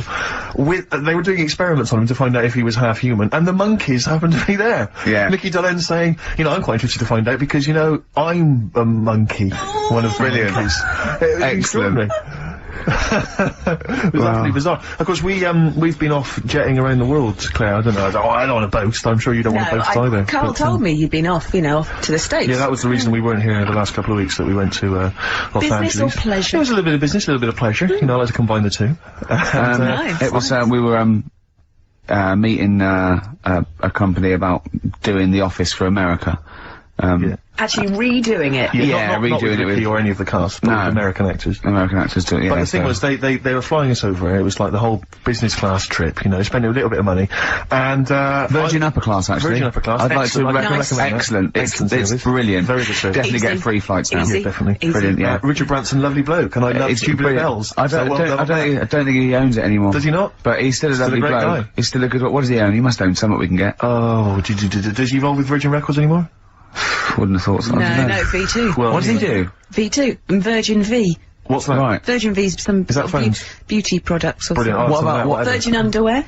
Brilliant. Whatever. Yeah, give us some of that. Give us some of that, Branson. Give us some of that. But I was going to New York before going on to Los Angeles, where all the news was just for a little, just meet some friends over in New York. And, it's amazing, because Virgin Business Class, they pick you up in a sort of chauffeur-driven car, they drive you down, there's no you don't have to check in with all the wish. Virgin Upper Class, it's like, Yeah. It's, you don't need to sort of queue up with the great unwashed, with screaming kids, with ordinary people. Yeah. Basically, they just send your information ahead to the airport, and you just drive through a kind of drive-through McDonald's-style check-in. They take your bag, they check your passport, boom, they drop you at the executive lounge, where there are, I swear to God, lovely free plums. I had 2 lovely juicy free plums in the executive. I haven't eaten plums for years. He forgets the bloke's name, but he had lovely juicy free plums. All right, that's the sort of wit that I'm capable of. I heard the word he is plum. flying first class to America. He meant to suck them through. I changed it. I transposed the whole thing, so suddenly he was sucking on a man's testicles who he'd never met before. Exactly. For money. Exactly. That's the sort of things I'm capable of. Which is only half true. So he's used his comedy mind. No money involved. Right. That is why he was being jetted off to America to talk comedy. That is the kind of quality. But it was great. It was a really lovely flight. It was a lovely car, luxury car, and the flight. It was like the advert. They've got those beds that sort of just the totally seats kind of recline, so it's almost and you got anything you want as much. And I was sort of like I was falling asleep, and I sort of woke up, and one of the air assistants was like covering me with a blanket. It was like the advert. It was just brilliant. All the lights came down. Someone comes around and says, "Do you want a massage during the flight?" You can have, you can have as much drinks, although you can't drink. You have a drink and then you fall asleep because it's so comfortable and they take the lights. So anyway, it's brilliant. I can't believe my luck. So I'm driving down. I get to the airport in my chauffeur-driven car. Right, I'm sat there. I'm phoning people. My mum and dad. You never believe what I'm off to. Just said I'm just in a car, just chauffeur-driven car. And I get to the airport and you just hand your passport through the window of this car to this little woman who comes over. And I'm just there. I'm just sort of buzzing the window down, handing it to her, buzzing it back up. Like I don't want to talk. Check the passport. Take my luggage. I don't want to discuss things. You know who I am. And she hands the passport back through the window. She says, "It's expired." I went, what do you mean? She went, "It's expired." I said, "It's business class, what can you do? Can you do anything?" And she went, "No, we can send you to America, but 8 hours later you'll have to just turn around and come back. They won't let you through immigration." I was like, "What am I gonna do? I gotta go to Los Angeles and talk about, like, the office and that." And she said, "Well, it's up to you." So, the chauffeur-driven car drove me straight to the passport office down in sort of Victoria, which I have to say. Back into town. So I had to come back into town. I didn't get on a plane. I'm wearing my suit because I thought I'd wear the suit so I look like a real player. So I'm wearing my suit. I love the fact that you wore a suit. I wore a tracksuit because I thought I don't need to get upgraded. I'm first class. Exactly. I wanted to go on in my pants and slippers, but you know, wasn't that why she covered you with a blanket at one point? But, so they take me back down to, the passport. I don't know if you've had to go down and get your passport changed, but they treat you like you are an illegal immigrant, sneaking into the country. I'm wearing a suit, I've got luggage, you know, I'm clearly a dignified kind of guy, that's obvious. I'm speaking with a certain eloquence, I've got certain powers. I've just been working on it in the car. Oh, right, okay. And, and they said you've got to come back that night, so I had to come back. I had to get my passport photos done. I had to buy a sandwich. I had enough change for the machine because there was not. It was an absolute nightmare. I began the day in a chauffeur-driven car on my way to Los Angeles to discuss business with Universal Television Pictures, and I ended the day on the tube in a suit with my luggage, stood next to one of the posters advertising this radio show, which was just embarrassing because people kept pointing and staring and laughing. He called me, like they said, Rick, I've really much. I go, go on. He went, my passport expired. I went, oh, so what are you going to do? He said, right, I quote, he went, I didn't know passports expired. Yeah. I went, what do you mean? He went, well, your driving licence doesn't. I went, what are you talking about? He said, how old do you have to be to know that? He said, when will I know all these things? Yeah. When will I know all these things? I want to just come and hug you. But do you know what I mean? Did you know that? Did you genuinely know that your passport expired? I did, because my passport expired because she's alive. years ago. Because she's alive in the world. There is so much stuff that I don't know because I don't think I've reached a certain age yet. I remember you walking down the street once and you said there were some roadworks, and you said they're probably doing those roadworks because it's the end of the financial year and they've got to spend their money. I thought, well, how do you know that information? I tell you. Yeah, exactly. But I don't talk to cabs. I mean, chauffeur-driven cars. I put the little window up so they don't talk to me. How old are you? 28. Are you old enough yet to help a long-distance lorry driver back into a car park? Definitely not. Oh, you're an idiot. Play a record. And I'm also, I'm not old enough yet to be able to say, can I have a pint of lager, please, Chief? In a pub. I wonder I want to get to that age. No, you're a long way off. Yeah. Another classic there from Oasis, Supersonic on XFM 104.9, Ricky Gervais, Steve Merchant, Claire Sturgis standing in for Karl. But where is Karl? Where is Karl? So we've failed to get in touch with him at home. Well, look, he doesn't want to be contacted. He's turned every phone off. He hasn't given XFM his new home phone number. He doesn't want to be contacted. I can't believe he's not listening, to be honest. So you think he's listening now? Yeah, he listened in Manchester. If he's not listening, he's out and about. I mean, has anyone spotted Karl? What's your message to him, Rick, if he's listening? Call up. Anything else more sort of... Call up or you're fired. Okay. Any bad language you want to use? Obviously you can't really swear. I can't really say it. What sort of words? I mean, the F word, would you say? I'd say the F word. I'd call him a twat. Would you use the P word? I'm thinking of prick. Prick, yeah. Definitely use that. Not on air, but I'd call him a stupid little prick. Would you just say you're a tit? Yeah. Okay. Yeah. Okay. You stupid little bag of tits, I'd say to him. I mean, privately. What about the MF word? Because that's pretty intense. That's pretty hardcore. Do you think that this is not appropriate now? Do you think that would be too extreme? I'm worried if I use that, and he was genuinely ill, Sure. I'd feel a bit of a C word. Cop, sure. Yeah. Cop. Yeah. Because I wasn't thinking of that. I mean a male bird. Sure, because we've got in trouble with that before. Meaning penis, and we don't mean that. Yeah, we don't mean penis. But if anyone out there, sorry about that, there was a discussion about bad language, we weren't actually using it, but if any of you out there do see the little twat, get him to call XFM immediately. Yeah, and likewise, if you're listening, Karl, you cheeky MF, well, you sexy MF, as Prince once said, give us a ring, because we'd love to talk to you. We just want to find out how you are. Just call in, and we know you're listening. Little Amy Man, Red Vines. Brilliant. Lovely track. On XFM 104.9, Ricky Gervais, Steve Merchant, Claire Sturgis, in for Karl Pilkington, little... He hasn't called. He may be really ill. I'm feeling a bit guilty. How ill is he, though? I mean, do you know what I mean? How ill have you got to be to not be able to make a phone call? Yeah. I find that hard I've got a sore bottom, and I made it in. Keep talking. I pulled a muscle in my bum. How? I don't know. And it really hurts. Have you tried to trace back through the week and figure out what may have happened? Yeah, I went to see the osteopath yesterday. He put an elbow in it for half an hour. I cried. Yeah. Is it? Oh, they got detachable elbows for that. Prosthetic elbows. Prosthetic elbows. Just hold this elbow in there for 2 hours and. Yeah. Can I get that away? You can take that away. I won't be needing that elbow for quite a while. We had an email about Oliver the Humanzee. For those that didn't watch it, there was a documentary last night about a chimp that was supposedly a human or was half human or might seem programme ever. Yeah. For a week, Karl has been saying it's gonna be brilliant. I wish he was here. And he's not here to discuss it, sadly. But Lee Cranston has emailed in and says, I thought the best part of the Oliver programme was the guy Vincent Pace, the camp fella at the piano, telling how he first met Oliver. Quote, he grabbed his female owner, turned her around and bent her over and went to mount her. I made her an offer to buy him the next day.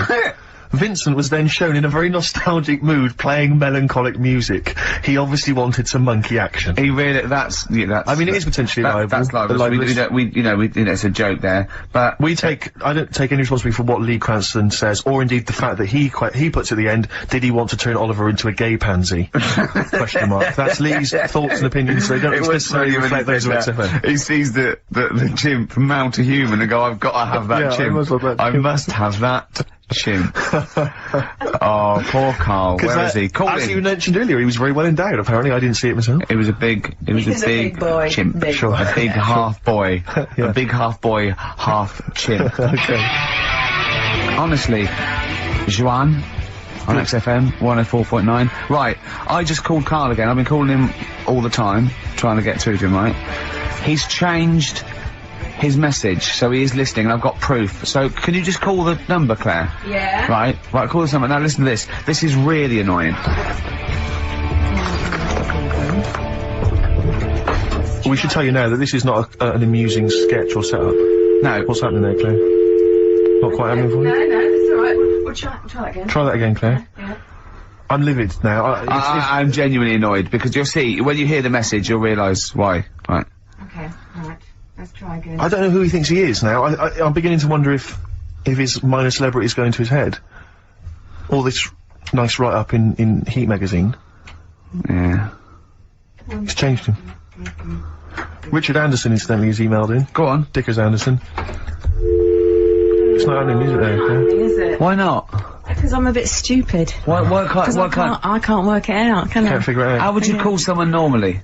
Well, normally I just pick up the phone and dial it. Sure. No, I don't mean... I mean... But it's like I have a problem getting it through the desk. I tell you what, can I play an ad break and practice? I'll pretend this didn't happen, and then in a weird way, it's like having Karl. It's like having Karl. Play the ads. I'll get back to you. Bit of Snoop, never. And when did a bit of Snoop ever hurt anyone, Steve? Absolutely, never, right. I don't think. Okay, Karl's away.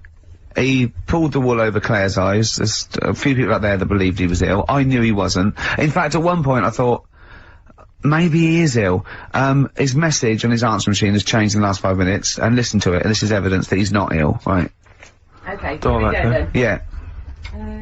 If we don't read it out, Anderson, Richard Anderson, I should just say, has got in touch. Okay. Here we go. Hold on.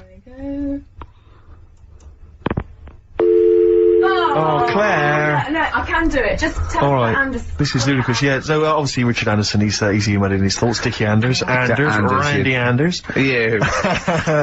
Dickmeister General. And he says there's something making. Have we got it, Claire? He says there's something making strange yelping noises in the thicket at the end of my garden. Shall I go and prod it to see if it's Karl? Sorry, I'm not in today, but not well on that. No more Rockbusters. I think that's what's affected me. It's got me down a bit. So he's joking, yeah. The doctor said I'll be back swinging on my tyre in no time. So. See you later. So he was listening. He's clearly listening. So he was listening, because we said about swinging on the tyre. Message. At any time. Right. Karl, call me. In fact, I'll tell you what, we've played a little game. Karl would appreciate this. Call me, Karl, or I'm going to give out your number. What's the first 5 or 6 digits, Claire? Well, it's 07968. 07968. Okay. Phone now, Karl. Start calling now. Right, give the next number, Claire. You said give the next number. 1. Make a note of this, because if you want to call Karl yourself... 07968, and the first number to be given out is 1. He's not ill. How do you feel now, Claire? Because he's made a fool of you, because you believed him. I actually He's felt made a really monkey out of sorry you. for him Yeah. last night. But now, past hour, I feel a little bit let down. Right, okay, so we give a number out every 5 minutes until Karl calls, because we know he's listening now. He's taking the piss. He's not ill, obviously, you can hear that. That was as long as a link, so he could have been here. He could definitely call. Are we leaving this message? Is this a message we're still leaving on his phone? Yeah. We're still leaving it. Good. Yeah. Good, yeah. Why don't we leave the rest of the show on his phone? As a message? Leave it up. He's got to listen through it all so he can delete it. Yeah, exactly. And the other thing, of course, is that he's not going to get paid for this. No. So he's thrown away 80 quid. That's 80 pounds. Now, in Manchester, that's a week's wages, so he's obviously been spoilt. So for all his mank charm, he's down here, he's living the life of He riding. thinks 80 quid's nothing. He thinks 80 quid's nothing Up there already. you could be buying you could buy yourself your own horse. Yeah. You could probably get yourself a deposit on a flat. I'd have thought so. I'd have thought so, easily. yeah. And so, you know, or sun lamps, because it's always dark. Yeah. He could go mental up there. Now, piece of string. So what's the first few digits we've given out? 07968. Yeah, That's and then the code. and then we've got 1. Okay, we give out a number of Karl's phone number digits. So take that down, because we love calling him. Should we have a little bit of feed or something? Let me just tell you what Dick has said. He said, Richard Anderson, he also said, P.S. the show's still rubbish without Karl. Still rubbish without Karl. Now, is that a compliment? It's still rubbish without Karl, which suggests he thought it might be better without Karl. No, I think he means it's equally rubbish. Right. Brilliant. Nothing changes. Thanks, Dickers. Yeah, he's Beautiful Dick Meister. That's Feeder. Just the way I'm feeling on XFM 104.9. Ricky Gervais, Steve Merchant, Claire Sturgis. Well, he's defying me. He's not calling in.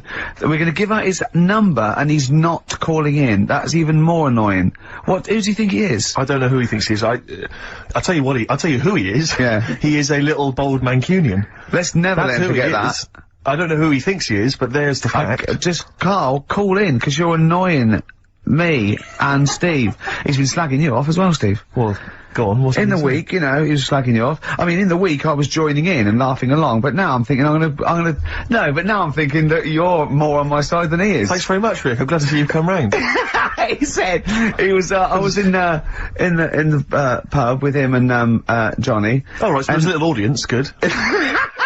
And he went, have you seen Men in Black 2? I went, no. He said, have you, Johnny? He went, no. He went, there's a thing in it that looks just like Steve. And I went, what? He went, it's a thing, it's got really gangly arms and bulbous eyes, and it just works really fast in the, Aliens registration thing. And I went, alright. I said, we'll bring that up Saturday. Since he's not here, you know, what do you think of that? Well, the reason is that I think the problem I have with is this, that if I was to say things like that about Karl, I'd destroy him. He'd be a broken man after I'd finished with him. Call in, Karl, or Steve's gonna say a few things about you. I'm gonna get a couple of home truths out there. I can't believe it. I cannot believe it. Yeah, we were, you know, at the time I was joining it, we were having, you know, slagging you off on other things as well. Sure. But now I'm thinking, maybe maybe you were wrong. Maybe I was taking the mickey out of the wrong person behind their back. Because the Night from Patti Smith, co-written, of course, with Bruce Springsteen. Oh, it was a co-write, wasn't Yes, it? I thought he wrote it. Oh, yeah. wow, there you go, learning something. Learning something on XFM 104.9. Ricky Gervais, Steve Merchant, Claire Sturgis. No Karl. Well, Karl's annoyed me. He's not playing. He's not ill. Another digit from the number? Yeah, just do one more digit, Claire. You serious? Yeah. Yeah. 5. Yep. 5. Good. 5, so 1 5. Okay, great. We'll keep doing that. But I'll tell you what. The best revenge is living well. Indeed. Why don't we just do a brilliant remaining 50 minutes of show, and show the people that we don't need Karl. High five. Let's do it. You don't need Karl. Right, let's go. Starting now. Some brilliant stuff. Oh. You're gonna say something? Yeah. No, I remember when I was growing up in Manchester. No, you can't. So it's funny to me. I'll tell you. XFM 2.9. I said no. I saw a weird thing. I saw where in Leicester Square I was coming through China. I saw a hairy Chinese kid. No, I don't. It was weird because they're not usually hairy, are they? Did I tell you about me Auntie Flora? Is that supposed to be Manchester? By Eck as like. Did I tell thee about me Auntie Flora, who shot herself for 3 hours once? Did I tell you? Oh, I don't... there was a woman born Karl, once... you have to phone us, we've got nothing! Oh, God, he's so annoying, little twat. That's the, new one from Blur. Out of time. Only 3 now. Probably had a sort of Karl equivalent. Who sort of thought, well, I can't be bothered. Graham Coxon there, probably at home, listening to that. Exactly. Playing guitar, and they called up and said, well, you could play along. He went, no, I'm ill. Yeah. Oh, I'm ill. Come on, Graham, if you're playing, I can hear you playing guitar now. No, I'm ill. Yeah. Have they replaced Coxon? No. They haven't replaced him? No. Oh, right. Well, they probably will do when they go on tour, but I think they aren't finished. Well, I play guitar, I don't know. That's true enough, you're pretty hot on the, if, Graham, you want someone to, Oh, actually, Steve, in answer to your question, for the live dates, it's one of the blokes from the Verve. XFM, remember? Did she interrupt me again? I think so. I'm a fear in it. God, I can't think I was talking. Yeah, I don't know if you were... You know, I might be mental, but I think I was talking. Claire, when's your radio show on? Normally, when do you host a radio show? Am I allowed to plug it? Go on, go on. Tell us. Monday to Thursday, 9 p.m. Well, maybe we'll come along and start talking over you. No, I'm just wondering, Rick, who's listening at that time? We've got a prime time which everyone is sat at home listening on a Saturday afternoon, Claire. Yeah. It's one of the best radio slots no one's in the going business. to football matches or shopping or anything like that. No. I want a piece of the action, I need it. Yes. I need Well, you've got it. And, they're playing a few, dates here and there, old Blur. Good, and that's off their new album, probably, with all the other songs and that. Rick, I was watching TV last night. I just, I think it might have been during the Monkey Show, actually, I'm not sure, but there was an advert, and it reminded me of a little crush that I just felt I should express, because I wonder if, I've often used the platform in the past to just express my feelings for people. Yeah. And I realised now, for many, many years, I've had a big crush on the Scottish Widow. From the Scottish Widow adverts. I just want to say to her, Is it because she's sort of mysterious and hooded? Partly that, it's also because I guarantee she's available. Because she's just lost her husband. A widow. Yeah. And I just think it's time to stop grieving. I think you've been grieving too long. I want to say to her, you're a beautiful lady. And she's probably got a big lump sum. I'm thinking she's probably got a sizable amount of cash. Yeah. She's obviously got a lot of spare time on her hands, not working or raising kids because she's wandering across the moorlands. Yeah, her kids are probably grown up. I'm thinking it's time. Or they turn to crack or something. But I'm just saying this. I think it's just time to say, yes, he was a great man. He was a good man. He was a lovely guy. He worked hard. But he's gone. It's time to move on. He wouldn't want to see you like this. No. Still grieving after 25 years. No, he'd want to see her being humped by a big lanky thing with steamed-up glasses, I reckon. I'll be honest with you, he hasn't got much say in the matter. He's dead. Well, all right, don't get nasty. And frankly, she's still not over She is squandering that money. She could be out. She could be in Europe. She could be in Barbados or Hawaii. She could be spending that cash. She could lose the hooded short and maybe slip into a nice bikini. Do you know what? I think she's kept herself in shape. I reckon she's wearing nothing under that. That's what I'm thinking. Dirty slut. And I'm assuming, as she's Scottish, that he was a little bit thrifty. She couldn't wait for him to go. She couldn't wait for the poor bloke to go. He was obviously, I bet he was a little bit thrifty. He's probably got quite a lot stashed away that she's slowly working her way through. Yeah. And I want to find out. I want to find out how he died. Yeah, I'm intrigued. Because if I find it's like, there's a roller skate on the top of the stairs, Exactly. I'm going to reopen the investigation. If it was in any way suspicious. Yeah. Yeah. Questions. So, your husband's dead, and she went, oh no, where's the money? Yeah. Steve Merchant's outside. Exactly. Yeah. Built like a donkey. Yeah. He's built like Oliver the chimpanzee. Yeah, and he wants to get at it. Yes. He's bought his tandem. Yeah, Hop on the back. We're going off to the moors. Yeah. He's gonna fly executive class. Yeah. His passport is valid. I know He knows that much. He's got another 10 years on the passport. Well, I'll tell you what, the boys from Blur, they don't rock. Sure. Should we show them how to rock with a bit of Bad Company? It's a classic. Turn it up, Claire. Bad Company. Can't get enough of your love. I'm in a rock mood because Karl's made my blood boil. Yeah. Really. I might even play a song, you're probably too young, called Spirit of the Radio by Rush. It's sort of like, for rockers, and people like that, it's like the ultimate sort of pomp, rock, progressive pop song ever. It's classic. Yeah, you might hate it, or you'll love it, or you listen to it ironically. I love it. Well, you know, I was listening to Led Zeppelin recently. I never really understood the rock phenomenon before, but I just understand it now. It just gets in your blood. It's extraordinary. Crank it up loud, and it is just visceral and amazing. And, I wish I could play the guitar. Sure. Do you know what I feel like doing? What? Writing a little sort of hymn or ballad. About to Karl? To Karl. Yeah. We've tried threatening him. That's not worked. Give out one more digit. We got half hour to go. Right, because they're 3 digits, so it's what is it? 07968. Yeah. 15. Next digit, please. 7. Okay, 157. Right. I hope you're making a note of that. You'll be able to phone Karl, leave messages, tell him what you think of him. Unless he phones. He can stop this at any time by just simply calling here in the studio. You can just call and say, okay, don't... you can just call and say, please don't give my number out. And I'll go... As I always do when I'm winding him up and I'm slapping his head and I'm sort of like spitting on him and stuff. Eventually he goes, shouts, stop it, and I go, well, you only had to ask. Exactly. So if he calls, I go, you only had to ask. Yeah.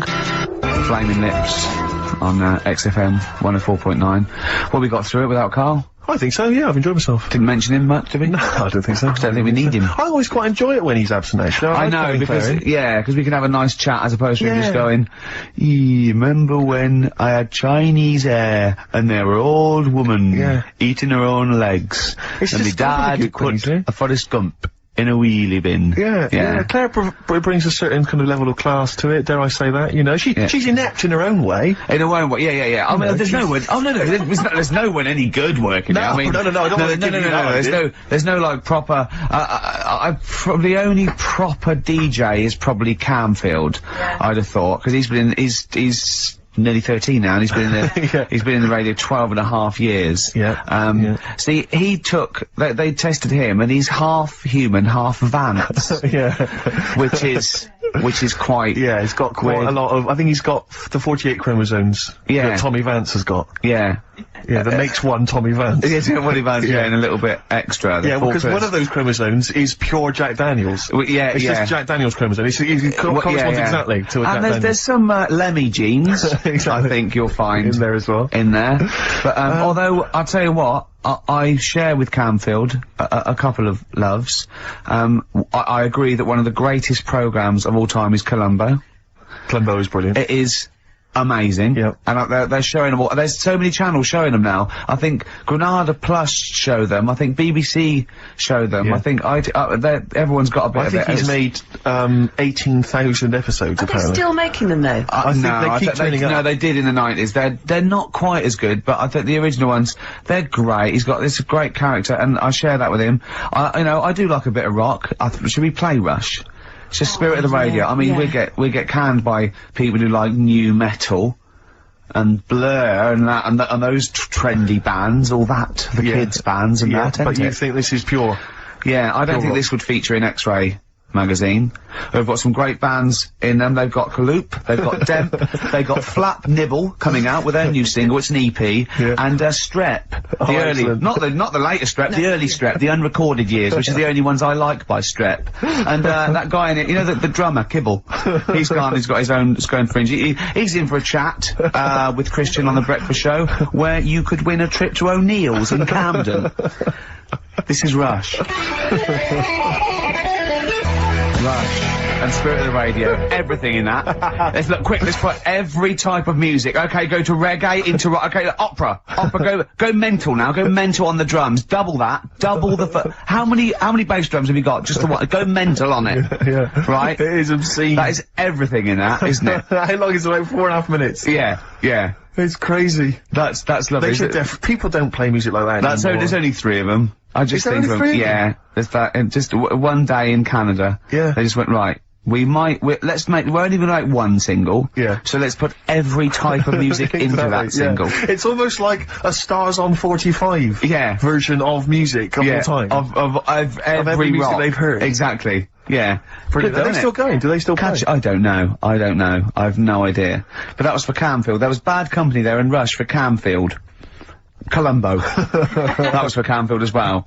The A-Team. Do you remember once when we were talking about the A-Team, and I was slagging it off on your show in the old XFM. Yeah, yeah. And I was going, I mean, I quite like the A-Team, but sometimes it's too far-fetched to enjoy without it being ironic or it being for kids. And, I could hear fuming from outside. I could feel him going, he didn't know who to call. He wanted to call Vance or someone or Lemmy. He didn't know.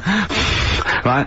And then I said, if you can't find the A-Team, they outwit the might of the FBI every single week, but an old woman who's having trouble with her landlord can find them. Yeah. And the door burst open, and Campy went, that is because Hannibal sometimes disguises himself as an elderly Chinaman. Yeah. And that was his explanation for the whole series. Yeah. Ah, that was for Camfield. That's lovely. That's for his 12th birthday, which is coming up very 13. soon. Oh, he's 13, yeah. Teenager, yeah. Oh, he's gonna rock, Steve. Indeed. Oh, the phone's going. Play that break. I can't stop. Oh, it might be Karl. Oh. XFM. 104.9 in London. XFM. Wow, here's a bit of a turn up for the books. Karl Pilkington on the line. Right. Yeah, where you been? I'm off ill, aren't I? Right. Okay, what's the matter with you? Just, a bit bunged up and that, and got the shakes, got that sort of, that shaky thing to get. Yeah, that's because you didn't eat last time when Suzanne was at work. Yeah, well, I think that's what brought it on. Plus, she was away in the week and I put some wet jeans on. And I think that's what's caused the problem. When did you put them on your head? No, they were just on the Maiden and the legs felt dry, but they Just on the what? On the what? Have you got the Maiden? What was she doing there? What do you mean? On the Maiden that you put clothes on. What? Your clothes horse? Maiden. Your clothes horse? Well, yeah. Right, okay, so you put wet jeans on, yeah? So that's why I'm ill and that. I'm not having a good time. I've been watching the football. So you're just sitting at home watching telly where you could have been sitting here? Well, I would have been better off there because I've got a chair there. I've got no chair at home at the moment because I sold it last week. Why did you sell a chair? What, you only had one chair? What? Look, can't we just, I just was calling up to let you know I was alright and that. We're not interested in that, we want to know about the chair. I sold it. I had a little two-seater and I sold it because I'm getting a new one, but I've got to wait another month. So you've got to sit on the floor for a month? So you sold a chair before you had another one? Well, she might not have wanted to buy it in a month or something. So I got rid of it whilst I could. She was alright, buddy. We'll talk about that next week. Oh, you're going to be in next week? I look forward to that then. That's a dynamite piece of radio to tune in for. The day Karl sold a chair. Brilliant. Alright. So you alright then? It's going alright? But why did you take this long to call? We asked you to call since the very beginning. We've been phoning you. Why is your phone switched off? I heard the beginning. I heard the beginning of the show. I thought, yeah, it's going alright. They're there and stuff. Turned it off. You turned it off? No, I put a tape in though, because even though I'm ill, I'm still showing an interest in it. Well, you're not, if you're watching football and shaking. Yeah, well, I'll listen back to it later, so I hope you haven't been dissing me. No. Right? Definitely not. Don't listen back to it, it's not worth it, but we haven't been dissing, you know. And I've just been watching, a bit of football, right? Did you watch the Monkey programme last night? You told us to watch the Monkey programme. We all stayed and watched the Monkey programme. Alright, wasn't it? What's rubbish, wasn't it? Obviously not half chimp, half human. No. I mean, they missed out a lot of the interesting bits. They didn't have any interesting bits. Those are the bits that you made up to make it more interesting. The bits that I told you about 3 months ago before they decided to make the programme. Yeah. What were the bits that you came up with? Well, they missed out the bits about, the zookeeper. Right, there wasn't a zookeeper, yeah, go on. Well, there was, but they left that bit out. Well, okay, fine. And they left out the bit where it ran for mayor in 1975. In terms of those that did research, they actually went and filmed it, you read it on the internet. Yeah. Yeah. Chances are you're the one with the facts wrong. Yeah, I think they also left out the bit when it jumped over 3 double-decker buses on a motorbike. On Evel Knievel's motorbike. Yeah. So, I can't believe it. I cannot believe it. Not only do you not bother turning up, but you turn off the radio and start watching football. Yeah, I turned it off, but I've recorded it. I'll listen back later and sort of... Well, what good is that? Sort of, I like to keep it in shape and that. I'll have a word next week. Alright. If you receive any phone calls from people you don't know, we don't know anything about that. Instantly, we don't know why that is happening. That is just going to be a weird, spooky thing, so... And don't bother telling the story about Men in Black 2 either, because I don't think people will be interested. Actually, on the subject of Men in Black 2... What? Have you seen that, Steve? No, I haven't, Carl. Tell me about it. You should see it. Go on. Why? Because there's this thing in it. Go on. What, a stupid, bald Mancunian tosser? No, weirder than that. There isn't anything weirder than that. Big eyes, it was gangly. Keep talking. And, you've got to see it, because you wouldn't believe how the likeness and that. You've got to get the film out tonight. Right. It's not as weird, it had a normal voice, right? He's done you and he's not even here! I'll tell you what, mate, it ain't worth coming in next week. Oh, stay on the line, Carl. Play a record, Claire. Kings of Leon, Molly's Chambers. What do you think of that, Carl? Alright. There's a surprise. Oh, Another I'll tell you what, insightful remark. Steve is not a fan now. Not only does he know you've been slagging him off behind his back. No, I wasn't slagging Steve. If you get it out on DVD tonight, you'll know I'm not slagging you off. It could be your brother. I love the fact that it makes it worse, but he's thinking, you're gonna go, oh, he wasn't slagging me off. It does look like me. I do think I'm an alien. I love the fact that you hope Steve will go, he's got a point. It's a spitting image. Yeah.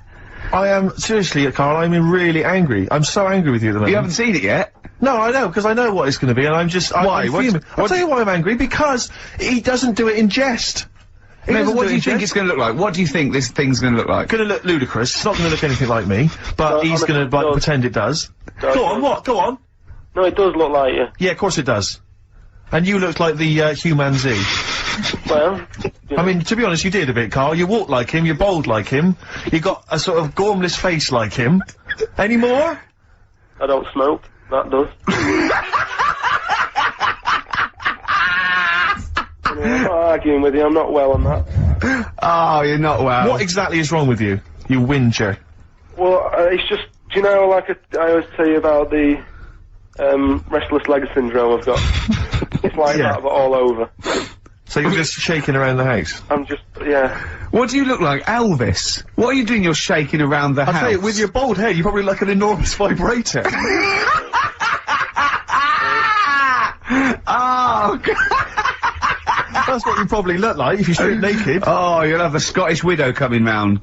Oh, dear. That's, what's her name, by the way? I heard you talking about that. That's, Amanda Lamb. Amanda Lamb, who's in the Place in the Sun programme. Is she actually a widow? Is she a Scottish widow? Hoots, man, my husband's dead. Do you want any money and a bit of my clam? Brilliant. Alright? That's the sort of, quality you've missed out on today. Well, anyway, you're gonna be back next week. We need you back next week. Yeah. Well, how do you know? Also, how did you know you were going to be ill today? Because you phoned and arranged this yesterday. Convenient. And I spoke to you yesterday and you didn't sound very ill. I felt ropey yesterday. You've got a bit of a bunged up nose. Even though I have a bit of a bunged up Even though I was ill, I still sorted it out. Yeah? I'm a little bit sweaty. Paul, sorting it out does not mean you phone up Sturgis and send her down. That's not sorting it out, that's making things worse. Have you learnt nothing? Thanks, Claire. If you're not part of the solution, you're part of the problem. Mate. Yeah. Oh, my leg's a little bit achy. Oh, wearing wet jeans. Oh, I put wet jeans on again. Oh, my lasagna wasn't, it was frozen. Can you hear the venom and hatred in our voices today? We genuinely are upset and angry with you. Yeah. Can't believe it. I cannot believe that I mean, oh. Right, well, the thing is, we'll be back to normal next week, right? We've got Billy Elliot doing the film next week. Right. Any prizes? Got some good stuff. Have you got any films with Burt Reynolds in to give away on VHS? And I'll see you then. Great, we're looking forward to it already. I'll see you later. See you later. Hot heat, bandages, XFM, we're off, innit? That's it, it's all over. Yeah. Back next week. Yeah. Thanks, Claire. Bye. Total respect. Yeah, Yes. nice one. Keep it real. See ya. XFM.